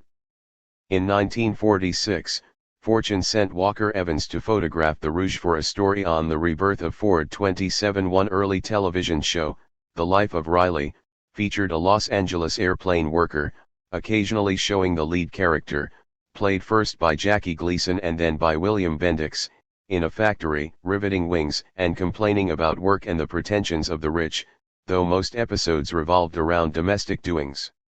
The show lasted until 1958. Blue-collar workers would not again appear regularly on television screens until the 1970s. 28. With white-collar workers beginning to outnumber blue-collar workers in the mid-1950s, and unions increasingly integrated into established economic and political relationships, intellectuals, too, largely lost interest in the men and women working inside the biggest industrial plants, or at least no longer saw them as key to the future. Left-wing scholars like Mills and Marcuse and many of their followers in the New Left abandoned the idea that the industrial proletariat would act as an agent for progressive social change. While in 1972 there were 13.5 million manufacturing production workers in the United States, more than 2 million of them working in facilities with 2,500 or more workers, one-time socialist Daniel Bell, a leading sociologist, announced in a book the next year, The Coming of Post-Industrial Society. For Bell and many others, knowledge workers or symbolic analysts had elbowed aside blue-collar workers to constitute the key economic group. In the late 1960s and early 1970s, there was a brief flurry of political and cultural interest in the discontent of industrial workers, the so-called blue-collar blues, but an economic downturn quickly put an end to that. The next time factory workers captured public attention, they did so as a result of deindustrialization and the massive social crisis it brought to the Rust Belt. Between 1978 and 1982, employment in the automobile industry fell by a third, with more than 3 dozen factories shuttered in the Detroit area alone. During those same years, the steel industry shed more than 150,000 jobs. Bethlehem cut 10,000 jobs at Sparrows Point and phased out operations in Lackawanna, New York, and Johnstown, Pennsylvania. U.S. Steel eliminated 20,000 jobs in Gary, devastating the city, and in 1986 shut down the historic Homestead Mill. The worker in the giant factory, once a heroic figure, mastering volcanic forces and massive machines, at least in the United States, came to be seen as an atavism, a problem, a sad relic of a passing age. 29. Soviet giantism marches on. As American companies downsized and dispersed their factories, in much of the rest of the world giant industrial complexes continued to be built and celebrated. After World War II, the Soviet Union revived the model of the outsized production facility with an accompanying worker city. Under Soviet influence, the gigant model spread to Eastern Europe and China. On the other side of the Cold War divide, the giant factory remained alive and well, too, in parts of Western Europe and some developing countries. As before the war, very large-scale industrial complexes were seen as a quick means of economic advance and an efficient investment strategy, especially in countries with centralized planning mechanisms. They also continued to serve important ideological and cultural functions, as carriers of ideas about modernity and the good life and a means of asserting national pride. While in the United States the industrial behemoth was becoming associated with the past, a receding era pictured in black and white, in much of the rest of the world the giant factory remained associated with the future. The Soviet Union, after being devastated by World War II, initially concentrated on reconstruction. Giant factories like the Stalingrad tractor plant were rebuilt, in many cases continuing to produce military equipment while also resuming the manufacture of civilian goods. Unlike their counterparts in the United States, Soviet managers did not worry about worker militancy or the risk of workers using industrial choke points to assert their power. Magnitogorsk, after playing a vital role in the war effort, doubled in size during the 1950s and 1960s. By the late 1980s, it was the largest steel-making complex in the world, with 63,000 employees, 54,000 directly connected to steel production, annually putting out almost as much steel as Great Britain. New large-scale infrastructure projects were launched as well, of the sort associated with the first five-year plan: canals, dams, power stations, and irrigation systems, the giant construction projects of communism. 30. In the late 1940s and 1950s, the USSR also built a series of new cities, variants of the industrial gigant model, as centers for scientific research and nuclear weapons production, like Ozersk in the Urals, which housed the huge Mayak plutonium plant. The scientific and atomic cities, in many cases constructed in part by prison labor, like Magnitogorsk, were self-contained settlements, with schools, cultural institutions, and housing estates linked to large employers. Many were closed cities, with no access for non-residents and sometimes no exit for residents, secret places that literally did not exist on maps or in directories. 31. When the Soviet Union sought to up the production of civilian goods, belatedly embracing the idea of consumer society, its leaders, many of whom had begun their careers with technical training and as factory managers, turned to the giant factory for that as well. For their generation, the first five-year plan had been a formative experience. During his 1959 tour of the United States, Premier Nikita Khrushchev recalled probably to blank looks from the Americans around him, "When you helped us build our first tractor plant, it took us 2 years to get it going properly," an episode still vivid in his mind a quarter century later. 32. In the mid-1960s, the automobile industry once again took the forefront in Soviet industrialization. Vehicle production had languished in the Soviet Union as the military and other industries ranked higher for investment. Also, some communist leaders, most notably Khrushchev, favored mass transit over private car ownership. In 1965, the country manufactured only 617,000 vehicles, mostly trucks and buses, paling before the 9.3 million cars that poured out of U.S. factories. Following Khrushchev's ouster, Soviet leaders set out to jumpstart the vehicle industry by returning to the methods of their youth, in 1966 signing an agreement with Fiat for technical assistance and training for a huge new factory to mass-produce a version of a current Fiat model. It was the most important foreign commercial contract the country had signed since the deal with Ford decades earlier, which in monetary terms it surpassed. The Soviets located the plant in Tolyatti, a small city on the Volga River that had recently been renamed for the deceased Italian communist leader. Though the site was not selected primarily because of the link to Italy, both sides made the most of the connection, portraying the new plant as an exemplar of Italian-Soviet friendship. The vertically integrated plant, which included its own smelter, eventually covered more than 1,000 acres. When it began operation in 1970, it had over 42,000 employees, including nearly 35,000 production workers, with a majority under the age of 30. The workforce kept growing, reaching an astounding 112,231, 46% female, in 1981. To house the workers and their families, the Soviets created what amounted to a new city, Avtograd. In something of a reprise of the 1930s, young workers from all over the Soviet Union came to build the plant and city, in this case without prison labor. Like other Soviet factory cities, extensive club and sports facilities, schools, libraries, and daycare centers were provided, with the factory taking charge of everything from the local hockey team to a military museum. What made the city unusual, though, were the extensive accommodations made for cars, a novelty in a country where individual automobile ownership always had been rare. 33. The Soviet government launched a second giant vehicle factory, Kamaz, to build heavy-duty trucks in Nabrzhny Chelny, along the Kama River in Tatarstan. 100,000 workers were mobilized to build the plant. The Soviets purchased much of the equipment to make a projected 150,000 trucks and 250,000 engines annually from foreign firms. Later, the factory added mini-car production. The adjacent city grew to a population of 500,000. 34. The latter-day Soviet vehicle-making giants lasted until the end of the USSR itself and beyond.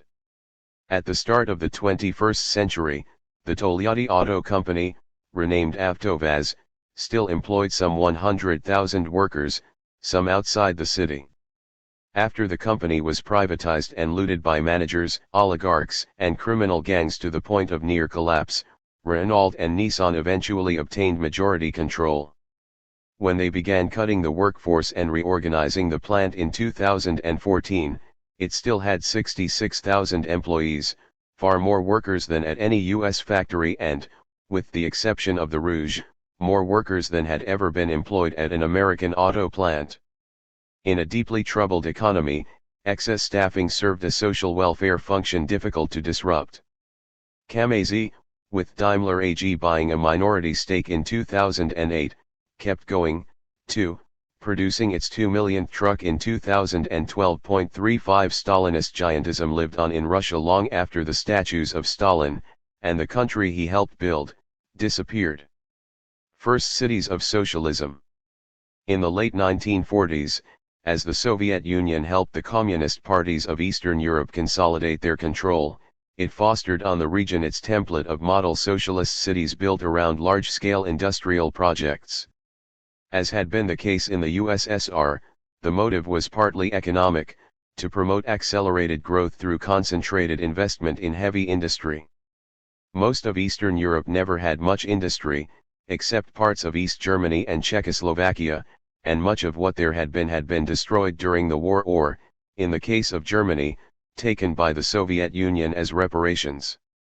But showplace industrial urban complexes served important political and ideological functions as well. The Eastern European Communist parties were very small when World War II ended, able to achieve power only because of the presence of the Red Army.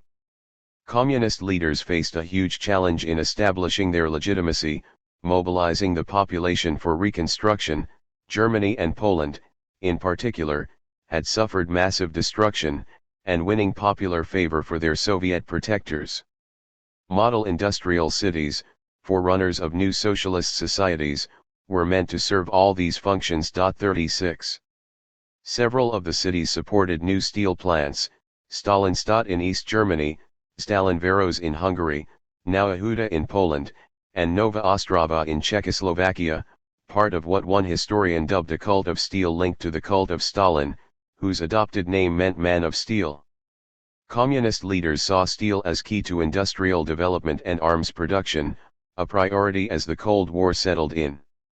Breaking the pattern, Bulgaria built its model city, Dimitrovgrad, around a large chemical plant, named after Stalin, and a big power plant. Dimitrovgrad and Stalinstadt also had cement plants, supplying a favored construction material in the Soviet bloc. 37. Launched with great fanfare, the new factories and cities were presented as the first living embodiments of what socialism would be, part and parcel of a valorization of industry and workers seen in the iconography and rituals of the new people's democracies. The 100 zloty note issued in Poland in 1948 featured a picture of a miner on one side and an industrial landscape, with rather old-fashioned factory buildings and belching smokestacks, on the other, quite a contrast to the American $100 bill, with Benjamin Franklin on one side and a pastoral view of Independence Hall on the other. Governments called for heroic efforts to rapidly build the industrial settlements. Youth brigades were organized for short-term labor and full-time workers recruited mostly from rural areas. Most workers were young, their presence offered as evidence of the promise of the new societies. Though each model city had distinct features and a distinct history, reflecting national circumstances, they shared many characteristics. Their planners and architects all consulted with Soviet specialists about overall layouts and even individual buildings. The most striking thing about the new cities was not their socialism but their urbanism. Initially, some of the plans envisioned dispersed housing, eliminating a hard boundary between countryside and city and providing green space and areas for growing food. But the planners quickly switched gears, moving toward higher density, with a concentrated population and no garden plots within city boundaries. Several factors explain the shift. First, cost.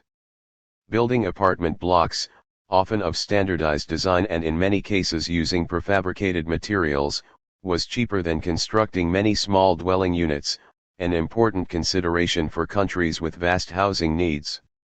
Second, compact, dense cities made it easier to provide extensive social and cultural services, important features of cities meant to prefigure what socialist life would be like.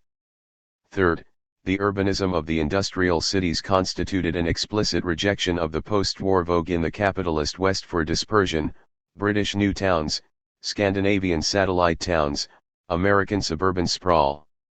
Divided Berlin became a showplace for competing planning visions, density and continuous street wall in the east, greenswards, lower density and dispersed buildings in the west. Grand boulevards and large squares were featured as sites for parades and rallies, but there were smaller-scale urbanist gestures, too, like arcades. The industrial cities were meant to represent modernity, newness, gateways to the future. Anything that smacked of the old rural village, with its individual ramshackle houses and garden plots, seemed a reactionary repudiation of the very spirit of the enterprise. Though they owed their existence to the Soviet Union, the Eastern European showcase cities served as centers of nationalism. Ritualist expressions of friendship with the Soviet Union abounded, in monuments, buildings donated by the Soviets, statues of Stalin, and the naming of some of the cities and factories for Soviet leaders. But the settlements were projected as vehicles of nation building, albeit socialist nation building, not of an abstract, generic socialist revolution. Socialist realism, a forced import from the Soviet Union, ironically furthered this by promoting the somewhat vague idea that buildings should be socialist in content but national in form. Accordingly, many of the buildings at the new factory sites and accompanying cities incorporated motifs and styles associated with national pasts. Building socialism, figuratively and literally, was portrayed as a national drama. Most of the industrial showcases were never finished, at least as originally planned. Stalin's death in 1953 loosened the Soviet reins in its satellite bloc and ended the need for ritualistic deference to the Soviet dictator. Building large industrial facilities and new cities at breakneck speed proved very expensive. What once seemed like economies of scale in concentrating investment on large-scale projects, which were meant to stimulate broader economic development, no longer looked so favorable, as the distorting effects of putting so much financial and political capital into just a few sites became evident. A few years after they were begun, plans for the industrial centers were cut back or abandoned, and what growth did occur generally was improvised and haphazard. Most of the first cities of socialism quickly faded into obscurity, renamed, and largely forgotten, except as kitschy remnants of the Stalin years. 38. But not now. Ahuda, New Mill, site of the largest and most important of the new factories, arguably the last Stalinist utopia. The idea for a steel works in central Poland predated World War II and the communist regime. In 1947, the Polish government ordered plans for a large mill from Fren Engineering, the same U.S. firm that had done work in the Soviet Union, including at Magnitogorsk. But the intensification of the Cold War led to the cancellation of the contract. A 1948 economic agreement with the USSR and the creation, the following year, of the Council for Mutual Economic Assistance, linking the Soviet Union and the Eastern European states, provided the framework for a new start. This time the Poles worked with the Soviets, who pressed for a very large facility that would serve the whole communist bloc, much larger than the steel plants around which other model cities in the region arose. The USSR lent Poland $450 million to build the plant, a substitute for funds that might have been lent by the United States if the Soviet Union had allowed the Eastern European nations to participate in the Marshall Plan, picked a site 6 miles east of Krakow, designed the equipment and built much of it, trained 1,300 Polish engineers in Soviet steel plants, and sent skilled workers and specialists to help get the factory going, taking on many of the roles foreign companies had played in the Soviet Union 2 decades earlier. In the Stalinist spirit, the government made a crash effort to rapidly build the Nauhuda plant, later named the Vladimir Lenin Steel Works, the lead project in the Polish 6-year plan, 1950-55. The sprawling enterprise, on a 2,500-acre site, ultimately encompassing 500 buildings, including its own power and heating plants, grew in stages over several decades. It began operations with its first blast furnace in 1954. More blast furnaces, coke ovens, a sintering plant, and open hearth and electrical steel converters followed. By the time the cold rolling mill went online in 1958, the plant had 17,929 employees, producing 1.6 million tons of steel a year, half of what 23 Polish steel mills had produced before the war, much of it exported to the Soviet Union. And the complex kept growing, with more coke ovens and open hearth furnaces, a pipe welding operation, a galvanizing mill, and a basic oxygen steel mill, by this time with some of the equipment imported from the West. In 1967, a fifth blast furnace opened, one of the largest in the world and bigger than anything in the Soviet Union, and the plant's workforce reached 29,110. One Polish account argues that the continued expansion of the plant was clear evidence of the authorities' love of grandeur motivated more by politics than by economy, with the giant blast furnace, which required anthracite coal, a poor investment. New slabbing and rolling mills followed. Annual output peaked in 1978 at 6.5 million tons of steel and employment a year later at 38,674, a larger workforce than ever seen at an American steel plant, though smaller than at Magnitogorsk. 39.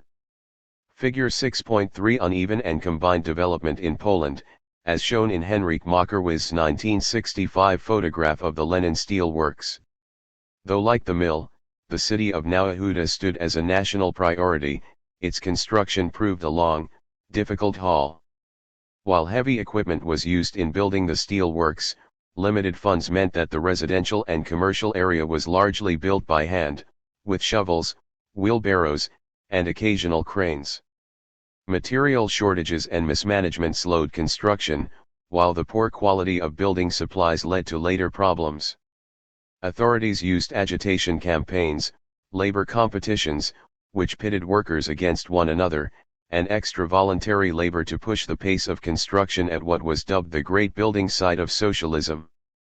Women were hired in large numbers, at both the mill and in the construction effort, to promote sexual equality and help meet the demand for labor. Many held blue-collar jobs traditionally reserved for men, like the all-female casting crews in the mill and the bricklayers and plasterers in the city.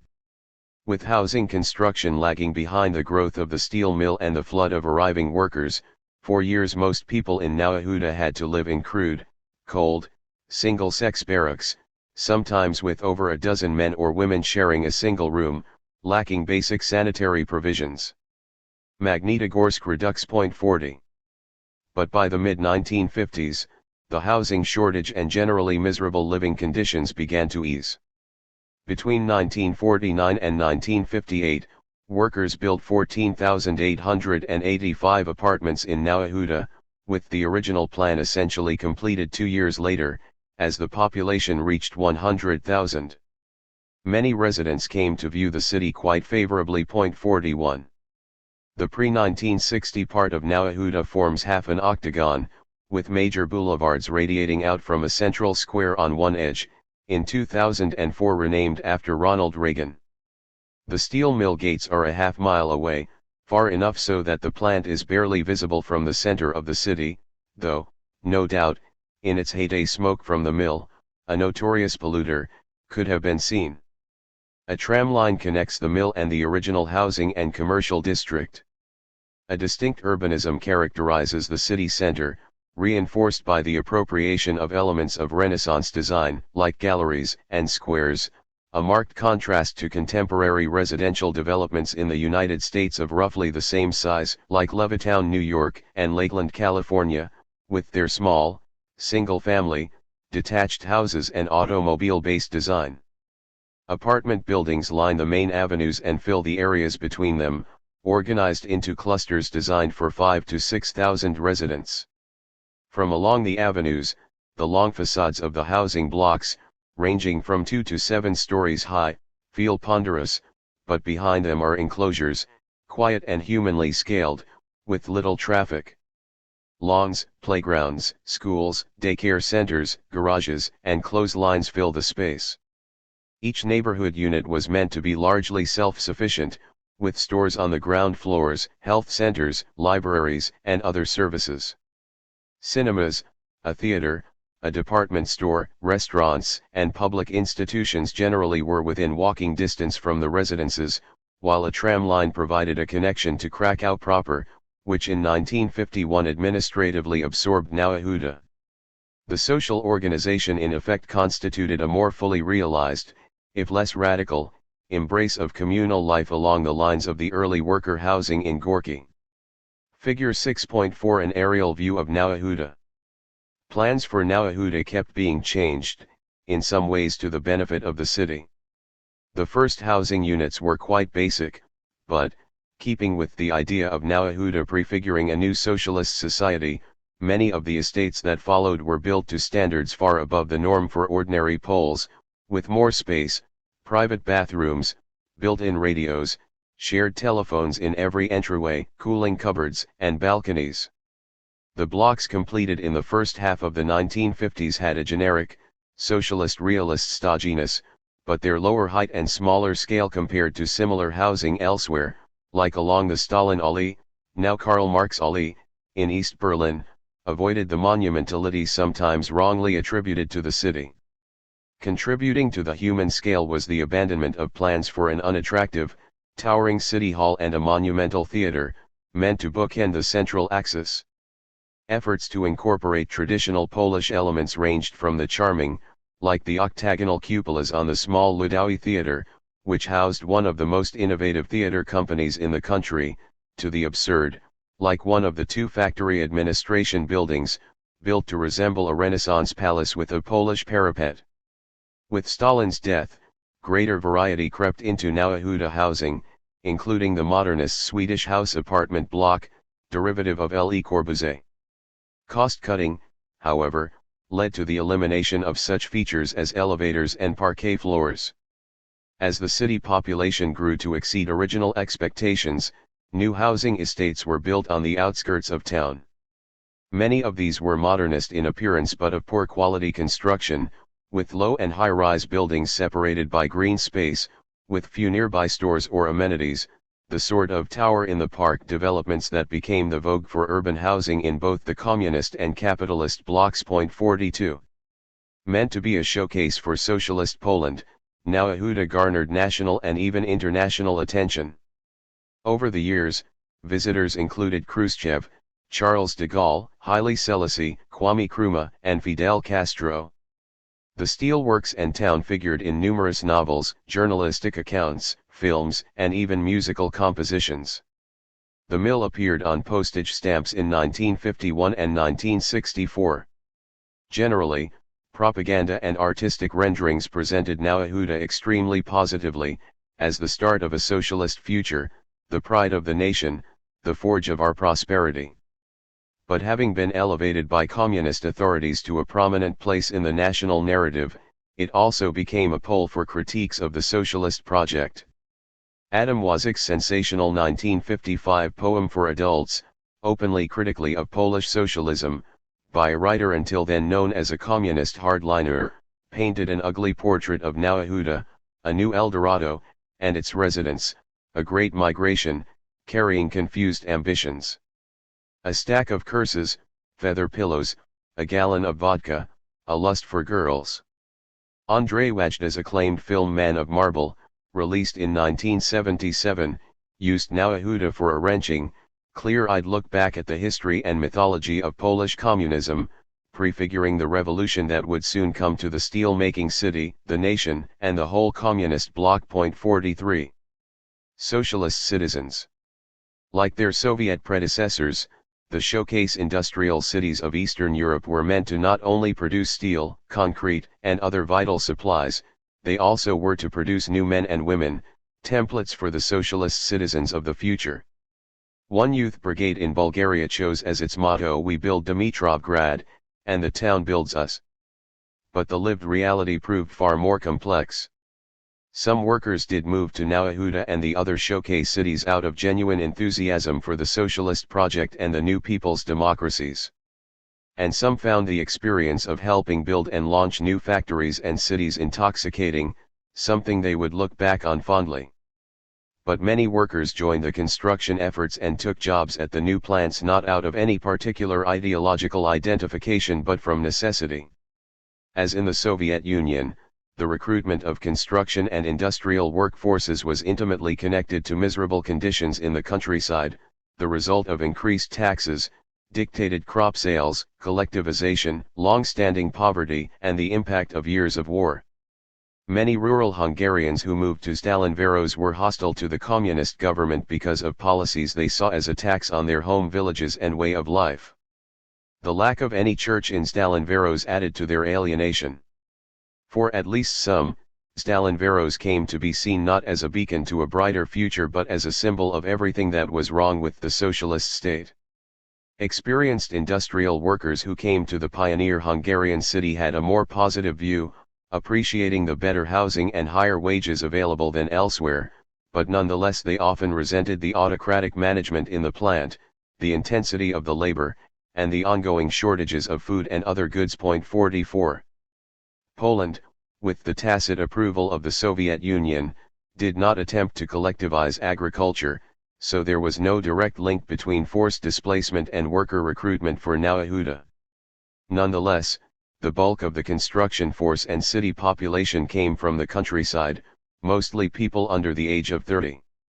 Even in the steel mill, where many jobs required industrial skills, in 1954, 47% of the workers came from peasant backgrounds. Many were landless peasants from the immediate area.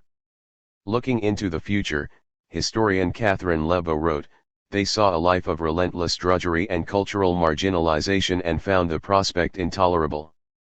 More pushed out of their old life than drawn to a vision of a new one, they hoped that Nauahuda would provide an opportunity to gain skills and money, escape the boredom of rural life, and achieve a brighter individual future. As later remembered by trade unionists, the attraction was not any pride in the idea of working in the country's leading industrial establishment but the desire to enjoy the superior wages, housing, and privileges offered in Nauahuda once it got past its start-up difficulties. 45. For many newcomers, Nauahuda, especially in the early years, proved a disappointment, with its challenging living and working conditions, including high rates of industrial accidents. Many simply left, creating a serious problem of labor turnover, also the case in other showcase cities. Rather than Nauahuda forging socialist men and women out of peasant stock, the opposite seemed to be happening, as what the communists saw as ills of rural backwardness infected the city. Same-sex barracks, a very large cohort of young men but far fewer women, and the paucity of entertainment, recreation, or religious opportunities led to boredom and rowdiness. Alcoholism became epidemic, despite drastic efforts by authorities to control it. With it came a great deal of brawling and sexual assault, lumped by communist officials into the category of hooliganism. With civil and familial authority thin and religious authority absent, sexual freedom, and venereal disease, flourished, to the dismay of government officials. And when former villagers did adopt a kind of modernity, it was not necessarily the kind authorities wanted. Some young men became bikini arstwo, bikini boys, named after the bomb site, not the bathing suit, who adopted dress and hairstyles modeled after American youth culture. Similar problems arose elsewhere. In Dimitrovgrad, former peasants took over public parks and courtyards to plant vegetables and raised goats, chickens, and rabbits in the cellars of apartment blocks, until communist authorities finally managed, during the 1960s, to stop the urban farming. In Stalinveros, young factory workers from urban backgrounds brawled with construction workers from the countryside. 46. Communist authorities wrung their hands over the behavior and attitudes of the working class they were creating and intensified efforts to inculcate socialist urbanity. In private and sometimes even in public, they acknowledged that the leap to socialist personhood was not taking place as planned. But as long as misbehavior remained outside the political realm, they took no drastic action. Serious political trouble first occurred in Stalinveros, not as a reaction to conditions specific to the steel mill but as part of the 1956 Hungarian Revolution. Stalinveros became a center of revolutionary action, with the Workers' Council challenging government authority. After troops fired on a demonstration, killing 8, workers fought back, forcing the soldiers to retreat and seizing the local radio station. Later, when the Soviet army arrived to pacify the city, workers joined defecting Hungarian soldiers and officers to defend what its citizens had renamed Dunapatili, the name of the village that had preceded the steel works. The factory and city that in their very appellation were to be testaments to Soviet-Hungarian friendship turned into the opposite. Ironically, workers finally seemed to embrace an identity linked to the Showcase project when they declared that they would defend from Soviet troops what they themselves had built, a form of nationalist expression the planners of Stalinveros had not anticipated. After 1956, an effort by the new communist leadership, installed by the Soviets, to woo worker support through improved wages and social benefits ultimately shifted opinion in what was once again called Stalinveros, as a local socialist patriotism developed in the late 1950s and early 1960s, a sense of shared class experience and pride. 47. Trouble came later in Nauahuda, following a different course. Steel workers helped lead a challenge to the ruling powers, at first not over work issues but in assertion of their Catholicism. Like Magnitogorsk and Stalinveros, Nauahuda was designed without any church, forcing residents to worship in nearby villages. Requests from the Krakow diocese to build a church in the city were repeatedly turned down until the fall of 1956, when, in response to widespread protests, the Polish Communist Party brought back as its first secretary the once imprisoned Władysław Gomułka. Attempting to improve relations with the church, Gomułka gave the okay. A year later a site was chosen and a cross erected there. Then authorities began stalling, and in 1960 reassigned the site to a school, ordering the cross removed. But the crew sent to take it down was blocked, first by a group of neighborhood women and then by a crowd swelled by workers finishing their shift at the mill. The defenders of the cross sang both the Internationale and hymns, a sign of their multiple allegiances.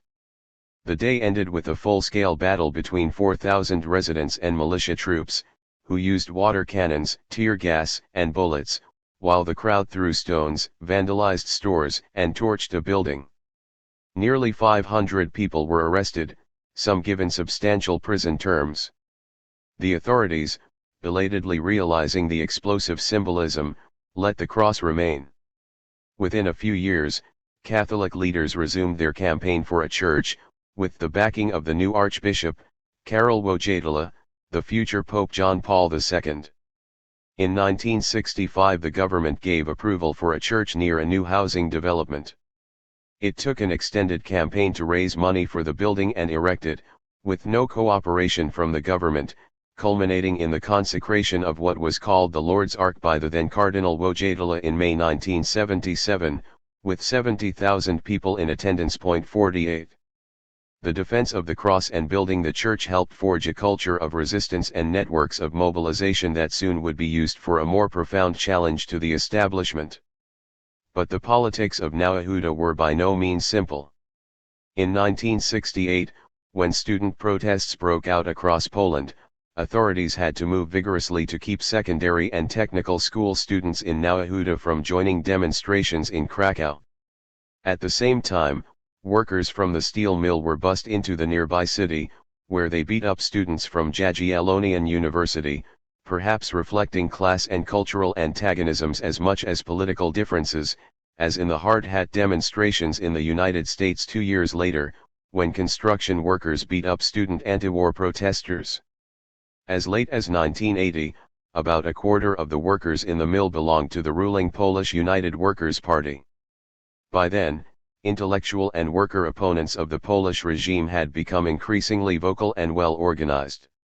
In Nawahuda, in April 1979, a group drawing on Catholic social teaching, the Christian Community of Working People, formed just months before Pope John Paul II spoke at a monastery on the outskirts of the city, after being denied government permission to visit the Lord's Ark. "The cross cannot be separated from man's work," he declared. "Christ cannot be separated from man's work." This has been confirmed at Nawahuda. 49. Both national and local developments undermined steel worker support for the regime. Price hikes in 1970 and 1976 led to widespread worker protests across the country, while in Nawahuda the construction of a large steel mill in Katowice and a growing environmental movement criticizing pollution by the Lenin Steel Works raised fears about the future. 50 When in July 1980 yet another price hike led to new wave of strikes, workers in Nawahuda joined in, winning concessions from management. The following month, they began forming units of the Independent Solidarity Trade Union, founded at the Lenin shipyard in Gdansk. The Nawahuda steel workers had long had a union, but it had little authority. Workers wanting something often went straight to the party, the real power in the shop. When an alternative appeared, workers flocked to it. By the fall of 1980, with 90% of the workforce signed up, the steel mill unit became the largest workplace solidarity branch in the country, second in importance only to Gdansk. In a measure of their new confidence to assert their own values, workers began bringing crosses, consecrated at the Lord's Ark Church, into the mill, along with solidarity banners, reversing the flow of culture creation from civic society to the workplace rather than the other way around as communist planners had envisioned. Nawahuda solidarity activists also joined in creating the network, linking together the largest industrial workplaces in Poland, acknowledging their vanguard role. 51. The declaration of martial law on December 13, 1981, began a prolonged state of war in Nawahuda, and elsewhere, between Solidarity, now driven underground, and the government. Workers occupied the Lenin Steel Works for 3 days before militia units with tanks regained control. By the next year, workers had begun building a clandestine solidarity structure in the mill. The size and resources of the showcase enterprise facilitated organizing. Solidarity activists used mill supplies and printing presses to produce underground newspapers and propaganda in large quantities, for circulation both within and without the complex. Mill technicians helped set up and maintain a clandestine radio network that served the southern part of the country. Supplies lifted from the factory were distributed to solidarity activists elsewhere. Overseas backers sent aid to the Nawahuda Unionists, who eventually obtained a computer before the mill itself had one. With so many workers toiling and living together, norms and networks of resistance spread inside and outside the plant, as Nawahuda became one of the most militant centers of opposition to the government. In 1982, regular protest marches began, first led by workers but over time increasingly consisting of youths. Often the protesters assembled in churches before setting out for the center of the city, inevitably to be confronted by police and militia. In the regular running battles, at least 3 protesters were killed. Solidarity was less successful in its efforts to hold protest strikes in the mill itself. In 1988, Now Yehuda helped push the country to a radical resolution of what had become a permanent economic and political crisis. Once again, price hikes led to protest. On April 26, workers at the Lenin Steel Works, still the largest industrial enterprise in the country, launched a sit-down strike demanding an increase in wages and the legalization of solidarity.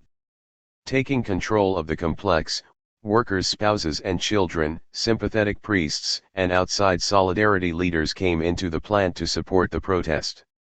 On May 4, soldiers took back control of the mill and arrested the strike leaders.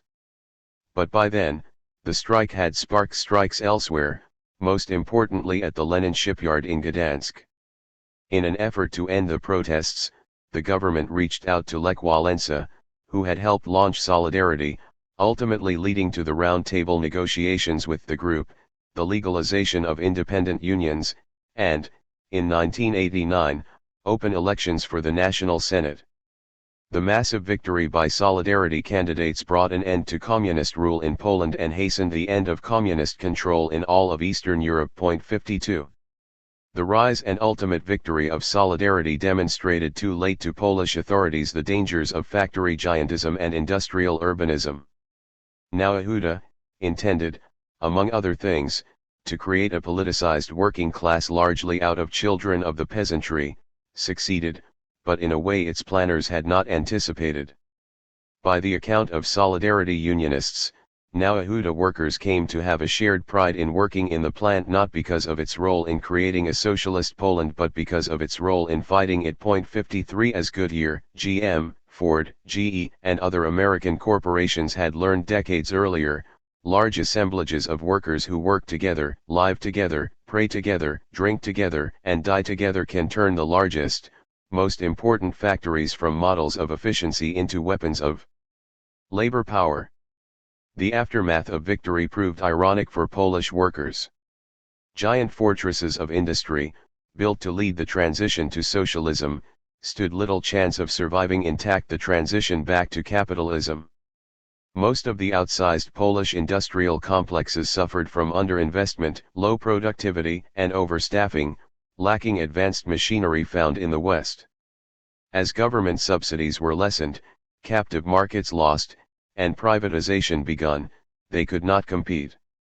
What had been the Lenin shipyard in Gdansk underwent repeated reorganizations, layoffs, and privatization, until its workforce, 17,000 in 1980 when it gave birth to Solidarity, shrank to fewer than 2,000 in 2014. In Now Yehuda, one Solidarity unionist, soon after the first non-communist government took power, estimated that a mill in the West with the same output as the Lenin Steel Works would have 7,000 workers, not 30,000, a measure of more modern equipment, more intense work, and no obligation to keep aging, ill, or alcoholic workers. With production in Now Yehuda plummeting, in 1991 the government, after negotiating with various unions, Solidarity, at that point, represented only about a third of the workforce, began a program of de-integration, spinning off various support functions, like the internal railroad network and slag recycling, and some finishing operations to 20 new enterprises, which together employed about 60% of the old workforce. The original company focused only on basic steel operations. To reduce pollution, large parts of the plant were simply shut down, including 2 blast furnaces, the open hearth furnace, the sintering plant, and some coke ovens. The broad social mandate for the mill was reduced, too. Over the years it had taken on many functions for the workforce and the city, including running a farm, canteen, medical center, vacation facilities, and a football club. These, too, were spun off or downsized. In 2001 the Now Yehuda Steel Works, by then renamed for Polish engineer Tadeusz Sędzimir, were merged with the other major steel mills in the country. Following privatization and a later merger, it became part of the largest steel company in the world, ArcelorMittal. The new owner invested some money in modernization, with an advanced hot rolling mill opening in 2007. But in 2015 only 3,300 employees remained on the payroll, with another 12,000 workers at separate companies linked to the mill. Wages, once considerably above the norm, now were comparable to those at other area businesses. The great heroic days of socialist construction and the fight for faith and freedom were over. The mill had become ordinary, like many others across Europe and the United States, employing a modest-sized workforce, providing only a small percentage of the output of its parent company, and facing the challenge of a worldwide glut of steel-making capacity, the result of many countries, especially China, still seeing steel-making as a prerequisite to national greatness and modernity. 55. Global giantism. During the era when American companies moved to smaller, dispersed factories and the Soviet Union stuck to the giant factory model, spreading it to Eastern Europe, very large factories continued to be built and acclaimed in other parts of the world, too. Some giant factories operated in Western Europe, most notably in Germany. There also were some very large factories in the developing world. Today, the largest automobile factory in the world is in Wolfsburg, Germany, where 72,000 workers at a 1,600-acre industrial complex turn out 830,000 Volkswagens a year. With nearly 600,000 employees worldwide, including 270,000 in Germany, the Wolfsburg workforce represents only 12% of the company total. 56 Still, no other company in Europe or North America concentrates so many workers at one site. Germany had an industrial history somewhat different than the United States or Britain. In the 19th century, the Krupp Steel Works in Essen was one of the largest factories in the world. But in the first half of the 20th century, small and mid-size firms dominated German industry, often working in collaboration with one another, as the country's industrial strength lay in the production of diversified, high-quality goods rather than standardized, low-cost products. There were some very large plants making producer goods, most notably steel and chemicals, but consumer products plants remained smaller. Though Fordism attracted a great deal of attention, in practice German companies were slow to adopt its production techniques and the very large-scale factories that came with them due to capital shortages, trade barriers that limited the scale of the market, and a highly skilled labor force that would be underutilized using American methods. 57. German auto companies began experimenting with the assembly line in the early 1920s, but only slowly moved toward integrated, mass production. When the National Socialists took power, Adolf Hitler, a great admirer of Ford, pressed the companies to join together to mass produce a German equivalent of the Model T, a people's car, or Volkswagen. When they declined, the government itself took charge. In 1938, Hitler laid the cornerstone for a Volkswagen factory at what was originally called Stadt des Kraftwagens bei Fallersleben, or the City of the Strength through Joy Car at Fallersleben, the nearest village, later to be renamed Wolfsburg. Like the Soviets, the Nazis turned to the United States for specialized, single-purpose machinery. But the war intervened before the people's car could go into mass production. Instead, the factory engaged in war production using forced labor, mostly conscripted in Eastern Europe. German manufacturers gained experience with mass production making armaments during the war. By the early 1950s, conditions in West Germany facilitated its application to civilian production, as domestic spending power and trade increased. The Wolfsburg factory, which survived the war with little damage, converted back to its original purpose. In a throwback to the early days of Ford, for years it produced only one model, the Volkswagen Beetle, later adding a closely related van. The company resisted building plants overseas to keep up volume and make extensive automation profitable. The German model of co-termination, which gave an extensive role to unions in corporate management, and high wages and generous social benefits, including large profit-sharing payments, helped ensure peaceful labor relations. Unlike contemporary American manufacturers, Volkswagen did not fear that workers might take advantage of concentration to disrupt production and force their will on the company. 58. Though the middle stand of small and medium-sized enterprises continued to dominate the West German and later unified German economy, there were, besides Volkswagen, some manufacturers with very large plants. The chemical giant BASF, once part of IG Farben but reformed as a separate entity after World War II, concentrated production at its long-established complex along the Rhine in Ludwigshafen. In 1963, its managing board acknowledged that a company whose production volume is concentrated in one geographical spot is especially vulnerable in many respects, e.g. to strikes, earthquakes, and other forces beyond one's control. Nonetheless, it decided to continue investing and expanding its historic main plant, while later adding others to increase capacity. In 2016, some 39,000 employees worked at the 4 square mile site, which had some 2,000 buildings. 59.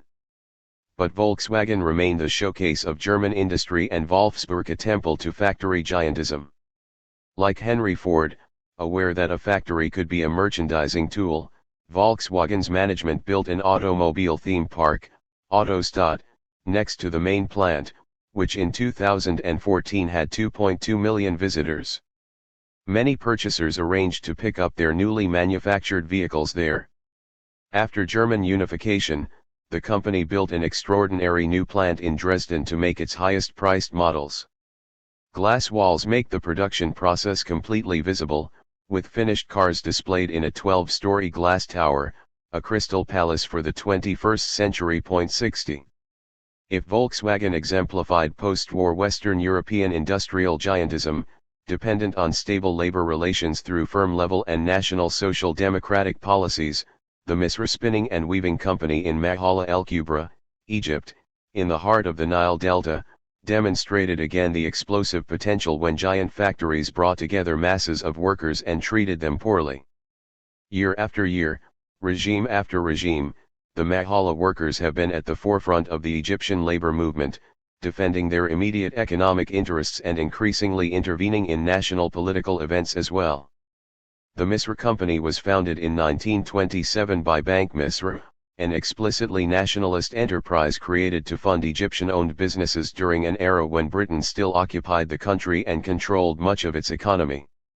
Despite the long history of the Egyptian cotton industry, Misra was the first modern mechanized textile plant to be owned by Muslim Egyptians.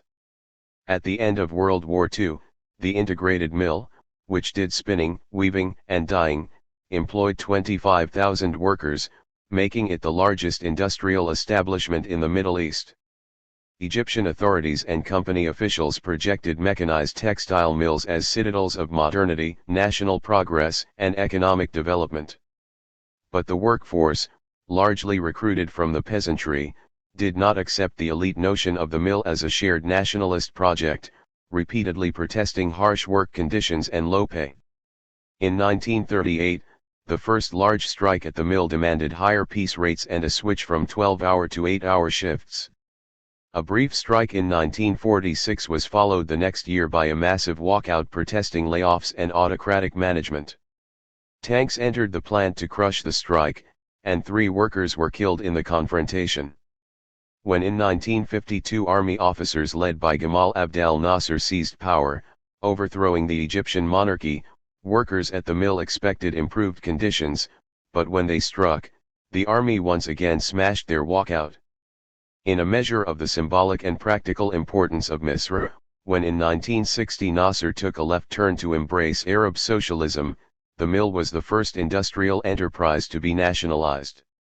Under government ownership, the tradition of worker militancy continued, including participation in a 3-day strike in 1975 that led to substantial wage increases for industrial workers employed by the state. In 1986, workers struck again, winning a wage hike, and 2 years later struck yet again, this time explicitly criticizing President Hosni Mubarak. A strike at the mill in late 2006, when the government reneged on promised bonus payments, set off a wave of worker protests at other textile mills and was the prelude to an even bigger strike the following year that won a big boost in the bonuses. An April 2008 protest by Mahala workers, broken up by thousands of police, leaving at least 3 dead, helped spark open opposition to Mubarak, culminating in his tumbling in 2011 during the Arab Spring. In February 2014, workers at the mill struck, demanding the removal of Mubarak-era officials still in company management. Even after yet another quasi-military regime took power, led by Abdel Fattah el-Sisi, the textile workers kept up their militancy, striking in another conflict over bonuses, to protest a government decision to end cotton subsidies, and to call for the ouster of corrupt company officials. As had happened elsewhere, the launching of a giant factory in the name of nationalism and modernity created a workforce with its own views of what that meant, in a strategic position to make their ideas about the past, present, and future matter. 61. Chapter 7. Foxconn City. Giant factories in China and Vietnam. In mid-2010, a rash of worker suicides brought global attention to a company that 3 years earlier the Wall Street Journal had dubbed the biggest exporter you've never heard of, Han High Precision Industry Co., operating under the name Foxconn. That year, 18 workers between the ages of 17 and 25 attempted suicide at Foxconn factories in China, 14 successfully, all but one by jumping off a company building. Though startling by themselves, what made the suicides a big story around the world was that they occurred at factories that assembled iPads and iPhones, among the hottest consumer goods on the market, symbols of modernity and good living. The juxtaposition of workers feeling so oppressed and alienated by their jobs that they took their lives with the elegantly designed Apple products seamless, luxurious, futuristic for a moment raised uncomfortable questions about the sausage factory in which the meat of modernity was being produced, and the human cost of stylish and convenient gadgets. 1. The corporate reaction to the suicides proved almost as disturbing as the deaths. The companies that used Foxconn to produce their products, including Apple, Dell, and Hewlett-Packard, took a low-key approach, expressing concern and saying that they were investigating. Apple CEO Steve Jobs called the suicides very troubling, adding, "We're all over this." In 2012, after more bad publicity about Foxconn, Apple contracted with the nonprofit Fair Labor Association to inspect Foxconn plants and their compliance with the monitoring group's workplace code of conduct. But none of Foxconn's major clients, including Apple, stopped using its services. Foxconn founder and chairman Terry Gou at first dismissed the suicides as insignificant, given the size of his workforce. But as the deaths and bad publicity mounted and Foxconn's share price fell, the company began to act.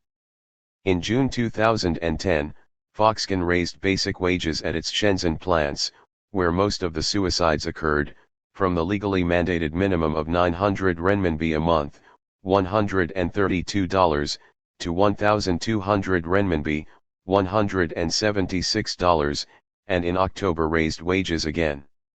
It also set up a 24-hour counseling center for its workers and put on an elaborate celebration at its largest plant, complete with a parade, floats, cheerleaders, Spider-Men, acrobats, fireworks, and chants of treasure your life and care for each other to build a wonderful future too.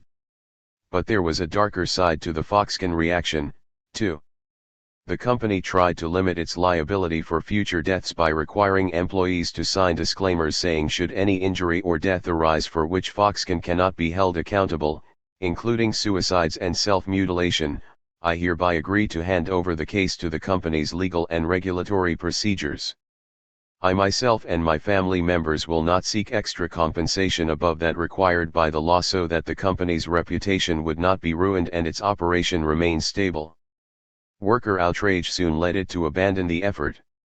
The company also began moving production from Shenzhen to new factories in the interior of China, largely to lower wages but also believing that if its migrant workers, the vast majority of its employees, were closer to home they would be less likely to kill themselves. Finally, the company began putting wire mesh around the balconies and outdoor staircases at its dormitories and latches on upper-story windows to keep workers from jumping, while surrounding all its factory and dormitory buildings with netting 20 feet above the ground, so that if a worker did manage to leap they would not die. It used more than 3 million square meters of yellow netting in the process, almost enough to cover all of New York's Central Park if a latter-day Christo got really ambitious. Foxconn's swift yen response not to change a production regime that was leading young men and women to jump off buildings, but instead to try to catch them before they hit the ground seemed a return to the warped utilitarianism of Charles Dickens's Thomas Gradgrind, applied to factories so large that they made Manchester's textile mills look like mom-and-pop shops. Point 3. Although some of the stories about the Foxconn suicides noted the very large size of the factories involved, none mentioned that the company's Longhua Science and Technology Park in Shenzhen, better known as Foxconn City, was, as far as can be determined, the largest factory, in number of employees, in history. Foxconn's extreme secretiveness makes it impossible to be sure about even such basic information as the numbers of workers at its plants, but journalistic and scholarly accounts have reported that at the time Longhua had more than 300,000 employees, and by some accounts more than 400,000, dwarfing even such monuments to giantism as River Rouge and Magnitogorsk, which combined had far fewer workers than the Foxconn plant. A visiting Apple executive, finding his car stuck in a mass of Longhua employees during a shift change, declared, "The scale is unimaginable for." Though no other factory equaled Longhua in its number of workers, there are plenty of other supersized factories in East Asia. Foxconn itself owns many of them. In 2016, the company employed 1.4 million employees in 30 countries, over a million of whom worked in factories in China that ranged in size from 80,000 to several 100,000 workers. A second Foxconn factory in Shenzhen, run in close coordination with Longhua, employed 130,000 workers in 2010. 165,000 workers produced iPads at a Chengdu factory, a 10-square-kilometer complex several times larger than the Longhua campus. And at peak moments during 2016 an astounding 350,000 workers made iPhones at a Foxconn complex in Zhengzhou, one of the most populous factories in history. Point 5. Other electronics firms also have very large factories in China.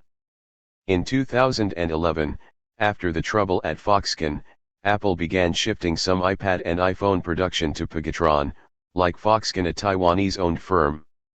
In late 2013, Pegatron had more than 100,000 workers at its Shanghai plant, including 80,000 living in overcrowded dormitories. 6 Electronics plants with 10,000, 20,000, or even 40,000 workers are not unusual in China.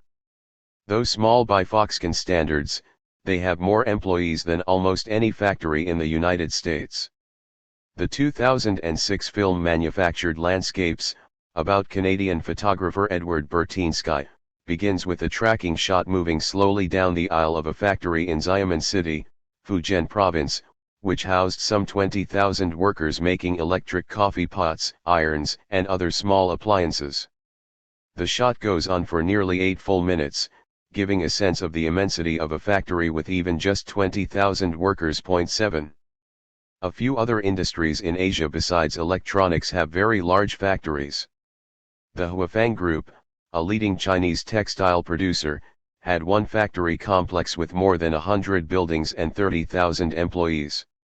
A few toy factories also are very large. 8 And there are some truly gigantic factories making sneakers and casual shoes.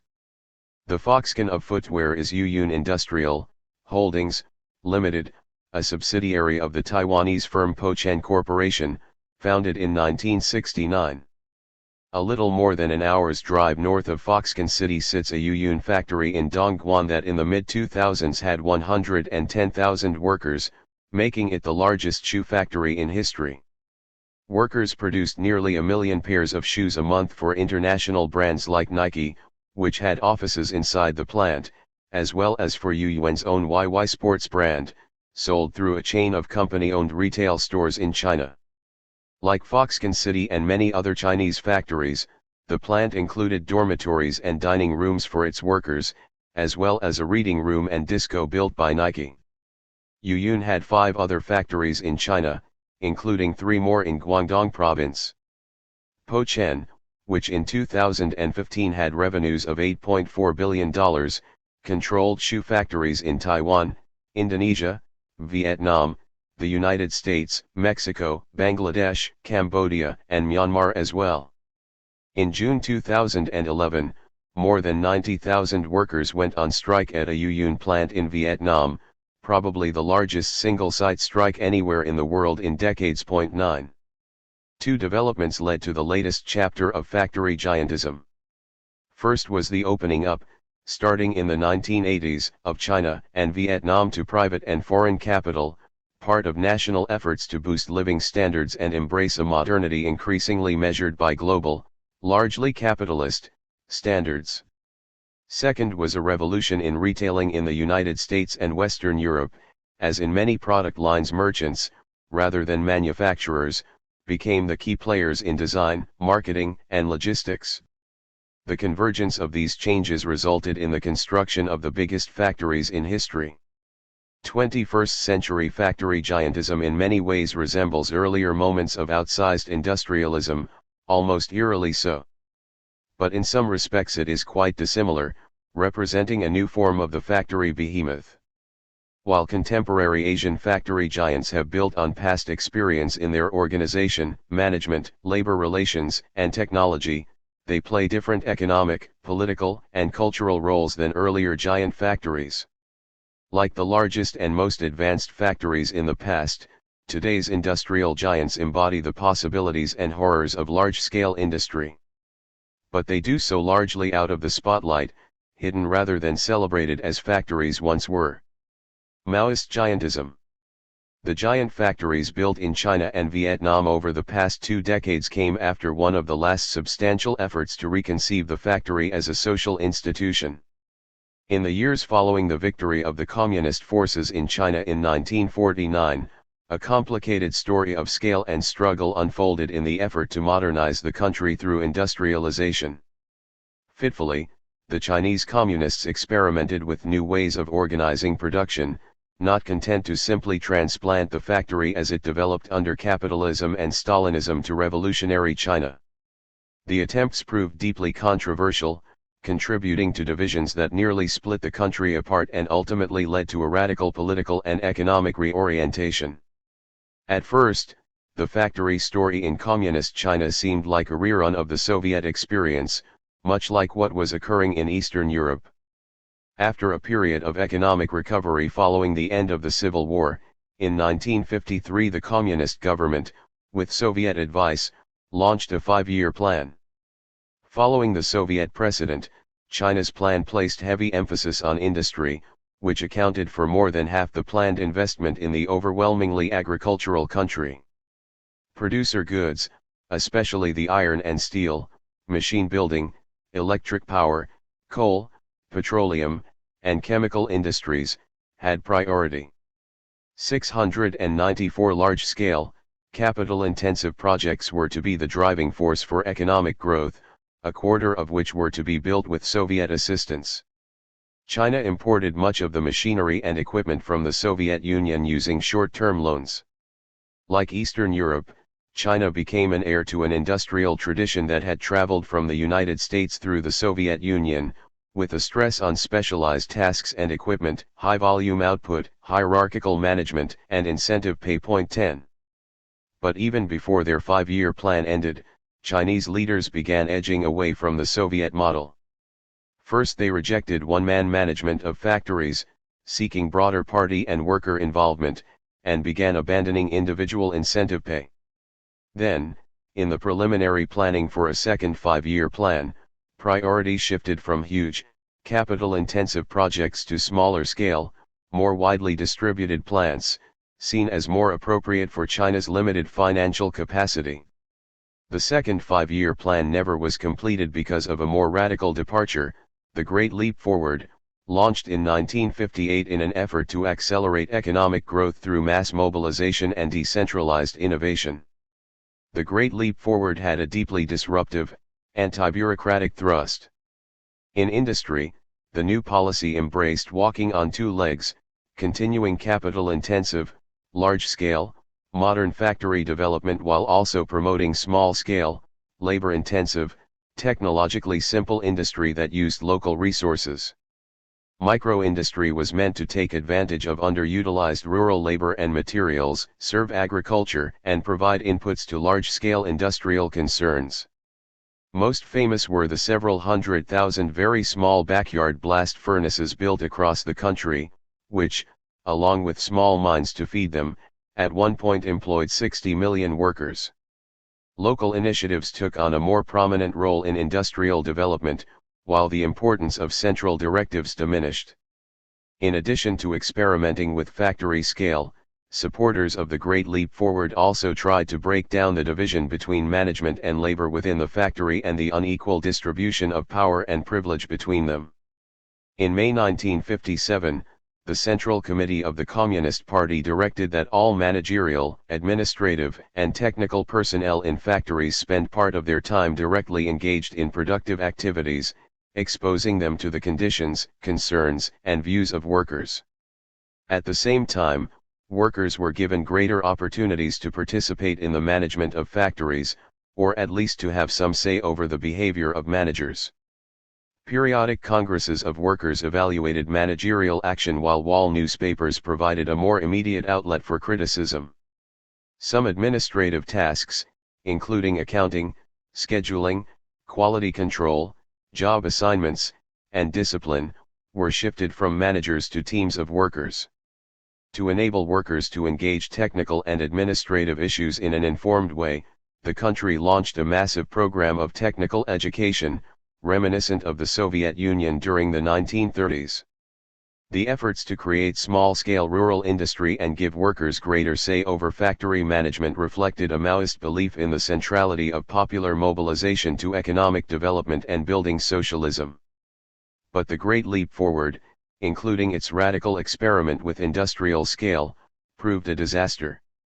Output of some goods soared, but they were of such low quality and often in unneeded varieties that they proved virtually useless. Meanwhile, pulling labor out of agriculture to local industry, along with the chaos that came with a weakening of central planning and wild misestimates of upcoming harvests, led to a severe famine. Even the strongest backers of the Great Leap Forward, including Mao, had to acknowledge that economic growth could not be achieved simply through mass mobilization.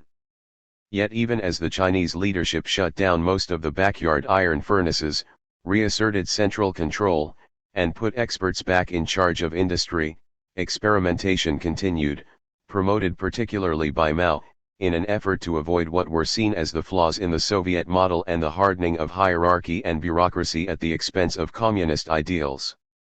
While again embracing industrial giantism as a path of national development, Mao hoped to grant large enterprises considerable autonomy in order to diminish the complexities and rigidities of central planning and create an environment for greater worker involvement in management.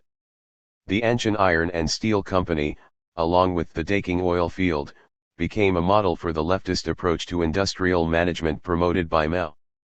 Anshan, located in the northeast, had been one of the two largest steel makers in pre-communist China, expanded with Soviet help during the first five-year plan.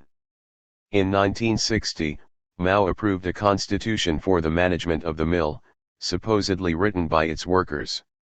Though its details were not published, its general principles stressed putting politics in command, relying on mass mobilization, bringing workers into management, avoiding irrational rules and regulations, and creating work teams that joined together technicians, workers, and managers. The Anshan Constitution was presented explicitly as a counter to the management approach at Magnitogorsk, which subordinated workers through restrictive rules and regulations. 11.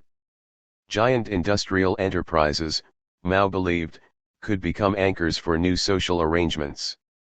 Rather than simply pouring out a narrow range of goods, a steel plant could also operate machinery, chemical, construction, and other enterprises, in effect becoming an all-purpose commercial, social, educational, and even agricultural and military organization.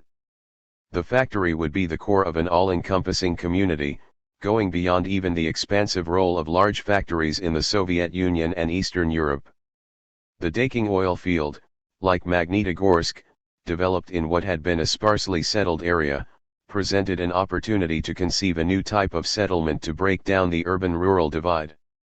Unlike at Magnitogorsk, where the Soviets built a new city along conventional lines, at Daking the Chinese developed dispersed residential areas, while providing support for agricultural production and a range of social and educational services. Point 12. Mao believed that the key to the advance to a socialist society, with both greater equality and more rapid growth, lay in the relations of production, not simply in the level of material development. Who ruled the factory made all the difference. But there were plenty of critics among Chinese leaders as a debate unfolded in the late 1950s and early 1960s, somewhat reminiscent of the debate in the Soviet Union during the 1920s over economic policies and industrial practices. Many Chinese leaders, in the wake of the Great Leap Forward, rather than promoting enterprise self-sufficiency and worker self-rule, called for greater specialization of enterprises and workers and greater use of material incentives. Minister of Labor Ma Wenzhui represented one side of the debate when in 1964 he argued, much like Trotsky 4 decades earlier, that modern industry, with its complex machinery and coordinated activity of large numbers of workers, required a particular form of organization, regardless of whether it operated in a capitalist society or a socialist one. Maximizing output to satisfy the needs of society remained the basic task of state-owned enterprises. Socialism eliminated the inherent class conflict within the factory under capitalism because all output was for the benefit of society as a whole. Workers and managers no longer had different interests. But the actual internal organization of the factory need not differ significantly from capitalist models. Ma endorsed worker involvement in overseeing managers but did not anticipate eliminating the distinction between them. For others, though, a change in ownership constituted only the first step in the transformation of the factory and the larger society. Politics, they argued, needed to take command inside the factory as well as outside of it, promoting not only greater equality but also the revolutionization of man. Socialism should lessen the distinctions between mental work and manual work and between manager and worker. Practically, that meant requiring everyone associated with the factory to do some physical labor, bringing workers into administrative and leadership bodies, and having the Communist Party oversee factory management. Workers might continue to engage in highly specialized activities within a detailed division of labor, but that would not be all they would do. With their colleagues, technical personnel, and political cadre, they would join with managers in determining all aspects of plant operation. Point 13. The Cultural Revolution that began in 1966 intensified the struggle over who should run the factory and what it should be doing. The factory, though slow to be drawn into the escalating political strife, eventually became a center of battle as the turbulent political climate encouraged attacks on entrenched factory leaders and the powers and privileges they enjoyed. Worker critics and their allies challenged what they saw as bloated bureaucracies, full of officials doing little of real use, while workers were locked out of participation in such key areas as technical innovation. More radically, supporters of the upsurge questioned the notion that the factory should be understood simply as an economic unit responsible for maximum production. Harking back to Mao's view during the Great Leap Forward, they argued that the factory should be a social institution, serving the multiple needs of its workers and the surrounding community, even at the cost of diminished production and profit.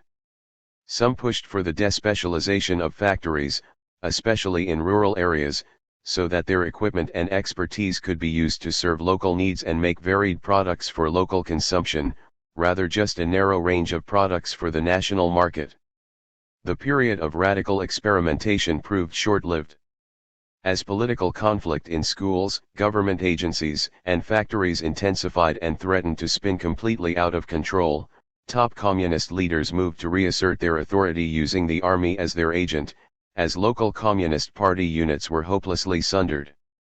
As order was restored, so was hierarchy, though with great variation from factory to factory, as some degree of worker participation in management and experimentation with organizational forms continued. Still, the shift in the tide was clear. Point 14. Feeling the stones. The Cultural Revolution led to a break between the First Chinese Industrial Revolution, based on capital-intensive, state-owned enterprises making producer goods like steel and petrochemicals, and a second, based on labor-intensive consumer goods manufacturing by privately owned enterprises. The chaos of the Cultural Revolution, followed by Mao's death in 1976, left an opening for reformers, led by Deng Xiaoping, who sought to revive the stagnant Chinese economy and improve Chinese life. In many cases themselves victims of the Cultural Revolution, the reform leaders rejected basic Maoist tenets, including the centrality of mass mobilization and the need to reject all capitalist forms of organization. By the late 1970s, many communists came to believe that China's continuing poverty, and its lag behind not only developed Western countries but also rapidly developing Asian nations like Singapore, stemmed from the country's lack of markets. To stimulate growth, the reformers sought at least the limited introduction of markets. They also pressed for a shift away from state investment in heavy industry. Somewhat like Bukharin and others in the Soviet Union a half-century earlier, they argued that labor-intensive production of consumer goods would provide a more effective path to economic growth and rising living standards in a country lacking in capital but with plenty of underutilized labor. Over time, funds generated by light manufacturing could be channeled into more advanced, capital-intensive endeavors. 15. Deng and his allies sought foreign capital and expertise to help expand industry without having a long-term blueprint. Instead, Deng called for crossing the river by feeling the stones. As an experiment, in 1979 the government established special economic zones in Guangdong and Fujian provinces, designed to attract foreign businesses. Within these zones, firms would be taxed at lower rates than elsewhere in the country. Additionally, companies could obtain tax holidays of up to 5 years, repatriate corporate profits and, after a contracted period, capital investments, import duty-free raw materials and intermediate products going into export products, and pay no export taxes. Local authorities within the zones were granted considerable autonomy and generally aligned themselves with the privately owned businesses being courted. Seen as a success, additional special zones were established over the course of the 1980s in other coastal areas and, in 1990, in the Pudong New area of Shanghai. 2 years later came a new set of zones in other parts of the country. 16. During the 1980s, Chinese leaders came to share the cult-like faith in the power and efficacy of markets associated in the West with Margaret Thatcher, Ronald Reagan, and their followers. The dream of modernity in China, wrote Hong Kong-based social scientist Peng Gai, became associated with the great belief in capital and the market, a 180-degree shift from the prior belief that socialism represented a more advanced phase of history. Search for modernity and quest for globability became catchphrases as the marketization of a once almost completely socialist economy began. 17. A similar swing took place in Vietnam. The long war with the United States, the subsequent wars with Cambodia and China, and the international boycott after the Cambodian conflict had severely drained the Vietnamese economy. Communist leaders had great difficulty integrating the capitalist economy in what had been South Vietnam with the socialized economy in the north. Measured by per capita income, Vietnam was one of the poorest countries in the world. In an attempt to revive the southern economy, in 1981 and 1982 local authorities allowed Chinese merchants in Saigon to resume their activities, leading to a burst of prosperity. By 1986, the communists who had led the Saigon effort had won national leadership positions, promoting pro-market reforms. The Doi Moi renovation policy, meant to move Vietnam toward a socialist-oriented market economy, included reforms in the state sector and opening up the country to foreign investment, market activity, and export industry. As in China, ideological change accompanied the shift in practical policies, with the Communist Party speaking of the objective laws of the market with a certainty once reserved for the virtues of central planning. Membership in the World Trade Organization, WTO, in 2007 deepened Vietnam's integration into global markets and further facilitated export manufacturing. 18. In China, the new market-oriented policies rapidly transformed the Pearl River Delta region in Guangdong. The region was selected as one of the first special economic zones because of its relative isolation from the major population and power centers of the country and its proximity to Hong Kong and Macau, and that proved critical to its success. At the time, the economy of Hong Kong, still under British control, depended heavily on manufacturing, trade, and transportation. With land and labor costs rising, the opening up of the adjacent part of the People's Republic provided an opportunity to shift manufacturing to a much lower cost area with which many Hong Kong business people had family ties. At first, Hong Kong-run businesses largely aimed their operations within China at its domestic market, but by the middle and late 1980s, as the Chinese government eased restrictions on direct foreign investments, export-oriented manufacturing became increasingly prevalent, first in the garment industry, then in footwear and plastics, and finally in electronics. The Hong Kong-Guangdong combination proved a remarkable profit machine, reflecting the advantages for capitalists of uneven global development. Hong Kong businesses, in many cases with extensive experience in international trade, initially moved their simplest, most labor-intensive operations to the People's Republic, taking advantage of far lower labor and land costs and the free rein they were given in managing labor relations. They kept their administrative, design, and marketing operations in Hong Kong and used the territory's advanced infrastructure, including the world's busiest container port and extensive air freight capacity, for exporting Chinese-made goods. As the authors of a study of the Pearl River Delta put it, third-world level costs are combined with first-world caliber management, infrastructure, and market knowledge. 19. As the initial Hong Kong-based forays into manufacturing in China proved successful and the Chinese government further loosened regulations and spent heavily on infrastructure serving the special economic zones, more investment flowed in. Hong Kong firms began shifting more complex manufacturing processes, logistics, quality control, sourcing, and packing to China. At the same time, companies based in Taiwan began manufacturing in mainland China, too, soon followed by companies from Japan and Korea, at first almost always operating through Hong Kong or Macau middlemen. Many of the Taiwanese firms were headed by executives with family ties to the mainland. Terry Go, head of Foxconn, which built its first Chinese plant in Shenzhen in 1988, was a charismatic army veteran whose family came from north-central China and whose father fought with the Kuomintang before fleeing with Chiang Kai-shek to Taiwan in 1949. Once the United States granted China permanent normal trade relations in 2000 and China joined the WTO the following year, American companies began shifting manufacturing operations to China as well. 20. Degongmei and Degongzai. A measure of the explosive growth of export-oriented Chinese manufacturing can be seen in the dizzying rise of Shenzhen's population, which shot up from 321,000 in 1980 to more than 7 million in 2000, one of the most rapid urban growths in history. Most of the new residents were migrants from elsewhere in China who came to work in the factories that were popping up all over. 21 With the local labor pool quickly exhausted, a system of migrant labor developed that has been central to China's second industrial revolution and which has made possible the hypergiantism of 21st-century Chinese manufacturing. Soviet and Eastern European factories recruited peasants displaced by the collectivization of agriculture. In China, it was the decollectivization of agriculture that freed up a workforce no longer ensconced in the benefits and obligations of the collective farm.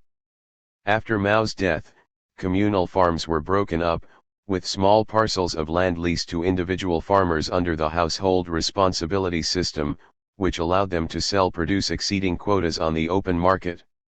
Initially, the new system brought a rapid boost to the rural standard of living. But further changes, including opening the country to food imports and rising costs for healthcare, education, and other social benefits, left the countryside far poorer than the cities. Many children from farm families, seeing limited economic and social opportunities at home, moved to the new export-oriented manufacturing centers to take factory jobs. But usually only temporarily.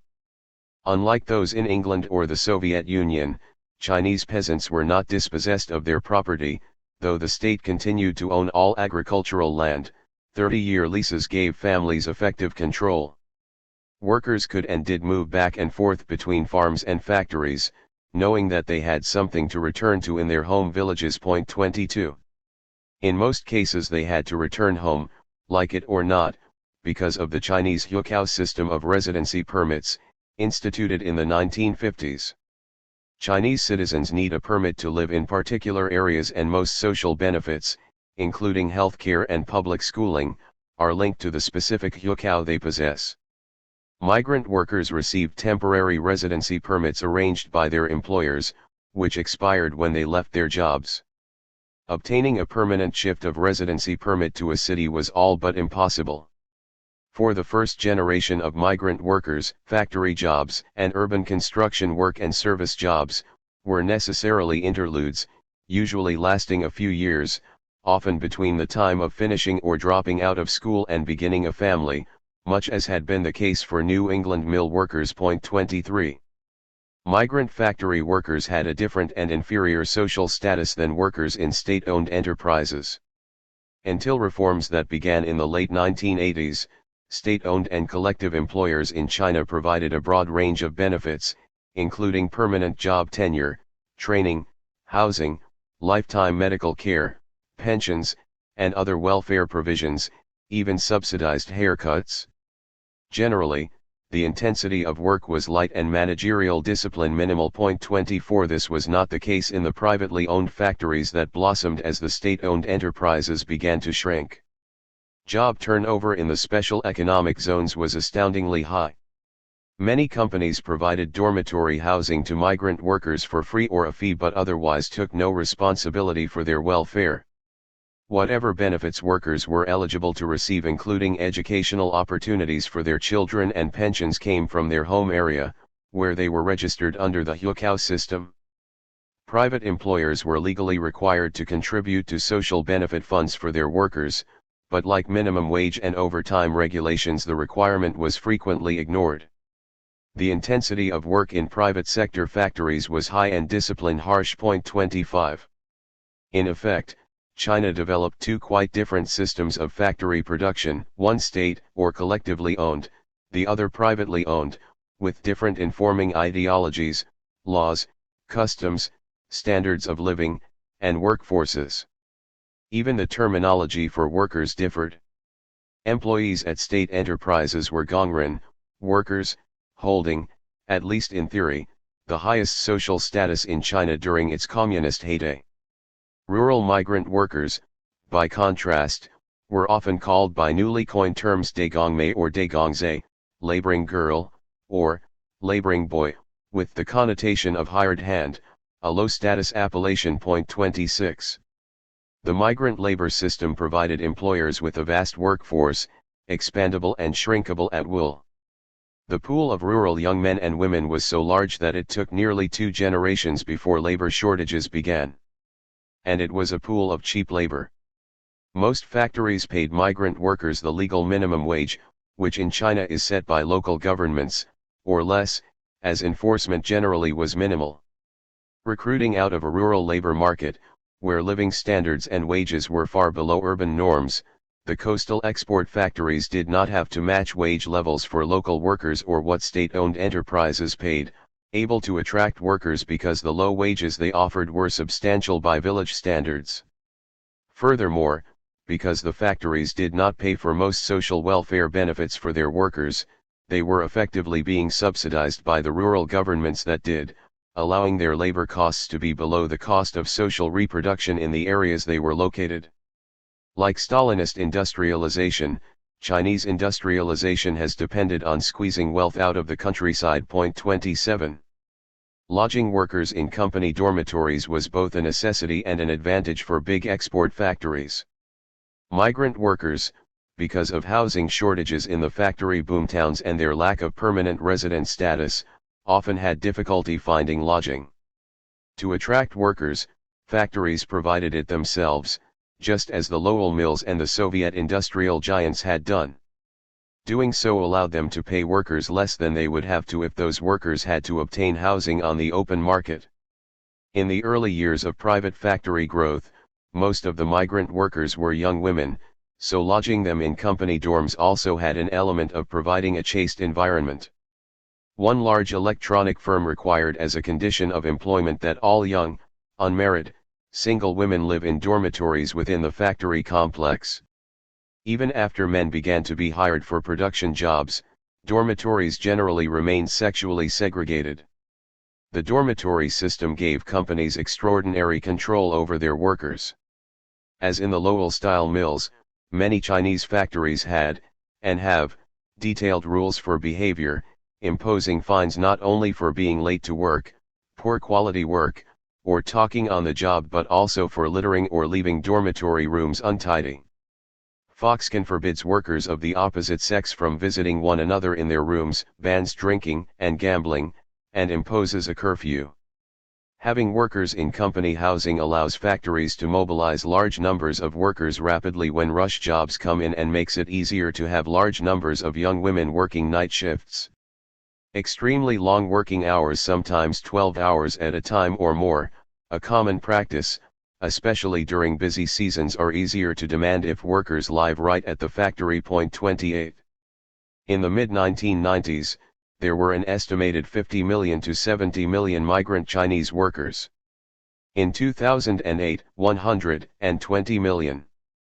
By 2014, more than 270 million, nearly double the number of employed civilian workers of any kind in the United States, an oceanic movement of population from farms to factories and back.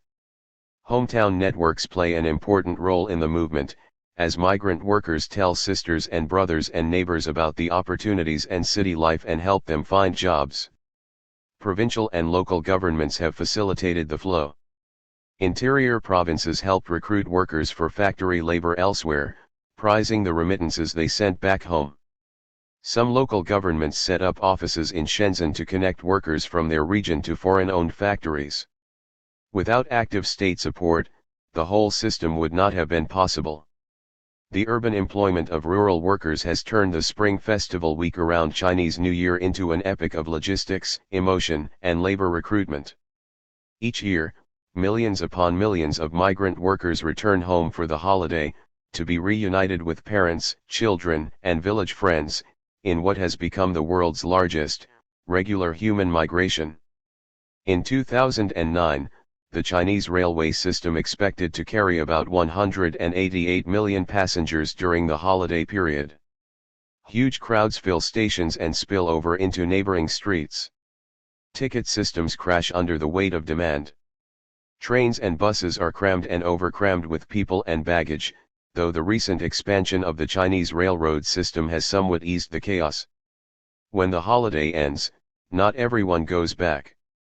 Each year, millions of migrant workers decide to stay home, forcing factories and other employers to scramble to find replacements. 29. Why so big?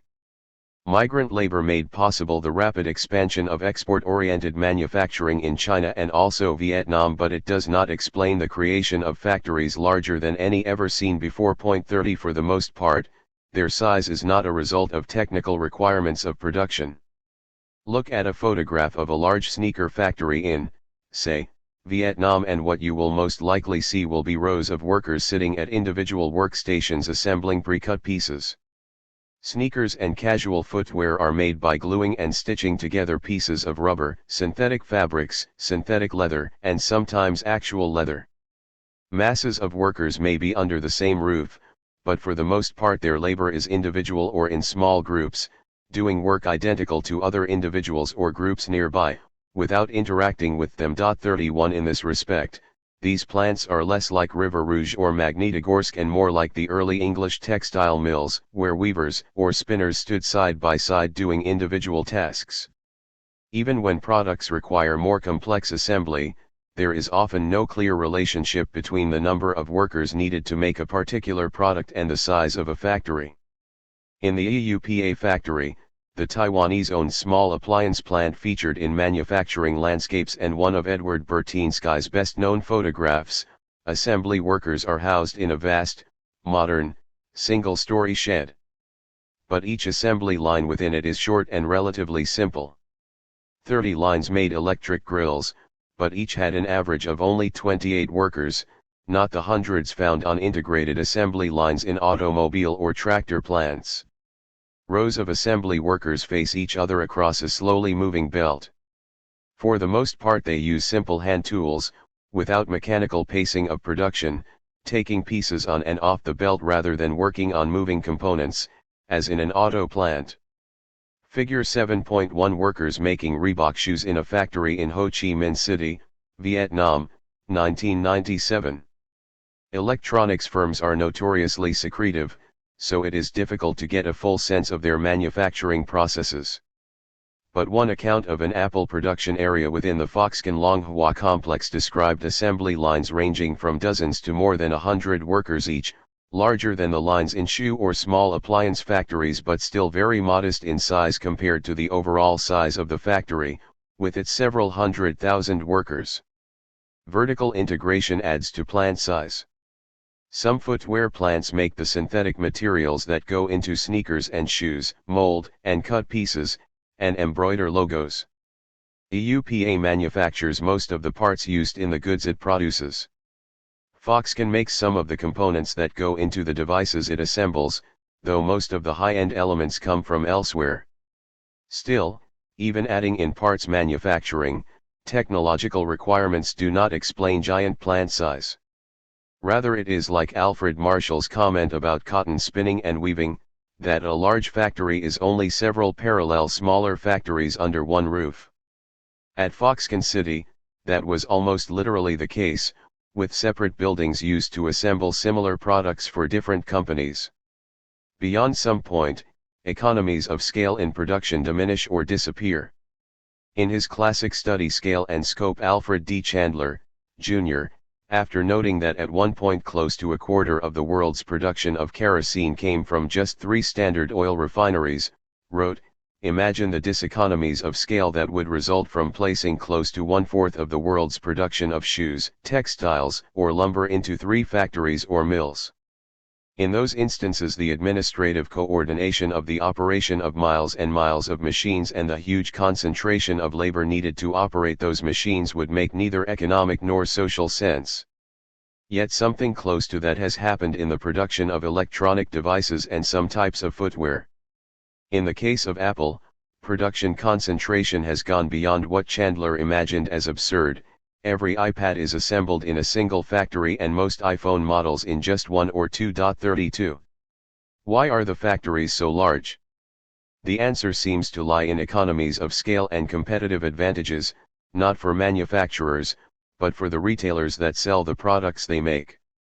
This reflects a fundamental shift in relations between the two parties.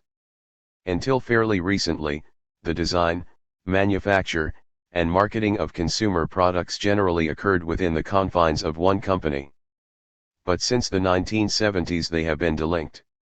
And, as sociologist Richard P. Applebaum has argued, in contemporary global supply chains it is retailers and branders, designers and marketers that depend on others for manufacturing, who have the most power to establish the arrangements and terms of production, not factory owners. Factory giantism serves their interests. 33.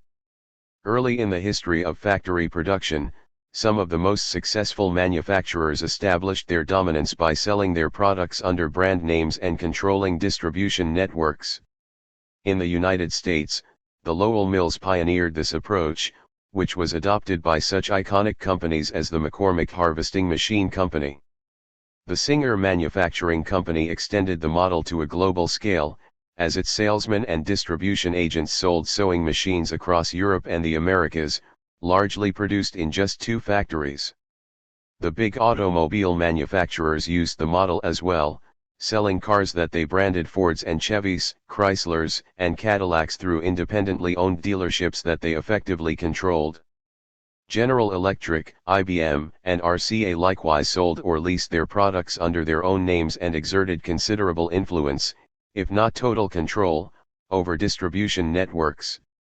The manufacturer-dominated system of branded products stayed in place in Europe and the United States through the 1970s. Goods producers like Volkswagen, GM, Siemens, Sony, Ford, Whirlpool, Levi Strauss, and Clark's Shoes, which first garnered wide attention when its products won awards at the 1851 Crystal Palace exhibition, persisted as household names. The companies, their products, and the factories that produced them remain tightly bound to one another in reality and image. 34. The severe global recession of the 1970s and a series of subsequent developments unraveled the ties. With profit rates declining as a result of increased international competition, rising energy and labor costs, tight credit, and inflation, many American corporations, under pressure from corporate raiders, sought to reduce costs and shed less profitable operations. To become leaner and more flexible and show a rapid drop in spending, they began outsourcing to other firms functions they had traditionally performed themselves. They tended to start with support services, such as data processing and communications. But over time, companies began outsourcing core functions, too, including manufacturing. 35. Take sneakers. From their introduction in the 19th century through the 1960s, sneakers generally were designed and made by the same companies, mostly large, stodgy rubber firms like United States Rubber Company, Keds, and B.F. Goodrich, P.F. Flyers.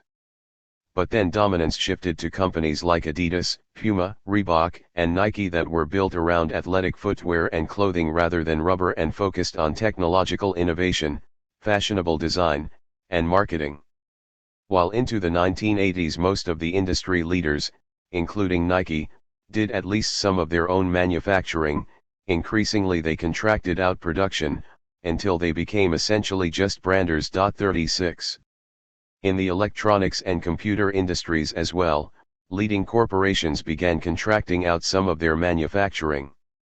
Sun and Cisco, two Silicon Valley success stories, worked with specialized contract manufacturers like Selectron and Flextronics, before the rise of Foxconn, the largest such firm, to manufacture advanced products, sold under their brand names.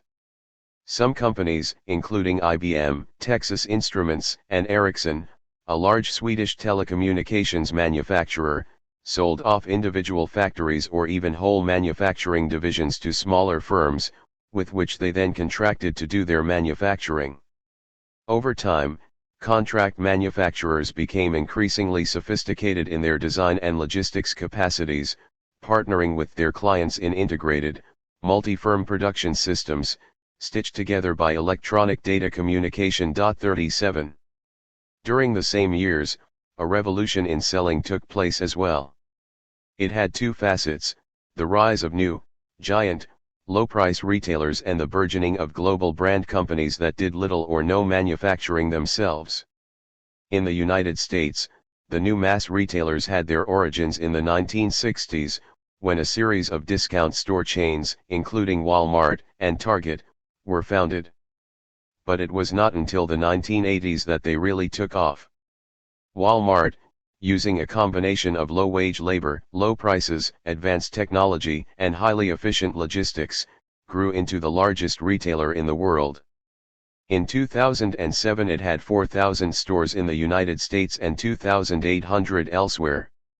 Though no company came even close to Walmart in size, other retailers based in Europe and the United States, like Carrefour, Tesco, and Home Depot, ballooned through expansion and acquisitions. With their massive purchasing power, giant retailers won an edge over their suppliers, whether well-known companies like Levi Strauss or obscure firms that made products sold under the retailer's house labels. New communications and logistics technology, including barcodes, computer tracking systems, and the Internet, allowed retailers to monitor, communicate with, and direct suppliers on an almost instantaneous basis. Faced with the possibility of the loss of massive orders, companies that made goods for mega-retailers were at their mercy and often restructured their operations to meet their needs and desires. 38. A parallel process developed in the growth of branded product companies like Apple, Disney, and Nike. Such firms achieved massive global sales by concentrating on product design and, above all else, marketing, making their products symbols of hipness, worldliness, modernity, and fun. Some of the big brands at one point or another did some of their own manufacturing, but typically they eventually outsourced most or all of the production of the goods they sold. Koichi Nishimura, the CEO of Selectron, in 1998 said of his customers that the more sophisticated companies work on wealth creation and demand creation, and they let somebody else do everything in between. Apple initially manufactured its own products, some in factories near its Silicon Valley headquarters. But in the mid-1990s it began selling and shutting down plants, contracting out almost all of its physical production. In 2016 Apple made only one major product, a high-end desktop computer, in the United States.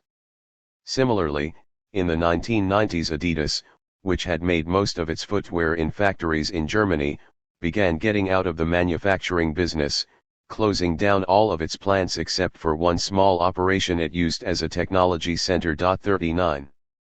One advantage of contracting out manufacturing was that it distanced brand companies from the work conditions under which their products were made. Seeking lower labor costs usually meant relocating manufacturing to low-wage regions, often with autocratic or corrupt governments, avoiding unions, and paying less attention to worker health, safety, and well-being. If child labor, excessive hours, use of toxic chemicals, repression of unionists, and the like took place within the facilities of a brand company, its image, its most important asset, might well be damaged. But if the problems could be blamed on a contractor down the supply chain, the damage would be less costly and more easily contained. Nike and Apple were both able to survive with remarkably little long-term harm. Revelations about work conditions and worker treatment in the plants that made their products by blaming contractors, promising better oversight and more transparency, and issuing new codes of conduct. 40. The location and size of the contract factories serving large retailers and brand companies varied greatly and changed over time. Early on, many American electronic companies contracted with local firms, some in or near Silicon Valley, to build their products. But logistical and political changes made it ever easier to locate manufacturing plants at great distances from contracting firms. Container shipping and expanded air freight capacity increased the speed and lowered the cost of shipping. Cheap international telephone rates, satellite connections, and the internet improved communications. Lower tariffs reduced the surcharge on manufacturing across borders. As retailers and brand name firms like Walmart and Apple relentlessly pressured their suppliers and subcontractors to lower their prices, firms scouted the world for low-wage regions to locate their factories. Mexico was one favored site. So, following the collapse of Soviet communism, were Eastern European countries. Textile and garment manufacturers built plants in Central America, the Caribbean, South Asia, and Africa. Malaysia, Singapore, and Thailand attracted contract electronics manufacturers. And more, manufacturers looked to China to locate their plants, with its vast, cheap labor pool and cooperative government authorities. 41. The staggering size of orders from transnational corporations like Hewlett-Packard, Adidas, and Walmart made it convenient for them to depend on concentrated production centers, minimizing the administrative and logistical tasks that would result from using many widely scattered suppliers. The changed economics of shipping made it possible for them to concentrate manufacturing in a single small region or just a single factory. In the 19th and 20th centuries, even companies known for centralized, vertically integrated production, like Ford, set up branch plants to assemble products for markets distant from their main factories. But the radical reduction in shipping costs and increase in shipping speed, largely as a result of container shipping and highly efficient port logistics, meant that companies like Apple could supply a particular product to retail stores and internet customers around the world from just one or two locations. 42. Concentrated production did not necessarily mean big factories. Sometimes it meant industrial districts or centers where many small plants and ancillary services clustered together. In the mid-2000s, over a third of the world's socks, 9 billion pairs a year, were produced in Datang, China, not by one company but many, supplying retail giants, including Walmart. Production of neckties began in Shenzhou, China, in 1985 when a Hong Kong company moved its production there. Soon various managers left to start their own companies and Thai production grew until the city became the global leader, able to meet orders of hundreds of thousands of units at a time. At one point Yuwu, China, had 600 factories where workers, who in many cases did not know what Christmas was, produced over 60% of the world's Christmas decorations and accessories. 43. But sometimes scaling up meant just one giant factory. For some products, including footwear and electronics, big buyers, especially brand marketers, have preferred very large factories, which can consistently provide the vast quantity of goods they sell and quickly gear up to make new products or meet rush orders. Apple represents this tendency taken to the extreme. It produces only a very limited number of products but in mind-boggling quantities. Its marketing strategy depends on carefully choreographed, highly publicized annual or semi-annual product introductions, stimulating global stampedes by consumers eager to get the newest product and demonstrate their position on the leading edge of technology, style, and modernity. In June 2010, Apple sold 1.7 million iPhone 4S in the 3 days following its introduction. In September 2012, it sold 5 million iPhone 5S on the first weekend of sales. 3 years later, the company sold more than 13 million iPhone 6 and 6 Plus units during the first 3 days after launch. With final product design often locked up only shortly before sales begin, Apple needs to mobilize a vast amount of labor in a very short time to produce inventory for the sales rush to come. Factory giantism has been the solution Apple has adopted, though the giant factories are not its own.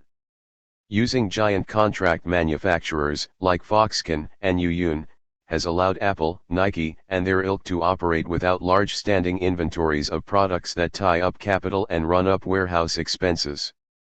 Even more important, just-in-time production avoids the possibility of being stuck with piles of outdated cell phones, laptops, or sneakers in what are essentially fashion industries. Tim Cook, the Apple executive who masterminded the company's shift from in-house production to contracting out before succeeding Steve Jobs as CEO, once called inventory fundamentally evil. You kind of want to manage it like you're in the dairy business. If it gets past its freshness date, you have a problem. 44. Foxconn and Pegatron keep Apple's milk fresh by rapidly mobilizing hundreds of thousands of young, poorly paid Chinese workers, often under harsh conditions, perhaps closer to evil than inventory. In 2007, just weeks before the scheduled unveiling of the first iPhone, Jobs decided to switch from a plastic to a glass screen. When the first shipment of glass screens arrived at the Foxconn Longhua plant at midnight, 8,000 workers were awoken in the dormitories, given a biscuit and a cup of tea, and sent off to begin a 12-hour shift fitting the screens into their frames. Working around the clock, the plant was soon pouring out 10,000 iPhones a day. On occasion, to fulfill an order, Foxconn moved large groups of workers from one factory to another in an entirely different part of the country.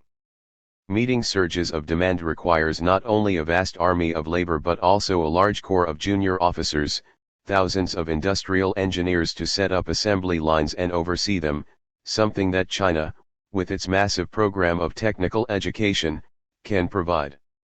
It is this ability to quickly scale up, and, when the rush is over, quickly scale down, production that Apple and other customers prize in the giant contract manufacturing plants that have sprung up in East Asia. 45.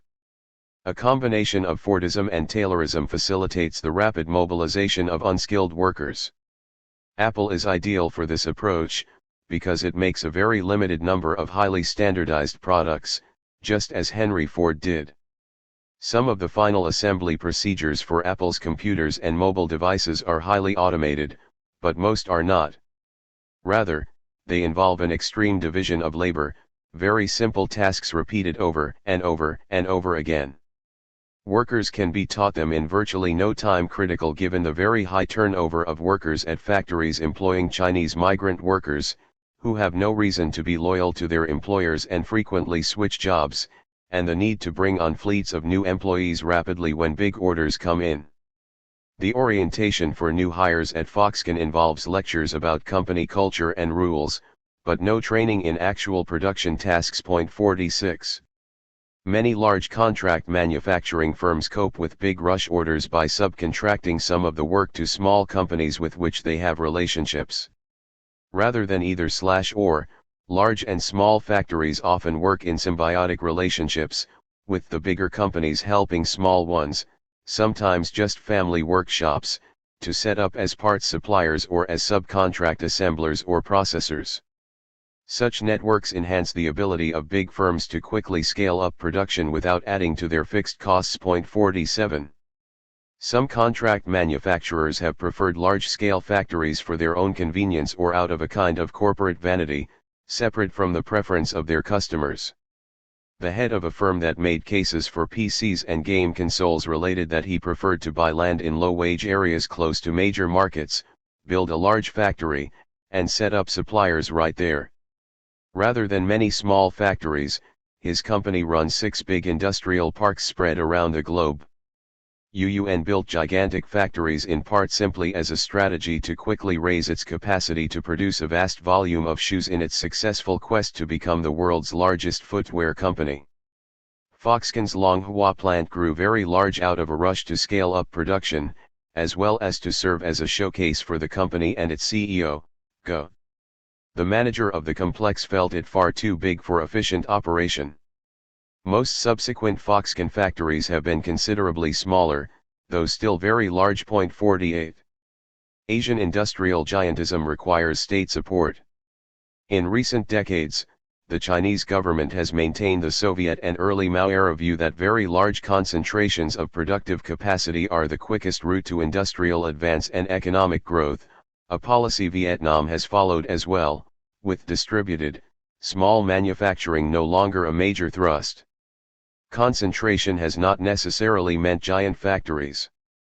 The Chinese government actively encouraged the creation of the sprawling clusters of small and mid-size firms making specialized products, providing big parcels of land for development, creating industrial parks, building infrastructure and transportation, and providing tax benefits. But often it has meant outsized plants. One manager in the Chinese automobile industry, which is partially owned and heavily guided by government entities, told sociologist Lu Zhang the government wants big firms. To achieve large scales and high volumes in a short time, we rely not only on highly advanced machinery, but also on our hard-working workers. Our comparative advantage. Provincial Chinese governments have embraced industrial giantism as a development strategy. Companies seeking to build large new plants have been offered land, sometimes for free, tax breaks, reduced cost electricity, and help in recruiting a workforce, including student interns, an increasingly important source of cheap labor for manufacturers. Point 49. Inside the behemoth. What is it like to work in the industrial behemoths of modern Asia? In some ways, the experience is remarkably like that of factory workers generations and even centuries ago in England, the United States, and the Soviet Union. As was the case with 19th-century Lowell-style mills, many young women and men have been attracted to 20th and 21st-century Asian factories by the opportunity to earn money and help their families, build houses, or pay for a sibling's education, or amass savings to start a business or bring to a marriage, providing women some protection in case it goes bad. Some women sought to escape arranged marriages, patriarchal control, or family disputes. Just as in the Lowell-style mills, most workers returned to their home village after a few years of factory work to settle down to marriage and family in the countryside, farming, or sometimes setting up small businesses. But factory work in China has not only been a means to make money but also a way to escape rural provincialism and experience city life and what is seen as modernity. The first generation of migrant workers, in the 1980s and 1990s, had little idea of what to expect. Returning migrants were living billboards for a different world. One teenaged woman from an ethnic minority in Guangxi province recalled that when young people from her village came back for the New Year celebrations in their new clothes, she was envious, echoing the experience of New England teenagers nearly 2 centuries earlier. She soon left to take a job in an electronics factory. Later migrants were more sophisticated, having seen images of city life and modern factories on television and become at least superficially familiar with fashion and fashionable products through smartphones. One young female worker from Hunan province, who took a job in an electronics factory near Guangzhou, recalled, "When I saw factories on TV, they always seemed so nice, well-built buildings, tiling, and a clean environment, so I thought it would be fun." 50.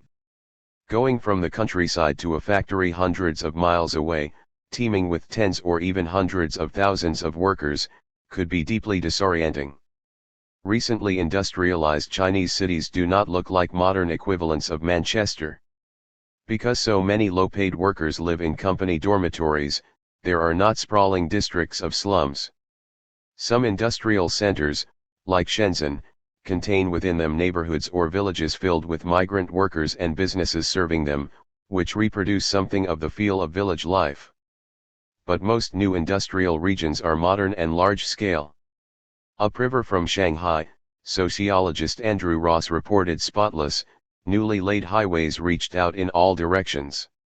Crowding out all the other buildings were the industrial newcomers: fat, squat warehouses with high-tech roofs, rows of factories as long as freight trains, and a multitude of postmodern boxes that carried the brand of their corporate owners but said nothing about what was done inside their walls. Driving across Dongguan, Nelson Lichtenstein and Richard Applebaum saw broad but heavily trafficked streets, continuously bordered by bustling stores, welding shops, warehouses, small manufacturers, and the occasional large factory complex. This is how the cities of the old American Rust Belt must have once looked, smelled, even vibrated. 51. Simply finding the way around vast factory complexes like Foxconn City could be bewildering to teenagers who had rarely left their small villages, if ever. The Longhua plant covers over 2 square kilometers, it takes an hour to walk from one side to the other. Many signs at Foxconn plants were English acronyms, meaningless to newcomers. Frustration and anomie from sudden immersion in an alien world contributed to the rash of Foxconn suicides. But there was excitement, too. Many migrant workers marveled at new sights and experiences. One worker from Hunan, assigned to a factory dormitory, recollected, "I had never lived in a multi-story building, so it felt exciting to climb stairs and be upstairs." Just as had been the case in the Soviet Union in the 1930s, something as simple and taken for granted as a staircase could be the divide between two universes. 52. The factory giants in China and Vietnam are not sweatshops. Generally, they are recently built and modern-looking, though undistinguished. Inside they are mostly clean, orderly, and well-lit. Some are air-conditioned. As a rule, conditions, pay, and benefits are better in foreign-owned large factories than in locally owned small plants and workshops. And large factories are less likely than small ones to cheat workers out of what they are owed, a big problem in China. 53. Still, work inside large factories often is difficult and the atmosphere oppressive. Many Taiwanese-owned industrial giants use quasi-military discipline to control their workforces, full of newcomers. Workers at AUPA, Foxconn, and other large plants wear company uniforms. Plant security is intense. The entire perimeter of Foxconn City is walled, with barbed wire topping some sections. Like River Rouge, entry is only through manned security gates. Identification cards are necessary to enter most large factory complexes and sometimes again to enter particular buildings. At Foxconn plants, surveillance cameras are ubiquitous. Foxconn puts particular stress on following detailed rules and work instructions, a kind of hyper-taylorism enforced by a multilayered management hierarchy. Line leaders, themselves poorly paid workers, supervise individual production lines, in turn overseen by layers and layers of higher-level supervisors. Workers are forbidden from talking on the job, though in practice enforcement varies greatly, or moving about the plant. Slogans adorn banners and posters on factory walls, some reminiscent of Alexei Gastev: value efficiency every minute, every second, others more hyperbolic, achieve goals or the sun will no longer rise, and still others crudely threatening, work hard on the job today or work hard to find a job tomorrow. At Foxconn and other foreign-owned factories in China, there is no echo of the experiments with worker involvement in management that took place in state-owned enterprises.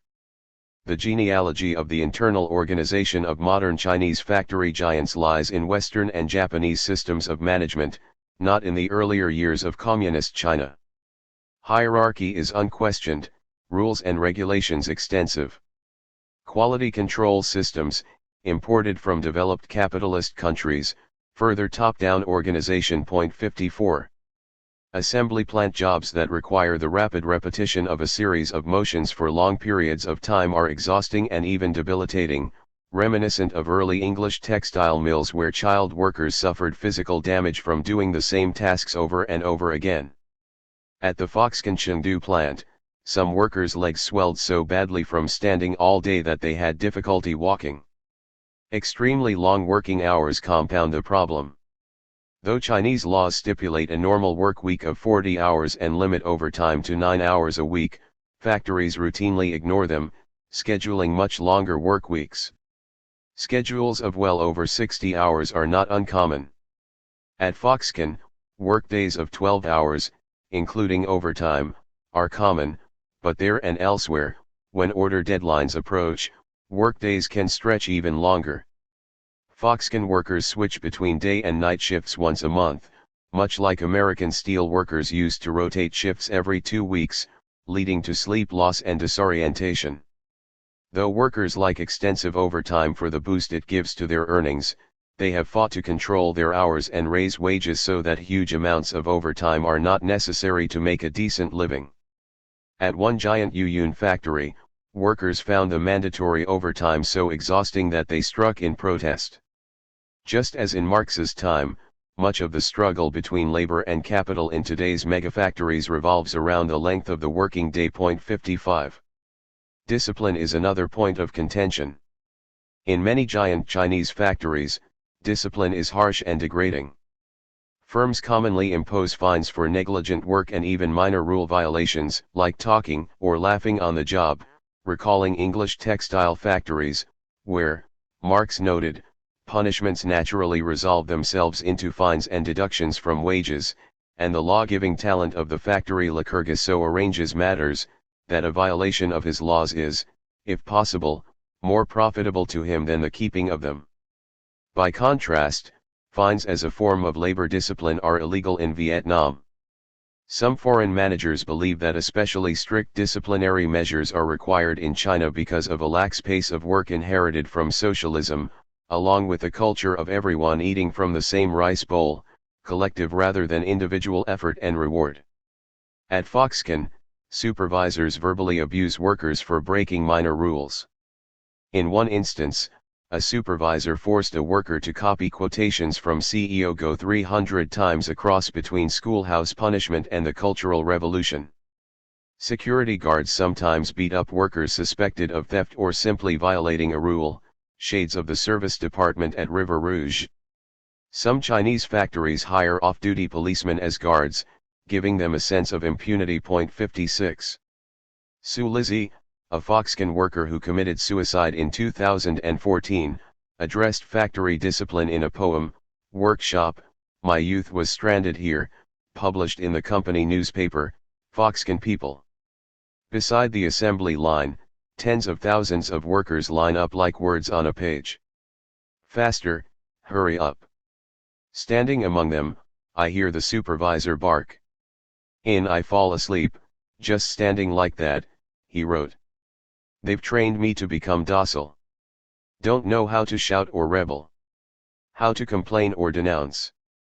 Only how to silently suffer exhaustion. 57. Some giant Asian factories have had severe health and safety problems.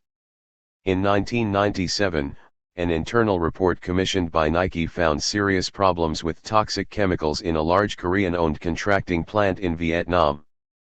Levels of toluene in the air far exceeded both US and Vietnamese standards.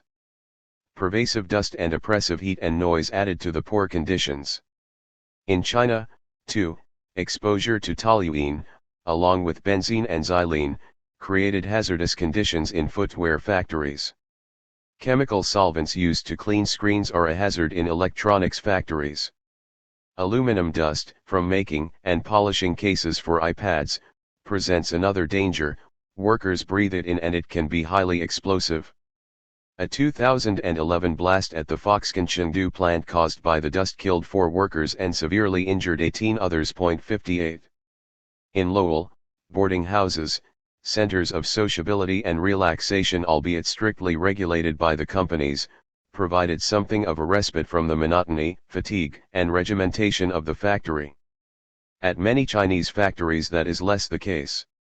About a quarter of Foxconn's Shenzhen workers live in company housing, one of the 33 dormitories inside its factory complexes or the 120 dorms it rents nearby. Foxconn dorm rooms typically house 6 to 12 workers, more than housed in Lowell boarding house rooms, though unlike in Lowell, each worker has her or his own bunk bed. Many Taiwanese-owned factories also have higher-grade housing for managers. Workers are assigned to rooms randomly, so that friends, relatives, workers from the same production area, or workers from the same region rarely bunk together. With some roommates working day shifts and others at night, disruptions come regularly and rooms cannot be used for socializing. As in Lowell, strict rules regulate dormitory behavior, curfews are enforced, visitors restricted, and cooking forbidden. 59. But many industrial giants, including some though not all Foxconn plants, have extensive on-site social and recreational facilities that provide opportunities for relaxation, socializing, and entertainment. Foxconn City, in addition to dormitories, production buildings, and warehouses, includes a library, bookstores, a variety of cafeterias and restaurants, supermarkets, extensive sports facilities including swimming pools, basketball courts, soccer fields, and a stadium, a movie theater, electronic game rooms, cybercafes, a wedding dress shop, banks, ATMs, 2 hospitals, a fire station, a post office, and huge LED screens that show announcements and cartoons. In 2012, a central kitchen used 3 tons of pork and 13 tons of rice every day to feed workers. Another company's factory complex, where workers made small motors for electronic devices and automobile accessories, contained a skating rink, basketball courts, badminton fields, table tennis courts, billiards, and a cybercafe, though workers complained about the lack of Wi-Fi in the dormitories. At Foxconn City, the giant outdoor television screens and extensive shopping and recreational venues brought consumer modernity into the plant itself, offering workers a taste of the world they left their villages seeking. Migrant workers often quickly assimilate to it. Journalist James Fallows wrote after visiting Longhua in 2012, "At factories I'd previously seen across China, workers looked and acted like country people weathered by their rough upbringing. Most of the Foxconn employees looked like they could have come from a junior college. Many second-generation migrant workers own or are saving to own the products they themselves make that symbolize modernity, like smartphones and stylish footwear and apparel." 60. Militant workers. Fallows sees China as a feel-good story, a country rapidly moving from working-class living conditions like those in William Blake's England to those like in the United States in the 1920s, and continuing upward. Since China began allowing foreign entities to build and run factories, there has been an enormous decline in poverty, also the case in Vietnam.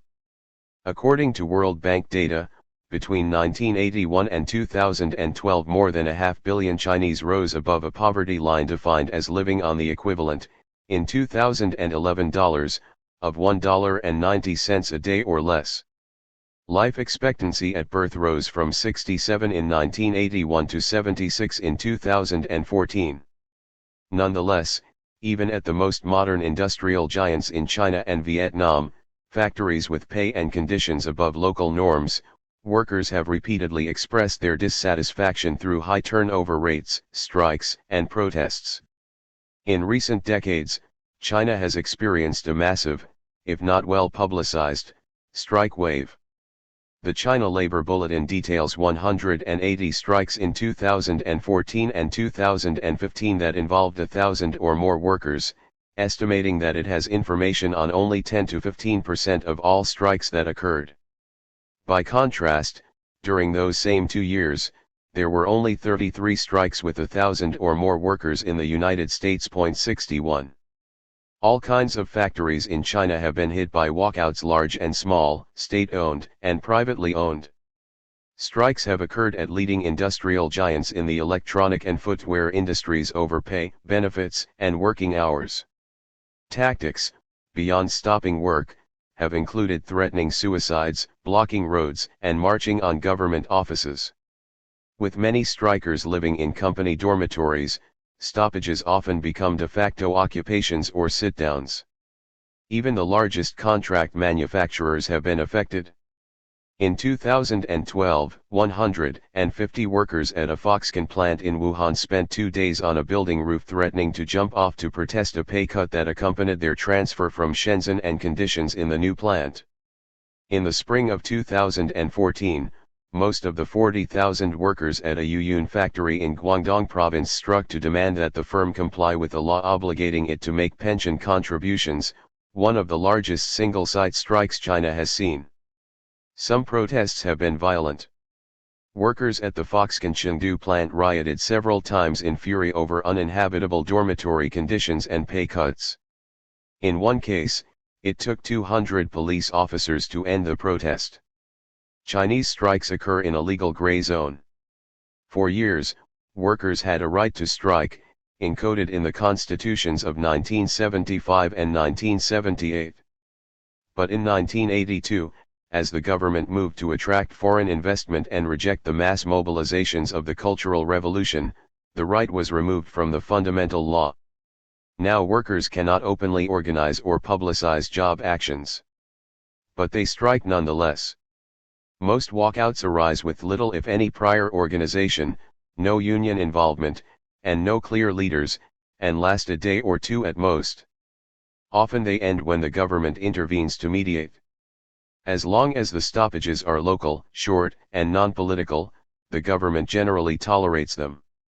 But if they get out of hand or last too long, physical force and arrests are used to break them up. Authorities want to make sure that labor turbulence does not drive away foreign investors or threaten the political status quo. For their part, foreign factory owners seem confident that the government will keep labor militancy under control, not hesitating to concentrate production in very large plants that if shut down would halt most or all production of particular goods. 62. Strikes are even more common in Vietnam than China. Workers there have a legal right to strike, though in practice most walkouts have taken place without the elaborate steps necessary for authorization. Worker strikes hit large South Korean and Taiwanese-owned factories making shoes for Nike, Adidas, and other global brands in 2007, 2008, 2010, 2012, and 2015. The gigantic 2011 strike at the Yuyun factory, protesting low wages, captured international attention for its sheer size. Even more startling were the riots 3 years later, which damaged or destroyed scores of foreign-owned factories outside of Ho Chi Minh City. The disturbances began with a rally of workers protesting China's deployment of an oil rig into waters claimed by Vietnam. But the protesters soon turned against nearby sneaker and clothing factories, many of which were Taiwanese, South Korean, Japanese, or Malaysian-owned, angry about stagnating wages and foreign exploitation. A staff person at the Taiwanese Shutex garment factory reported that some 8,000 to 10,000 workers were involved in an attack on the plant, burning everything, all of the materials, computers, machines. 63. In China, worker militancy has pushed up wages and improved conditions, aided by pressure from international labor rights groups and brand companies afraid of their reputations being sullied by stories of worker abuse. Even so, by the 2010s large factories were having difficulty recruiting and retaining migrant workers. The rapid expansion of manufacturing, a shrinking rural population, a gender imbalance favoring men, and the growth of service sector female employment meant that the pool of young women from the countryside that the factories preferred was effectively tapped out. Foxconn and other firms were forced to broaden their hiring practices, turning to men who now constitute the majority of Foxconn employees and older workers. 64. Companies responded to rising wages and labor shortages by building new plants in lower wage regions of central China. Many also turned to semi-coercive measures to recruit and retain workers, echoes though much attenuated of practices from the earliest days of the factory. Some companies insisted that migrant workers make deposits to obtain their jobs, which would only be refunded if they left with permission of the firm. Similarly, companies withheld parts of workers' wages, promising to pay them at the end of the year. 65 Larger factories, under greater scrutiny and more attuned to international standards, were less likely to engage in such tactics. Instead, they turned to student interns as a new, cheap labor supply. Chinese vocational schools require completion of a 6-month or 1-year internship before graduation. Foxconn and other firms have exploited this requirement by working with government and educational authorities to have large numbers of student interns sent to their factories, along with their teachers, who serve as de facto foremen and forewomen. In the summer of 2010, Foxconn had 150,000 interns, including more than 28,000 making Apple products at its Guanlin factory in Shenzhen. Generally, interns engage in basic production jobs that have no relationship to their field of study. Instead, the internships are simply enforced labor. Students can leave, but doing so jeopardizes their ability to graduate. Interns receive basic entry-level wages but no benefits, making them cheaper than regular employees. Though not bound labor like parish apprentices in English textile mills, the students, who have become an increasingly important component of the Chinese factory labor force, are not exactly free workers hired through an open labor market, either. Rather, they are mobilized by state company institutional arrangements that give them no real freedom of choice. 66. Hiding in plain sight. The giant factory in China and Vietnam has not received the kind of notice it did in its earlier incarnations in England, the United States, the Soviet Union, and Eastern Europe. Considerable attention has been paid to the plight of migrant Chinese workers, particularly in film, but much less to the factories they work in. 67 Part of the reason is the secretiveness of factory owners, who for the most part see only a downside in allowing their facilities to be visited or documented. In the 19th and 20th centuries, companies saw their factories as good advertising, symbols of their position at the cutting edge of industry and a way to get their products better known among consumers. Soviet and Eastern European authorities viewed their giant factories as showcases for socialism, also appealing, in a different way, to a broad public. By contrast, owners of giant Chinese and Vietnamese manufacturing enterprises do not want anything to do with the public. For the most part, their customers are not end users but other companies. And as far as those companies go, by and large the less known about the manufacturing processes the better. For one thing, companies like Apple and Adidas want to keep secret proprietary methods and details about products about to be introduced. For another, they fear criticism of the working conditions under which their products are made, including by international social justice groups adept at circulating images and information about worker abuse. While ordinary tourists could visit River Rouge, and still can, the idea is unthinkable with Foxconn plants or most other giant factories in China. Scholars, journalists, and documentarians have great difficulty getting past factory gates, and when they do, they are closely guided by minders, not given full access. The leading media of their day were awash with images of English textile mills, Lowell, Homestead, the Stalingrad tractor Stroy, and now Yehuda. By contrast, photographs of factories owned by Foxconn, Pegatron, and Yuyun are surprisingly uncommon, and pictures of what goes on inside them rarer still. 68. Because the largest Asian factories do not serve as advertisements or symbols for the products made within them, there is no incentive to invest in distinctive or innovative architecture, as leading manufacturers did in the 19th and 20th centuries. There is no Belper-round mill or Fiat Ling Auto in China. Instead, there are generic factory buildings, modern-looking but utterly lacking ornamentation or distinguishing features, even the distinctive fenestration that once marked major manufacturing sites. Many Chinese plants look like they could be suburban office buildings. Bloomberg Businessweek described Foxconn City, with its multi-story buildings faced in gray or white concrete, as drab and utilitarian. In recent decades, China has been the leading world center for hiring celebrity architects to build unusual, large-scale, modernist structures, but they are office buildings, concert halls, stadiums, museums, libraries, shopping malls, and hotels, not factories. 69. Recently built factories in China and Vietnam are not held up as sources of national pride, as steel mills in Braddock, Pennsylvania, and now Yehuda once had been. Unlike the showcase factory giants of the past, the new massive factories in China and Vietnam are largely foreign-owned, run by foreign managers, making goods largely for consumption out of the country. Rather than symbolizing how advanced their host countries are, they serve as reminders of how much catching up they have to do to match countries like South Korea, Taiwan, and Japan in technology, design, and management. Many leaders in the developing world, including China, do not see having locally owned, large-scale manufacturing as their real target nor as a badge of entry to the club of first world nations. They are acutely aware that rich countries like the United States have been shedding mass production manufacturing, concentrating instead on higher-end production of specialized goods, design, technological innovation, marketing, services, and finance.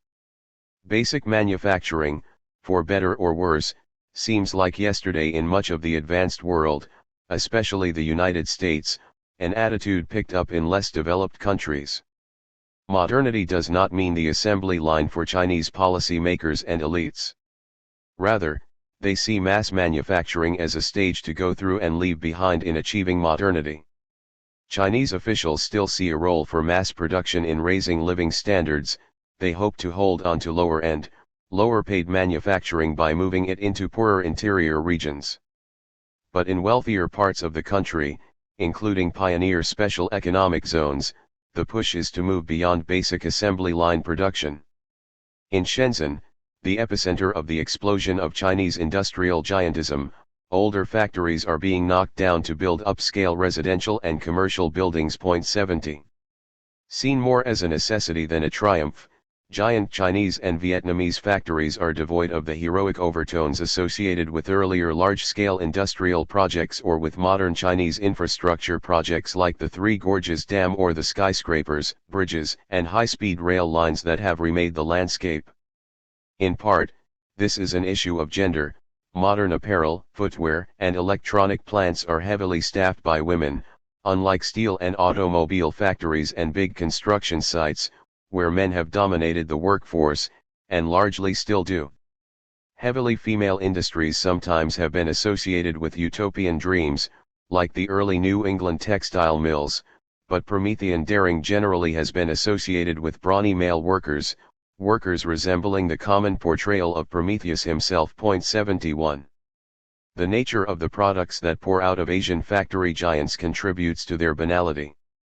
The 21st century factories with the most employees typically churn out small things, like coffee pots, sneakers, or smartphones, which could fit into a small box or the palm of a hand, not the large, awe-inspiring cannons, beams, machines, vehicles, and aircraft produced by the largest 19th and 20th century factories. Billions of people worldwide may want iPhones or Nike sneakers and see them as symbols of modernity, but these accessories lack the world-historic aura of the products that came out of the giant steel mills and auto plants of yore. Rather than representing an enlargement of the human spirit, modern factory giants often seem to symbolize its diminishment. Images of Chinese factories typically do not celebrate machinery or man's mastery of nature but instead document bland, boring structures or portray repetitiveness size as endless replication. 72 What makes Bertinsky's photographs of Chinese factories so extraordinary is not the extension of human power through the mastery of materials and machines or the beauty of the machinery itself, Themes of so many earlier factory portrayals, but the shrunken scale of people, regimented in lines and grids. Within the vast confines of factory sheds. Vertinsky, like Andreas Gursky, also known for his spectacular photographs of factories and public spaces in Vietnam and China, generally takes large format pictures from a distance, showing humans in almost abstract patterns, rarely focusing on any individual, the way earlier factory photographers like Margaret Bourke-White and Walker Evans did, at least occasionally. 73. Foxconn, Yuyun, and the other modern giants of Asian manufacturing represent a culmination of the history of industrial giantism. They build on the past, incorporating all the lessons about assembling and coordinating masses of workers, the detailed division of labor, externally powered equipment, mechanical transfer of components and pacing of production, economies of scale, and shaping every aspect of workers' lives. All of the past lives in the present. But the future does not, except in the most limited, technical way. The giant factory no longer represents a vision of a new and different world coming, of a utopian future or a new kind of nightmare existence. Modernity, Foxconn style, may be associated with higher living standards and innovative technology, but not with a new phase of human history, as giant factories once were, whether it be the coming of a new type of class society in England and the United States or a new type of classless society in the Soviet Union and Poland. The future has already arrived, and we seem to be stuck with it. Conclusion. Outsized factories have been with us for 3 centuries. But no individual factory has lasted anywhere nearly that long. The Lomsterby silk mill, the first modern, large factory, also proved one of the longest lasting. With ups and downs, workers continued to produce silk thread in the mill until 1890, a run of 169 years. By contrast, Arkwright's first cotton mill in Cromford all but shut down within 70 years.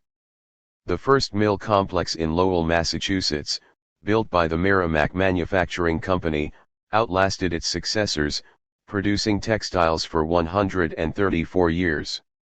Amoskeag, once the largest textile complex in the world, closed after barely a century. The pioneering Cambria Iron Works in Johnstown, Pennsylvania, operated until 1992, a total of 140 years, 35 years longer than the Homestead Steel Works, the scene of epic labor battles. 1. Some landmark factory giants have kept going. Though Dodge, Maine, the Chevy complex in Flint, and Fiat's Ling Auto plant all shut down decades ago, River Rouge remains part of Ford's now decentralized production system, with some 6,000 workers pouring out F-150 trucks, the best-selling vehicle in the United States. 2. The Stalingrad Tractor Stroy, Magnitogorsk, and now Yehuda likewise continue to operate. 100 or 150 years might seem like a long time, but many other institutions routinely function in their original buildings for far longer: parliaments, prisons, hospitals, churches, mosques, colleges, prep schools, even opera companies, to name a few. Seen from a distance of time, giant factories lose the solidity, the air of permanence, that so impressed contemporaries. Few last more than a lifetime or two. The very dynamism of modernity that creates the giant factory leads to its demise. Giant factories have a natural life cycle. They arrive with explosive force, transforming not only production methods but whole societies.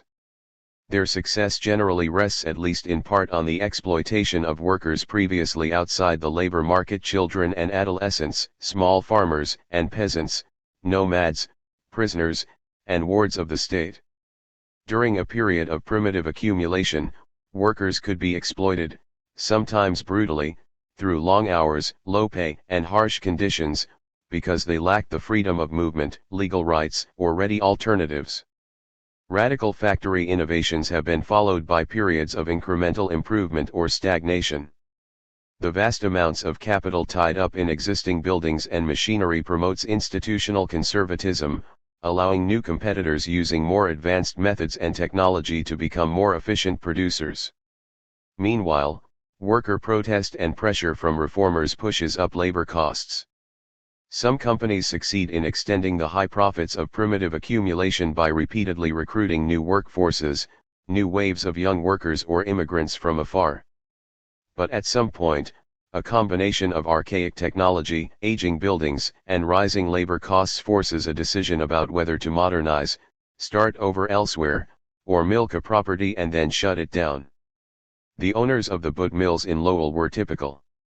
In 1902, a consultant they hired reported, "Your old buildings have perhaps served well their purpose in the past, but they were long ago out of date, and are of no value now.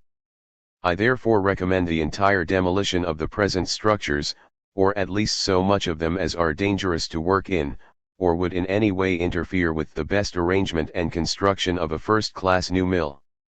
But at a time when many New England mill owners were investing in factories in the lower-wage South, Boots owners decided, instead of building a first-class new mill, to limp along using their dangerous old facility, where workers kept making textiles and profits for investors for another half-century. 3. In the socialist world, cost calculations played out differently, because workers had greater ideological and political standing and big factories were more central to social welfare systems. Closing factories, or even downsizing them, presented huge social and political risks that states shied away from, instead keeping bloated workforces at increasingly uncompetitive plants. Even today, the Chinese government moves gingerly in its prolonged effort to shut down unneeded or inefficient state-owned factory giants. But the collapse of the Soviet bloc and the move of most of what remains of the communist world toward market economies has brought a convergence in industrial practices between the once socialist and always capitalist spheres. Taken together, the overlapping cycles of giant factory development, spread across time and space, represents continuity and progress, with ever bigger and more efficient manufacturing operations appearing, which nonetheless retain a clear genetic heritage going back to the Derwent Valley 300 years ago. Imitation, licensing, and theft have allowed each wave of factory developers to incorporate past innovations, as industrial giantism leapt across oceans and political divides. But if resilient and durable as a totality, industrial giantism in any given place has proven unsustainable. Specific communities have experienced the giant factory not as a continuity of progress but as an arc of disruptive innovation, growth, decline, and abandonment. As historians Jefferson Cowie and Joseph Heathcott wrote in a book about American deindustrialization, the industrial culture forged in the furnace of fixed capital investment was itself a temporary condition. What millions of working men and women might have experienced as solid, dependable, decently waged work really only lasted for a brief moment. For especially in areas dominated by a single industry, when the cycle of factory giantism moved on, prolonged devastation resulted, even as somewhere else on the globe giant factories were creating new possibilities and wealth. The current cycle of industrial giantism shares much with earlier iterations, but it also differs in important ways. For one thing, the arc from development to decline has become shorter. Just 30 years after Foxconn built its first factory in Shenzhen, the region has passed its peak as a center of large-scale manufacturing, as companies, including Foxconn, move on to other areas of China and elsewhere for cheaper land and labor. For another thing, many workers in the new giant factories do not share the illusion of permanence that workers in earlier plants might have had, expecting to spend most of their lives elsewhere, back where they came from or in some other, better situation.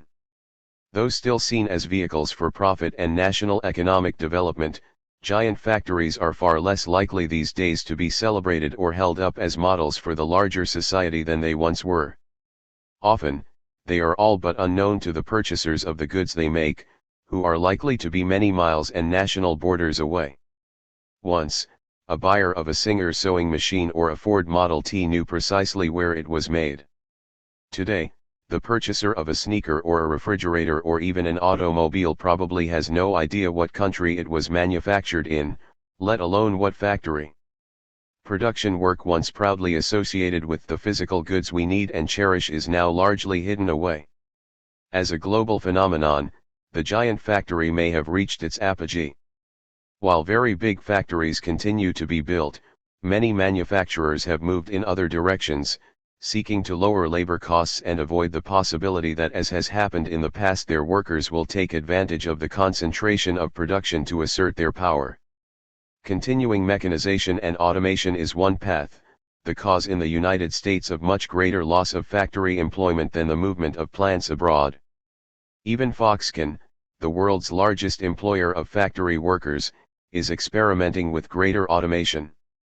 At its smartphone factory in Kunshan, China, not far from Shanghai, the company has invested heavily in robots, allowing it to reduce its number of employees from 110,000 to 50,000, still a very large workforce but no longer near the top of the list of the world's largest factories. 5 Other companies have turned to many small and mid-size factories in very low-wage regions, like Bangladesh, seemingly turning back the clock, as young women, freshly arrived from rural villages, make goods for global giants like Walmart and H&M in low-tech, crowded, and often extraordinarily dangerous factories that more resemble late 19th century American sweatshops than modern Chinese factory giants. 6 But if the giant factory has lost some of its allure, there still are entrepreneurs eager to begin the cycle again in fresh territory, unsullied by a history of labor activism or environmental spoilage.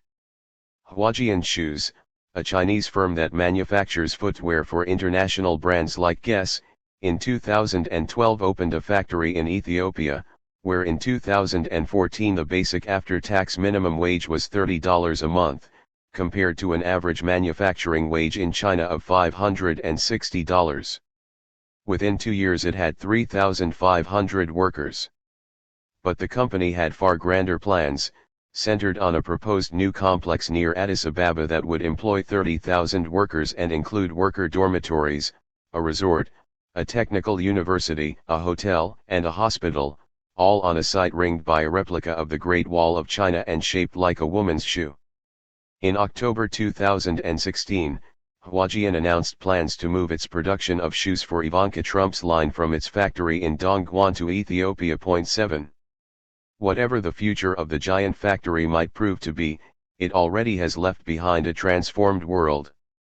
In some ways, industrial giants have fulfilled the dreams of their promoters, having been part and parcel of an extraordinarily rapid and large improvement in social well-being, comfort, longevity, material possession, and security, one without precedent in human history. The Industrial Revolution, which the giant factory pushed forward, contributed to not only higher living standards but also the creation of the modern state, urbanized society, and a transformed face of the planet. It also helped create a new man. Perhaps not exactly a new man at one with the automatic machinery and industrial processes of the giant factory as envisioned, in their own ways, by Henry Ford, Alexei Gastev, and Antonio Gramsci. But a new man and a new woman nonetheless, with a time sense dictated by the needs of mass, coordinated activity, and the rhythms of machinery, with a commitment to the idea of progress through technical innovation and increasing efficiency, worshipping factory products and an industrial aesthetic, and taking for granted the idea of sacrifice for future gain. In short, the giant factory helped produce modernity, the now we inhabit still, even if it no longer has the awe-inspiring novelty it once had. And it is a modernity that transcends particular political and economic systems. Usually, the large-scale factory is portrayed as a product of capitalism, a stage in its historic development. Yet, as this study shows, to portray the giant factory as strictly a capitalist institution requires eliding much of its history, including some of the largest factories ever built. The giant factory was central to both capitalist and socialist development, not only economically but socially, culturally, and politically as well.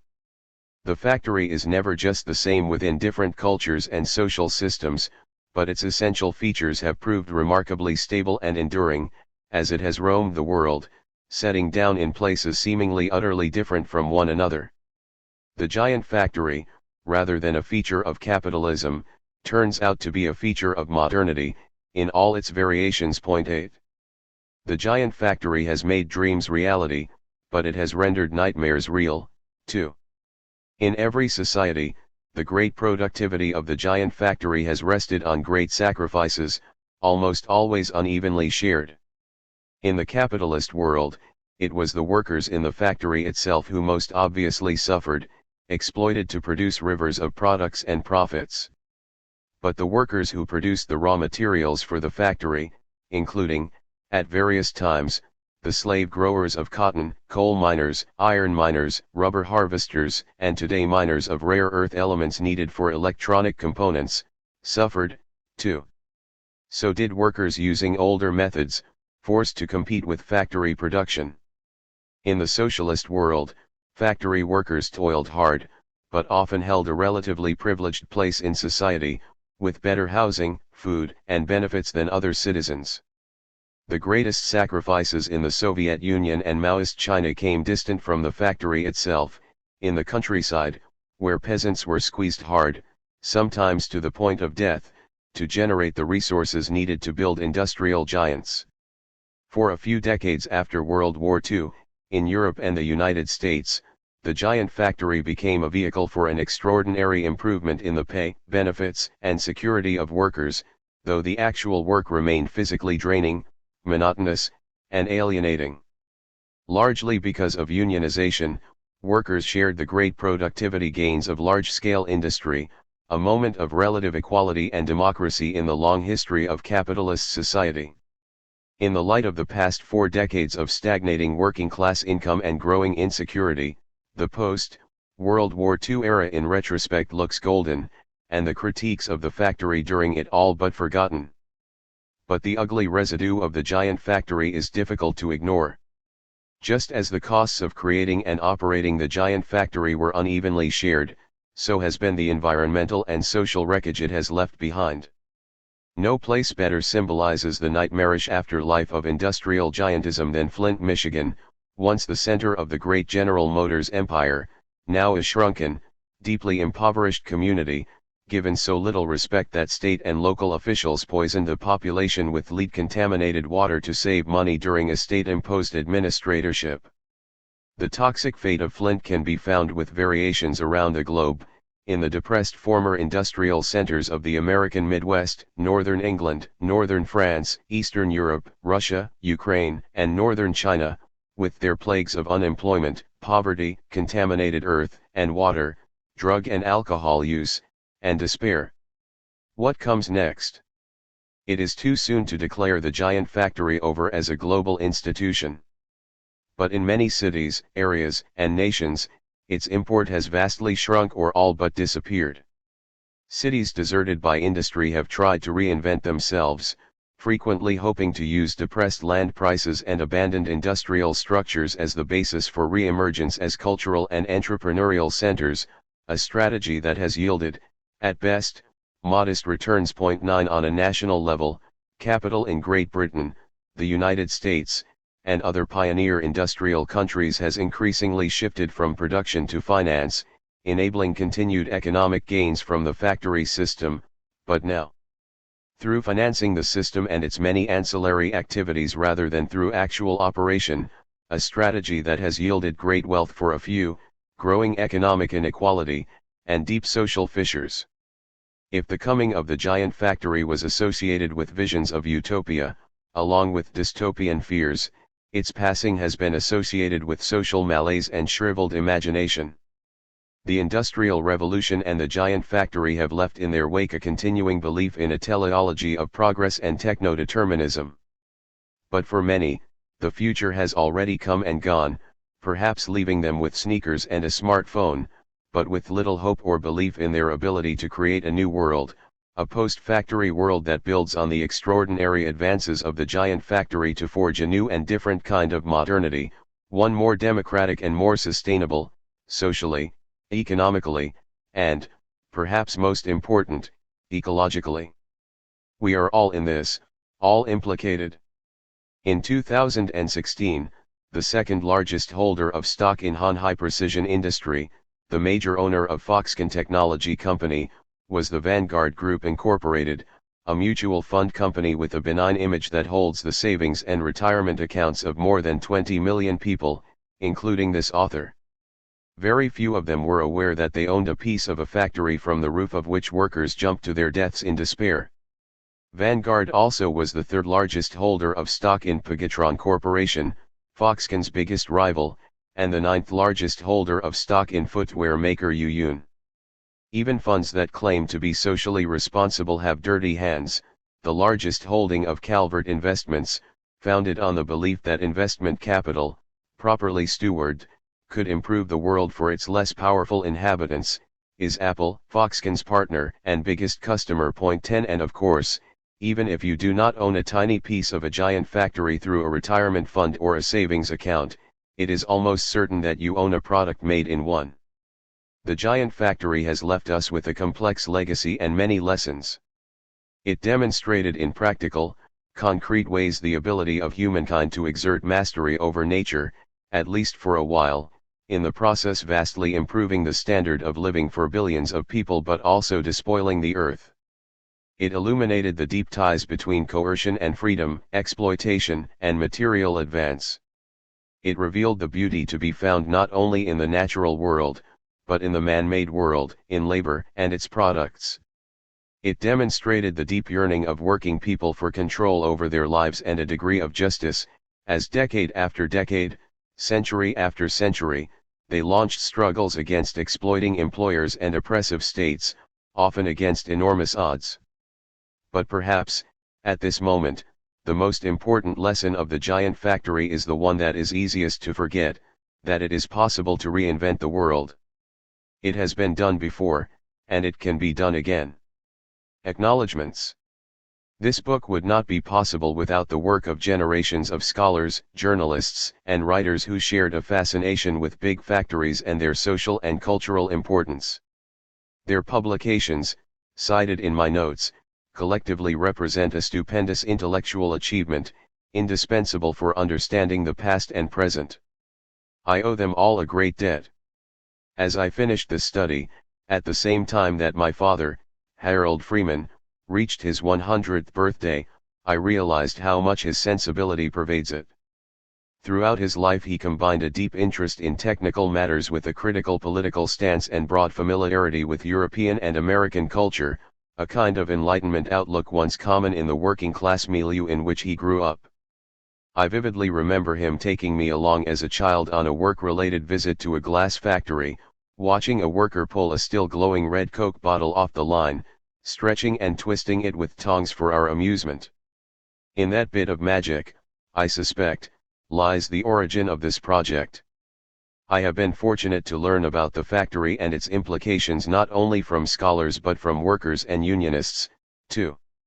My summer sojourn as an 18-year-old in a cosmetics factory opened my eyes to the dense human drama that takes place within the walls of a production site, the combination of boredom, pride, fatigue, and solidarity, the gossip, storytelling, and arguing, the differing experiences and beliefs rubbing against one another, the skills of work, survival, and maneuver that working women and men have to master.